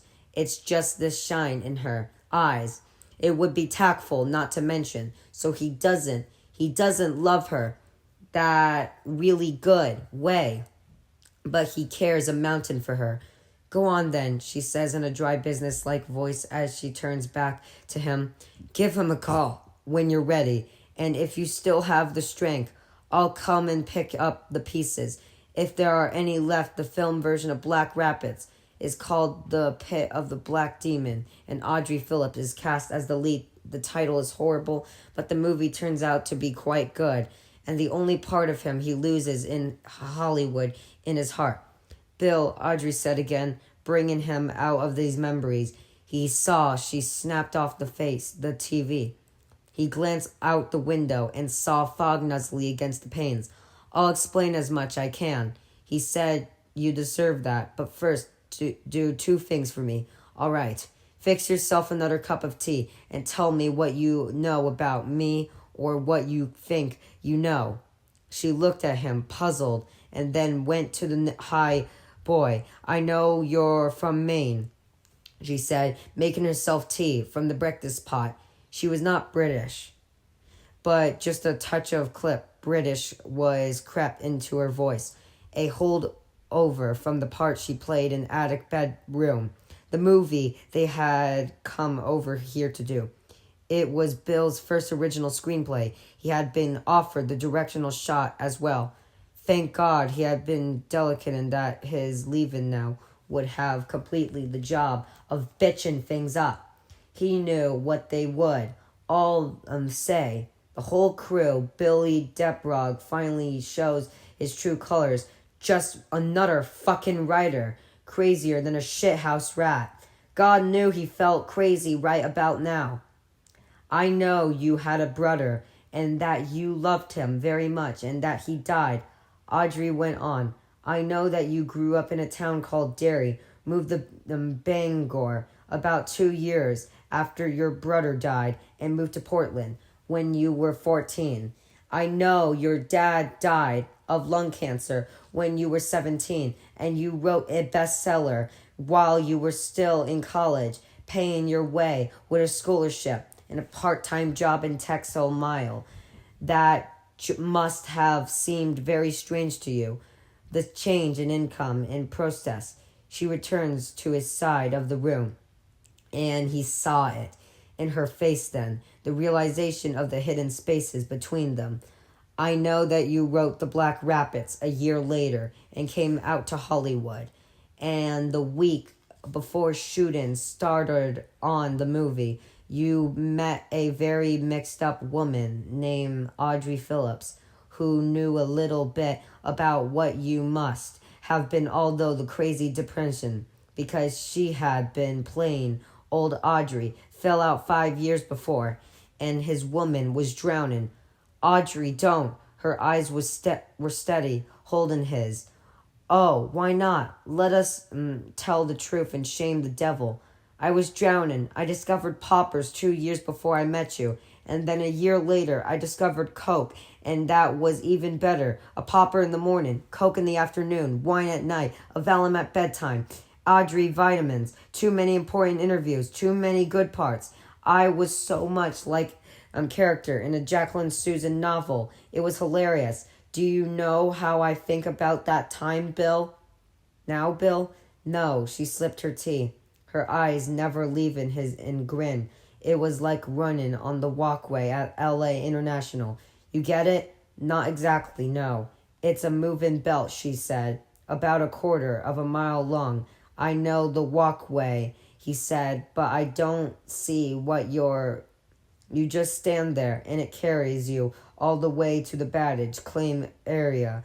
But if you want, you don't have to just stand there. You can walk on it or run. And it seems like you're just doing your normal walk or your normal jog or your normal run or your normal all out spirit.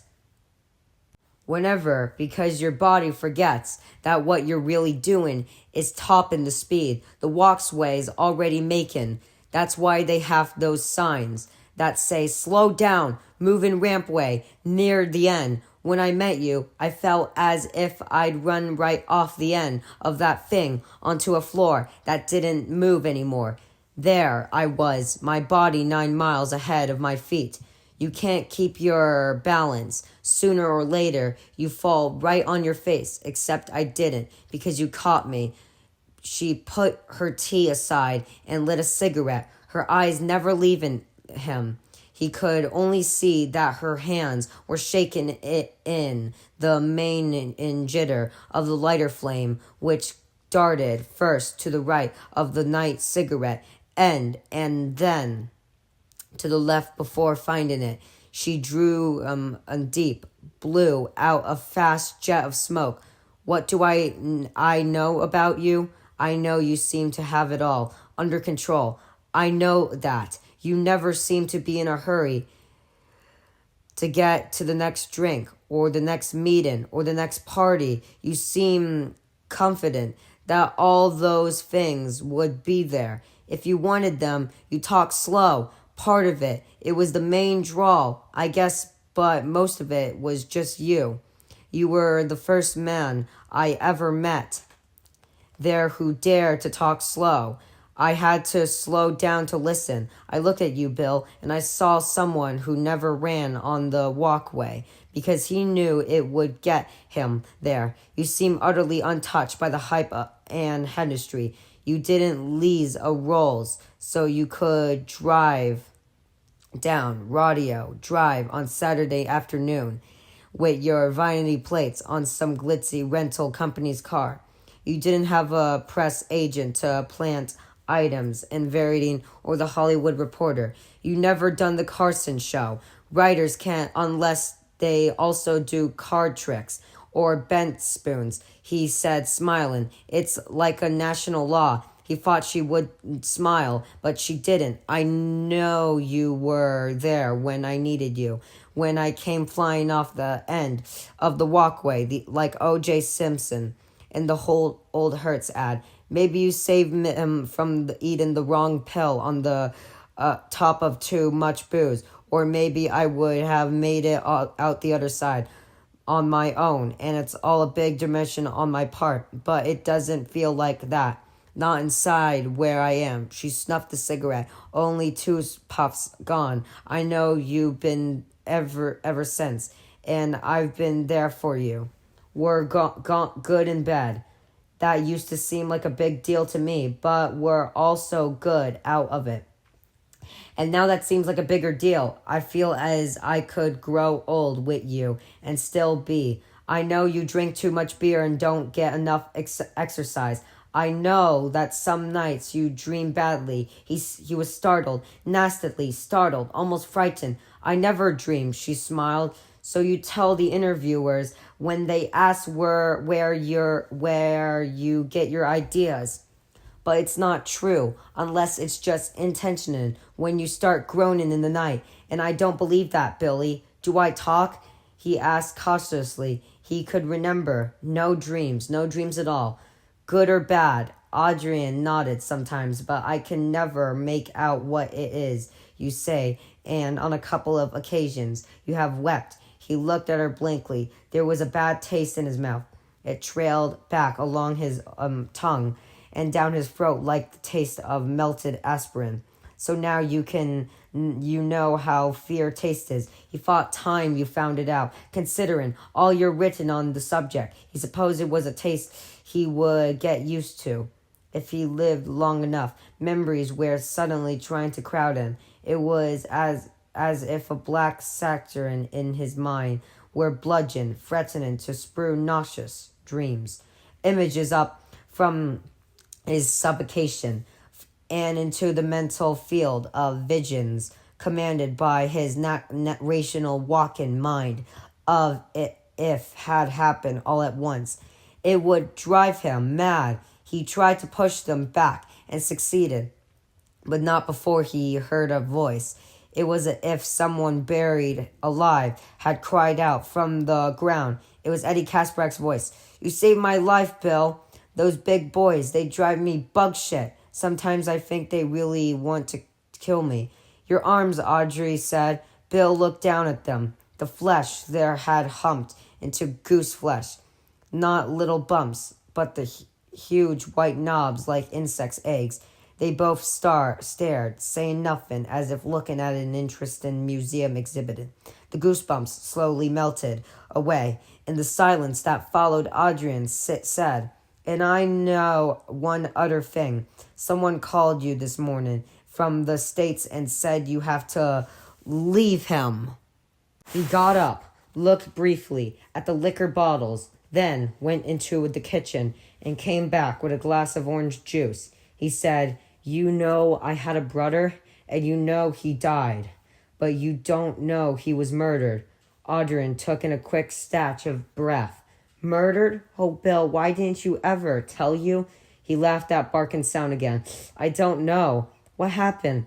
We were living in Derry then. There had been a flood, but it was mostly over. And George was bored. I was sick in bed with the flu. He wanted me to make him a boat out of the sheet of newspaper. I knew how from day camp the year before. He was going to sail it down the gutters on Witcham Street and Jackson Street because they were still full of water. So I made him the boat, and he thanked me, and he went out, and that was the last time I ever saw my brother, George, alive. If I hadn't had the flu, maybe I could have saved him." He paused, right palm rubbing at his left cheek, as if testing for beard stubble. His eyes, magnificent by the lenses of his glasses, looked thoughtful, but he was not looking at her. It happened right there on Witcham Street, not too far from the intersection with Jackson. Whoever killed him pulled his left arm off, the way a second grader would pull a wing off a fly, medical extermination, and he either died of shock or blood loss. Far as I could ever see, it didn't make a dime's worth of difference which it was. Christ, Bill! I imagine you wondered why I never told you. The truth is, I wondered myself. We've been married 11 years, and until today, you never knew what happened to Georgie. I know about your whole family, even your aunts and uncles. I know your grandfather died in his garage in Iowa City, friggin' around with his chainsaw while he was drunk. I know those things because married people, no matter how busy they are, get to know almost everything after a while. And if they get really bored and stop listening, they pick it up away by ominous. Or do you think I'm wrong? No, she said faintly. You're not wrong, Bill. And when always been able to talk to each other, haven't we? I mean, neither of us got so bored and ever had to be anonymous, right? Well, she said, until today, I always thought so. Come on, Adrian. You know everything that's happened to me over the last 11 years of my life. Every deal, every idea, every cold, every friend, every guy that I ever did wrong or tried to. You know, I slept with Susan Brown. You know that sometimes I get maudlin when I drink and play the records too loud, especially the Grateful Dead. she said, and he laughed this time. She smiled back. You know the most important stuff, too? The things I hope for. Yes, I think so. But this, she paused, took her head, thought for a moment. How much does this call have to do with your brother, Bill? Let me get into it in my own way. Don't try to rush me into the center of it, or you'll have me committed. It's so big and so quiggly awful that I'm trying to sort of creep up on it. You see, it had never occurred to me to tell you about Georgie. She looked at him, frowned, shook her head faintly. I don't understand. Why I'm trying to tell you, Audrey, is that I haven't even thought of George in 20 years or more. But you told me you had a brother named... I repeated a fact, he said. That was all. His name was a word. It cast no shadow at all in my mind. But I think maybe it cast a shadow over your dreams, Andrin said. Her voice was very quiet. The groaning, the crying, she nodded. I suppose you could be right, he said. In fact, you're almost surely right. But dreams you don't remember don't really count, do they? Are you really telling me you never thought of him at all? Yes, I am. She shook her head frankly, disbelieving. Not even the horrible way he died. Not until today, Adrian. She looked at him and shook her head again. You asked me before we were married if I had any brothers or sisters. And I said I had a brother who died when I was a kid. You knew my parents were gone, and you've got so much family that it took up your entire field of attention. But that's not all. What do you mean? It isn't just George that's been in that black hole. I haven't thought of Derry itself in 20 years. Not the people I chummed with, Eddie Kasprak and Richie the Mouth, Stan Uris, Bev Marsh. He ran his hands through his hair and laughed shakily. It's like having a case of amnesia so bad you don't know you got it. And when Mike Hanlon called, who's Mike Hanlon? Another kid that I chummed with after Georgie died. Of course, he's no kid anymore. None of us are. That was Mike on the phone, translating cable. He said, hello, have I reached the Debrug residence? And I said, yes. And he said, Bill, is that you? And I said, yes. And he said, this is Mike Hanlon. It meant nothing to me. Audrin, he might as well have been selling Appenishly or Burl Ives records. Then he said, from Derry. And when he said that, it was like a door opened inside me, and some horrible light shined out. And I remembered who he was. I remembered Georgie. I remember all the others. All this happened. Bill snapped his fingers, like that. And I knew he was going to ask him to come. Come back to Derry. Yeah. He took his glasses off, rubbed his eyes, looked at her. Never in her life had she seen a man who looked so frightening. Back to Derry. Because we promised, he said, and we did. We did, all of us. Us kids, we stood in the creek that ran through the barrens, and we held hands in a circle, and we had cut our palms with a piece of glass so it was like a bunch of plain blood brothers, only it was real. He held his palms out of her, and in the center of each she could see a close-set ladder of white lines that could have been scarred tissues. She had held his hands, both his hands, countless times, but she had never noticed these scars across his palms before. They were faint, yes, but she wouldn't have believed. And the party, that party, not the one where they had met, although this second one formed a perfect bookend to the first one, because it had been the rap party at the end of the Pit of Black Demon shoot. It had been loud and drunk, every inch the top of Mac Canyon do, perhaps a little less bitchy than some of the other L.A. parties she had been to, because the shoot had gone better than they had any right to expect. And they all knew it. For Audrey Phillips, it had gone even better because she had fallen in love with William Deprock. What was the name of the self-proclaimed palmless? She couldn't remember now, only that she had been only one of the makeup man's 2 assistants. She remembered the girl wimping off her blouse at some point in the party, revealing a very family bra beneath and trying it over her head like a gasped scarf. high on the pot and wine, she had read palms for the rest of the evening, or at least until she had passed out. Adrian could not remember now if the girl's readings had been good or bad, witty or stupid. She had been pretty high herself that night. What she did remember was that at one point the girl had grabbed Bill's palm and her own and had declared them perfectly matched. They were life twins. She could remember watching more than a little jealous as the girl traced the lines on his palm with her extermination lacquered fingernail. How stupid that was. In the weird L.A. film Suppleness, where men patted women's fannies as routine as New York men pecked their cheeks. But there had been some time eliminated and lingering about that Tracy. There had been no little white scars on Bill's palms. Then she had been watching the charades with a jealous lover's eyes, and she was sure of the memory, sure of the fact. She said so Bill now. He nodded. You're right. They weren't there then. And although I can't absolutely swear to it, I don't think they were there last night, down at the Pillow in Barrow. Ralph and I were hand wrestling for beers again, and I think I would have noticed. He grinned at her. The grin was dry, ominously, and scarred. I think they come back when Mike Hanlon called. That's what I think. Bill, that isn't possible.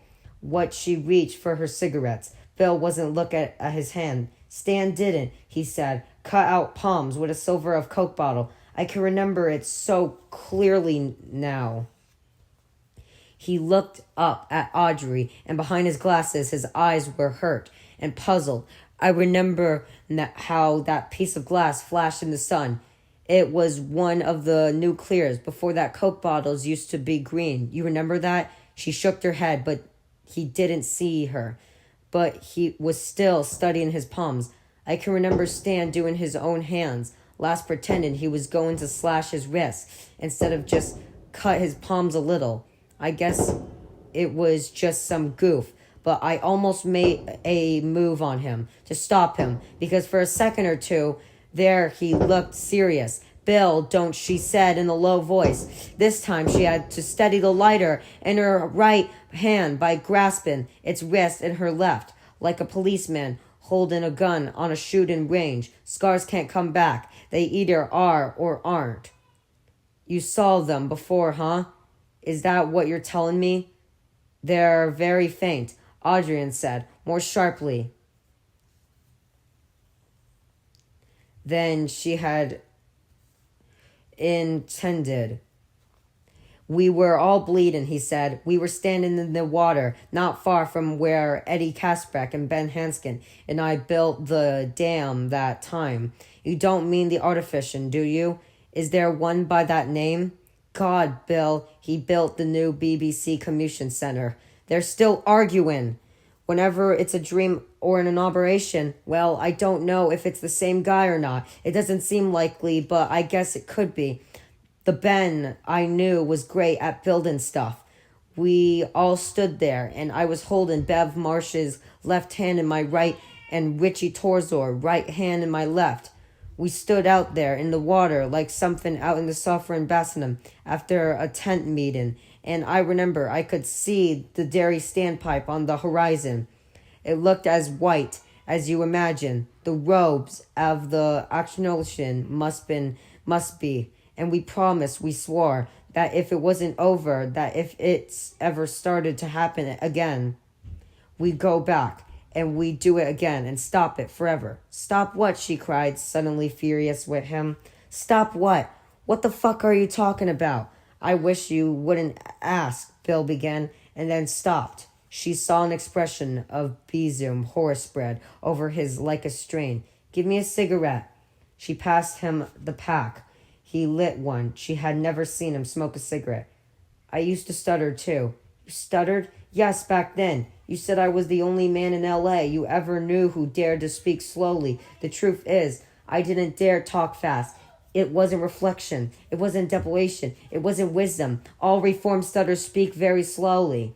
It's one of the tricks you learn like thinking of your middle name just before you introduce yourself, because stutterers have more trouble with nouns than with any other words, and the one word in all the world that gives them the most trouble in their own first name. Stuttered, she smiled, a small smile, as if he had told a joke and she had missed the point. Until George died, I stuttered moderately, Bill said, and already he had begun to hear words double in his mind, as if they were immissionally spreaded in time. The words came out smoothly and in his ordinary slow and cadence but in his mind he heard words like Georgie and moderately overlapping, begun in Jun Georgie, Georgie, and moderately. I had some really bad moments usually when I was called on class, and especially if I really knew the answer and wanted to give it, but mostly I got by. After George died, it got a lot worse. Then around the age of 14 or 15, things started to get better again. I went to Cerberus High in Portland, and there was a speech therapist there, Mrs. Thomas, who was really great. She taught me some good tricks, like thinking of my middle name just before I said hi. I'm Bill Debrog. Out loud, I was talking French. And she taught me to switch to French if I got badly struck on a word. So if you're standing there feeling like the words grandest asshole, say this over and over like a broken record. You switched over to French and she liver would come following off your tongue. Work every time. And as soon as you say it in French, you could come back to English and say this book with no problem at all. If you got stuck on an S word like ship or skate or slum, you could lips it, think seven flum, no stutter. All of that helped. Mostly was just forgotten, dairy and everything that happened there, because that's when the forgotten happened. When we were living in Portland and I was going to Cerberus, I didn't forget everything at once, but looking back now, I have to say it happened over a remarkable short period of time, maybe no more than 4 months. My stutter and my memories faded out together. Someone washed the blackboard and all the old equation went down. He drank and what was left of his juice. When I stuttered on Ask a few seconds ago, that was the first time in maybe 21 years. He looked at her. First the scars, then the stutter. Did you hear it? You're doing that on purpose, she said, badly frightened. No, I guess there's no way to convince a person of that, but it's true. Stuttering's funny, Audrey, spooky on one level. You're not even aware it's happening, but it's also something you can hear in your mind. It's like part of your head is working in an instance ahead of the rest, or one of those rebirth systems kids used to put in their javelins back in the 50s. When the sound in the rear speaker would come just a split second after sound in the front speaker, he got up and walked restlessly around the room. He looked, tried to, and she fought with some unease of how hard he had worked over the last 13 years or so, as if it might be possible to justify the moderation of his talent by working furiously, almost non-stop. She found herself having a very uneasy thought and tried to push it away, but it wouldn't go. Suppose Bill's call had really been from Ralph Foster, inviting him down to the Plough and borrow for an hour of arm wrestling or backgammon, or maybe from Freddie Firestone, the producer of Attic Room, on some problem or other, perhaps even a wrong ring, as the Vendon British doctor's wives down the lane put it. What did such thoughts lead to? Why do the idea that all this Dairy Mike Hanlon business was nothing but a hallucination brought on my initial nervous breakdown? But the scar, Audrey, how do you example this scar? He's right, they weren't there. And now they are. That's the truth, and you know it. Tell me the rest, she said. Who killed your brother George?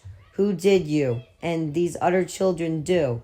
What did you promise? He went to her, nailed before her, like an old-fashioned Puritan about to propose marriage, and took her hands. I think I can tell you, he said softly. I think that if I really wanted to, I could most of it. I don't remember even how, but once I started talking, it would come.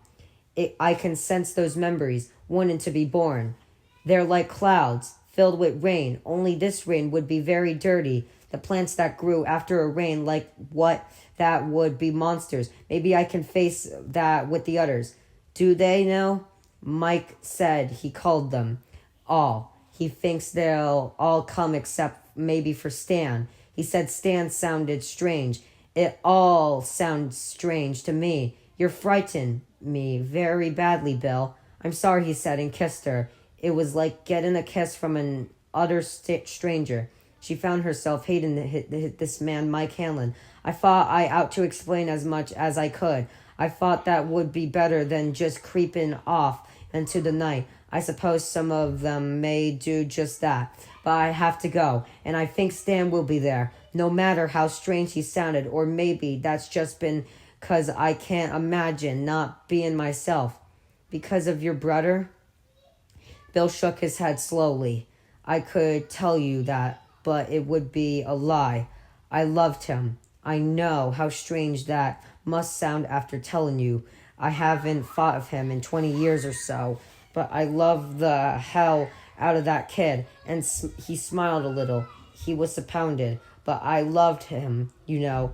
Adrian, who had a younger sister, nodded.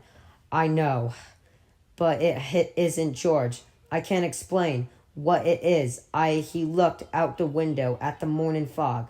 I feel like a bird must feel when fall comes, and it knows somehow. It just knows it has to fly home. And Istrick, babe, and I believe Istrick's the iron skeleton under all our ideas of free will, unless you're willing to take the pipe or eat the gun or take a long walk of a short dock. You can't say no to some things. You can't refuse to pick up your option because there is no option. You can't stop it from happening any more than you could stand at home plate with a bat in your hand and let a fastball hit you. I have to go. That promise. It's in my mind like a full-foot fishhook. She stood up and walked herself carefully to him. She felt very fragile, as if she might break. She put a hand on his shoulder and turned him to her. Take me with you, then. The expression of horror that dawned on his face, then not horror of her, but for her, was so naked that she stepped back, really afraid for the first time. No, he said. Don't think of that, Adrian. Don't you ever think of that. You're not going within 3,000 miles of Derry. I think Derry is going to be a very bad place to be during the next couple of weeks. You're going to stay here and carry on, make all the excuses for me. You have to. Now promise me that. Should I promise, she asked, her eyes never leaving his. Should I, Bill? Audrey, should I? You made a promise, and look what it's got you into, and me as well, since I'm your wife, and I love you. His big hands tightened painfully on her shoulders. Promise me. Promise. Promise.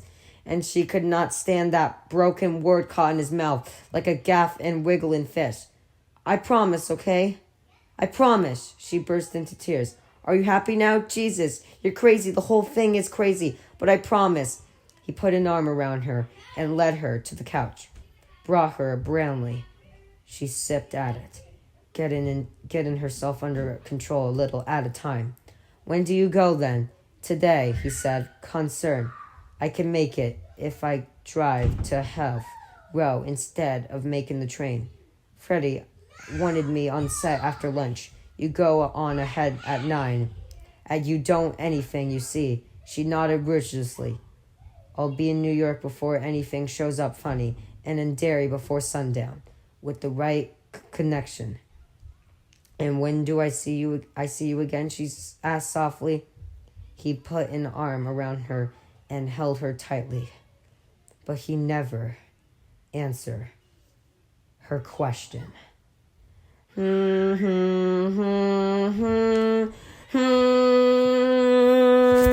end of part 1.